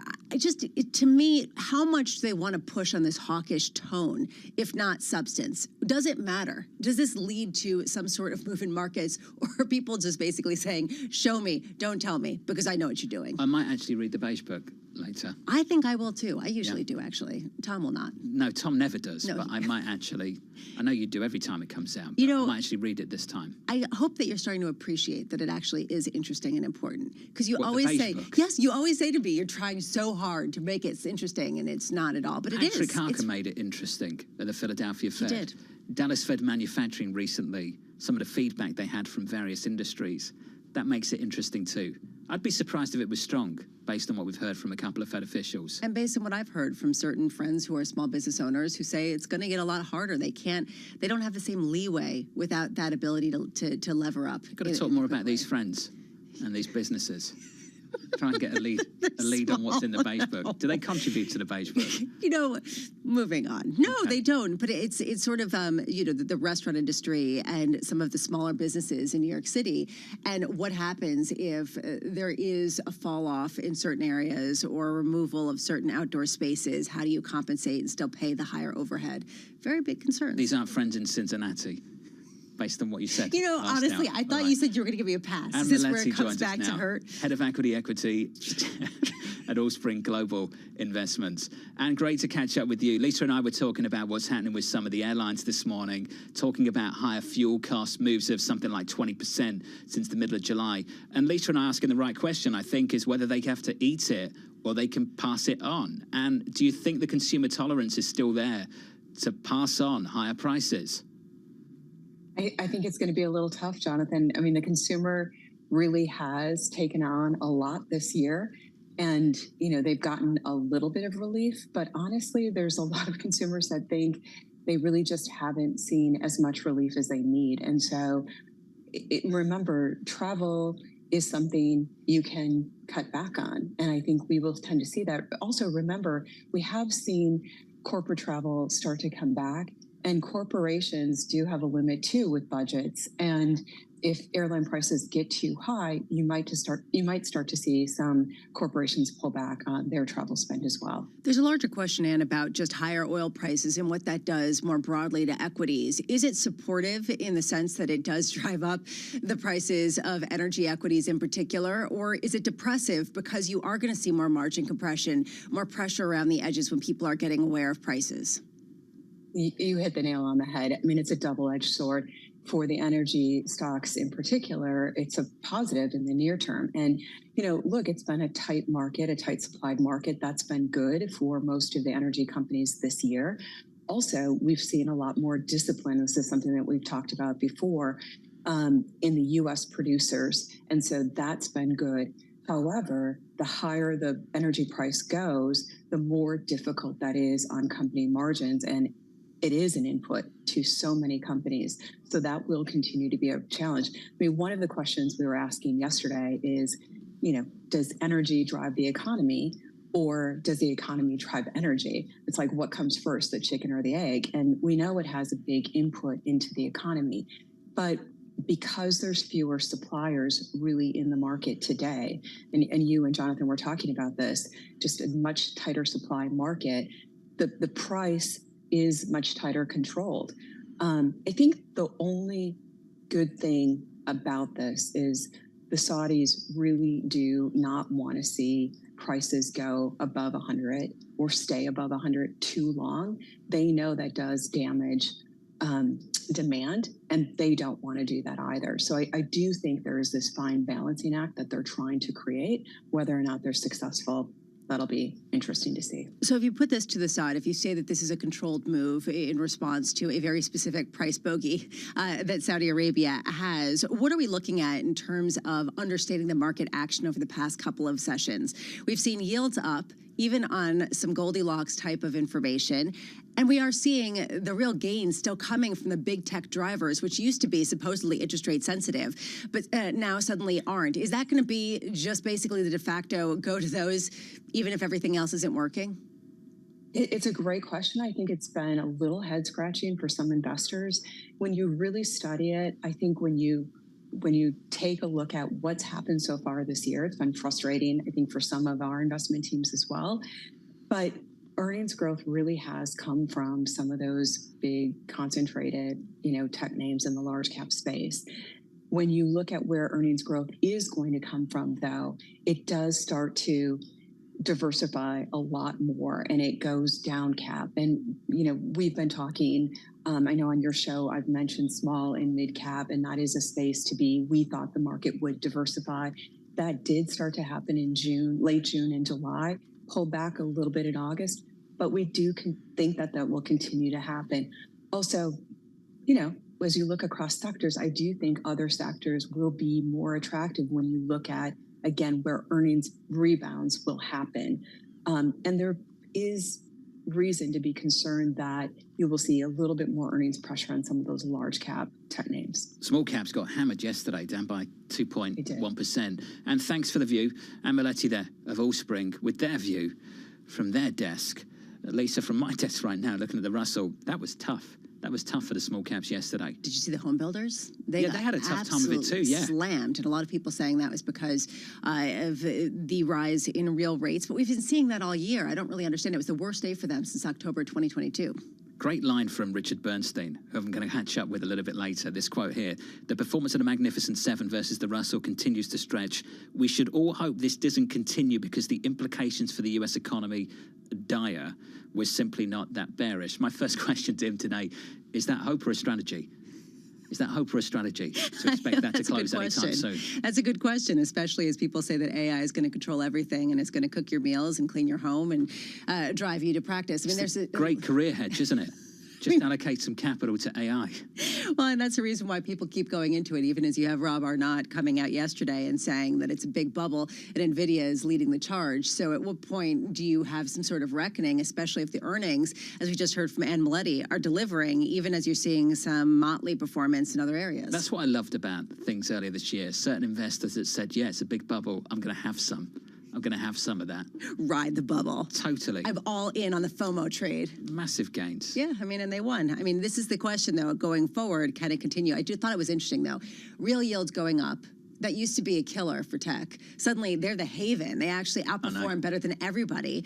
And you have rate-sensitive areas absolutely getting slammed. If you are just tuning in, welcome to the program. Equity futures here negative by 0.2%. Coming up in about 45 minutes from now, we'll catch up with David Leibovitz of JP Morgan Asset Management. A wonderful quote from Jim Bianco of Bianco Research, who we spoke to yesterday. He said the contrarian play is short bonds on no recession, sticky inflation, no cuts in 2024. And in his view, that move in crude contributing to that story. How contrarian is that now? We're hearing that from more and more people. Data. Bianco, they like to be contrarian. Katie Kaminsky, and it was contrarian maybe a couple months ago. Increasingly, it's not, which is the reason why you haven't seen yields come in dramatically on the long end, even though people are still talking about going back to some sort of low-rate reality. What is consensus? I'm so pleased you asked. This from Jeff Rosenberg of BlackRock to TK on Friday. A gradual decline in inflation, leaving the Fed to have to cut rates, not because it is a hard landing or because they're overly tight, but because it is avoiding becoming overly tight to maintain restrictiveness. That's consensus, apparently, in the bond market. Hey, Rosenberg, yeah, something like that. A lot of people are looking for that. But they say those things, but then they don't like to use the G word. We'll use it. Don't like to say it. From New York, good morning.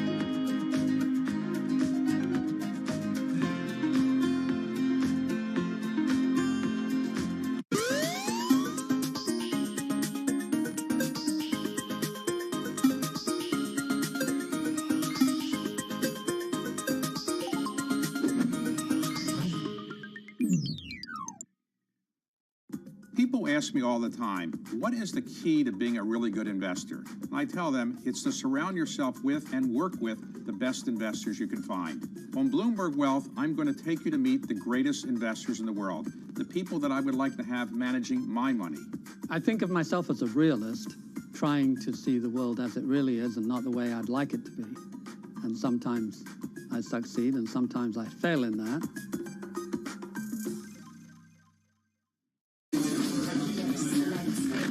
Slice through the noise. Forget the noise, ignore the noise. Is this just going to be noise? Just noise. It's noise versus signal. Now, more to the point. What is the lesson or the observation? Bloomberg's Mike McKee sits down with New York Fed President John Williams at Bloomberg's Market Forum for an exclusive interview. Does he see more rate hikes? How soon for cuts? Find out Thursday at 3:30 p.m. Eastern, only on Bloomberg.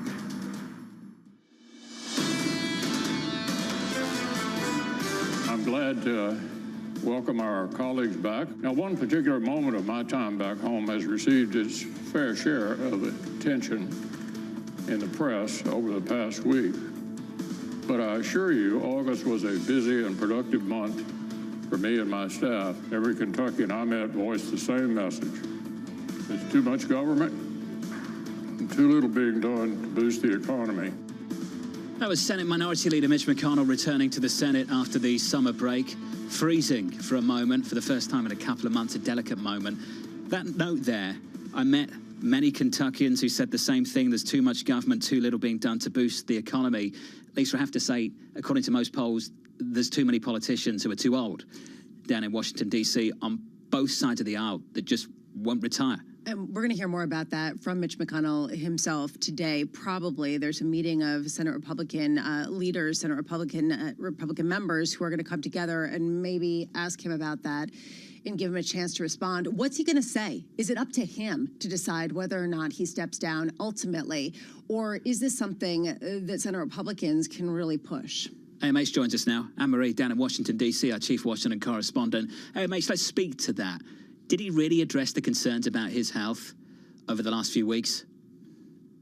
Well, listen, it was an 8-minute floor speech, and he talked about that, quote, particular moment that happened most recently, that happened in August. That was the 30-second freeze, but there was the 20-second freeze as well in July.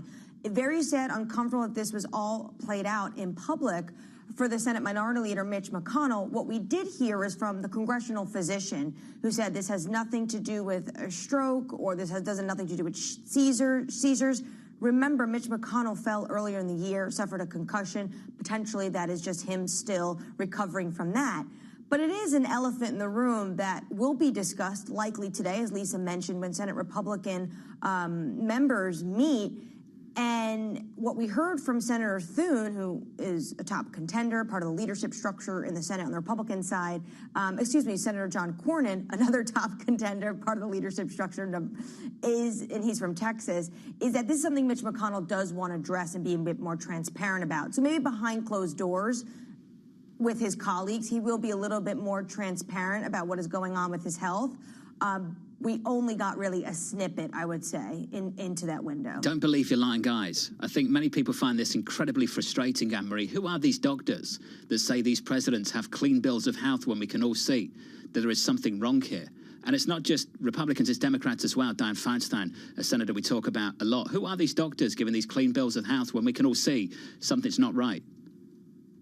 Well, this is the congressional physician, Brian Moynihan. I don't personally know him, but he released this statement yesterday via McConnell's office as well. And I do think Senator McConnell's team wants to be as transparent as they can. So not even sure they would have had to have released that doctor's note, but they did. But Jonathan, the point you're bringing up is that obviously anyone who is witnessing these moments, whether it's Dianne Feinstein, senator from California, being told to vote yay. She was obviously very confused where she was in that moment after coming back with a bout of shingles.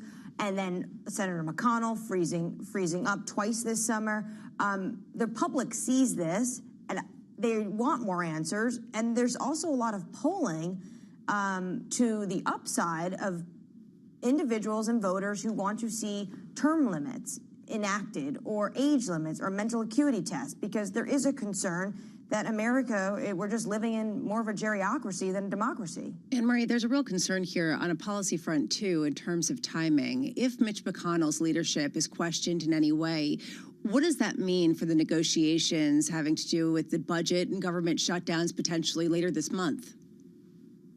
Well, he addressed that yesterday, and there's one key moment before he froze up last month in Kentucky, is right before that episode happened. He said it's going to be a real big mess.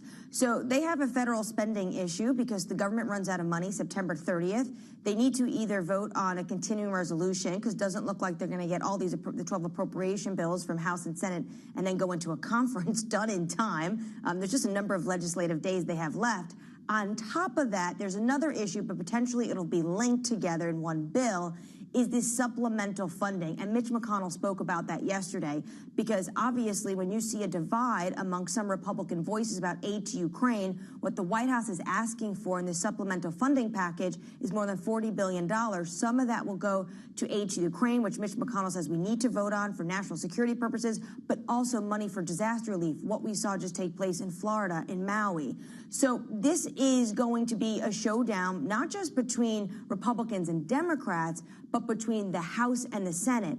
And Mitch McConnell has always been one of those individuals who can really maneuver the Senate and make sure bills that he deems worthy do get passed and over the finish line. That's where I was going with this. Without his leadership, who takes that role? Does anyone take that role? What does that mean in terms of the likelihood of a government shutdown? Well, listen, there's potential there's going to be a government shutdown, whether or not Mitch McConnell is going to be the leader. But this vacuum potentially, he does have a succession plan, although it doesn't really talk about out in the open, but there's 3 Johns everyone talks about, Cornyn, Thune, Barroso, that could potentially fill this role. But right now, we should note, no one is publicly, besides maybe a few like Josh Hawley, who voted against him in the past, no one is publicly coming out and saying Mitch McConnell cannot do this job. Actually, the opposite. What you see is that a number of individuals are rushing to his defense and saying, right now, we do have a lot of faith and backing of Mitch McConnell. Potentially, they want to see this through the end of the presidential election. Remember, Mitch McConnell is not just whether you like him or not.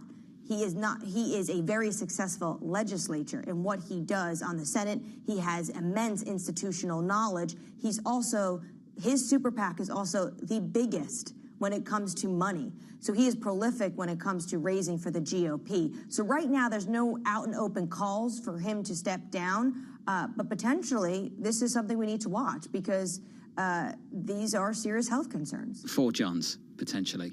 No one needs that. No one needs that. Are you making an announcement? Nobody needs that. Okay. Anne-Marie, let's talk about crude. $90 a barrel. Highlight of the show. No more nightmares. Carry on. AMH crude, $90 a barrel. The What's senator the White House? from London. Yeah, that could work. What's the White House saying about this move in oil? Jet fuel starting to pressure the airlines. Could complicate things.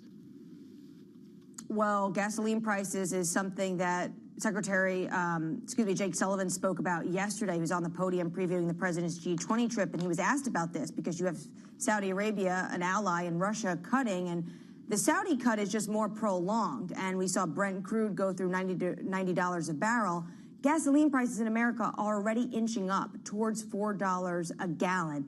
This is a huge concern for the administration because we're already over peak driving season, right? We're post-Labor Day, and you see these prices go higher.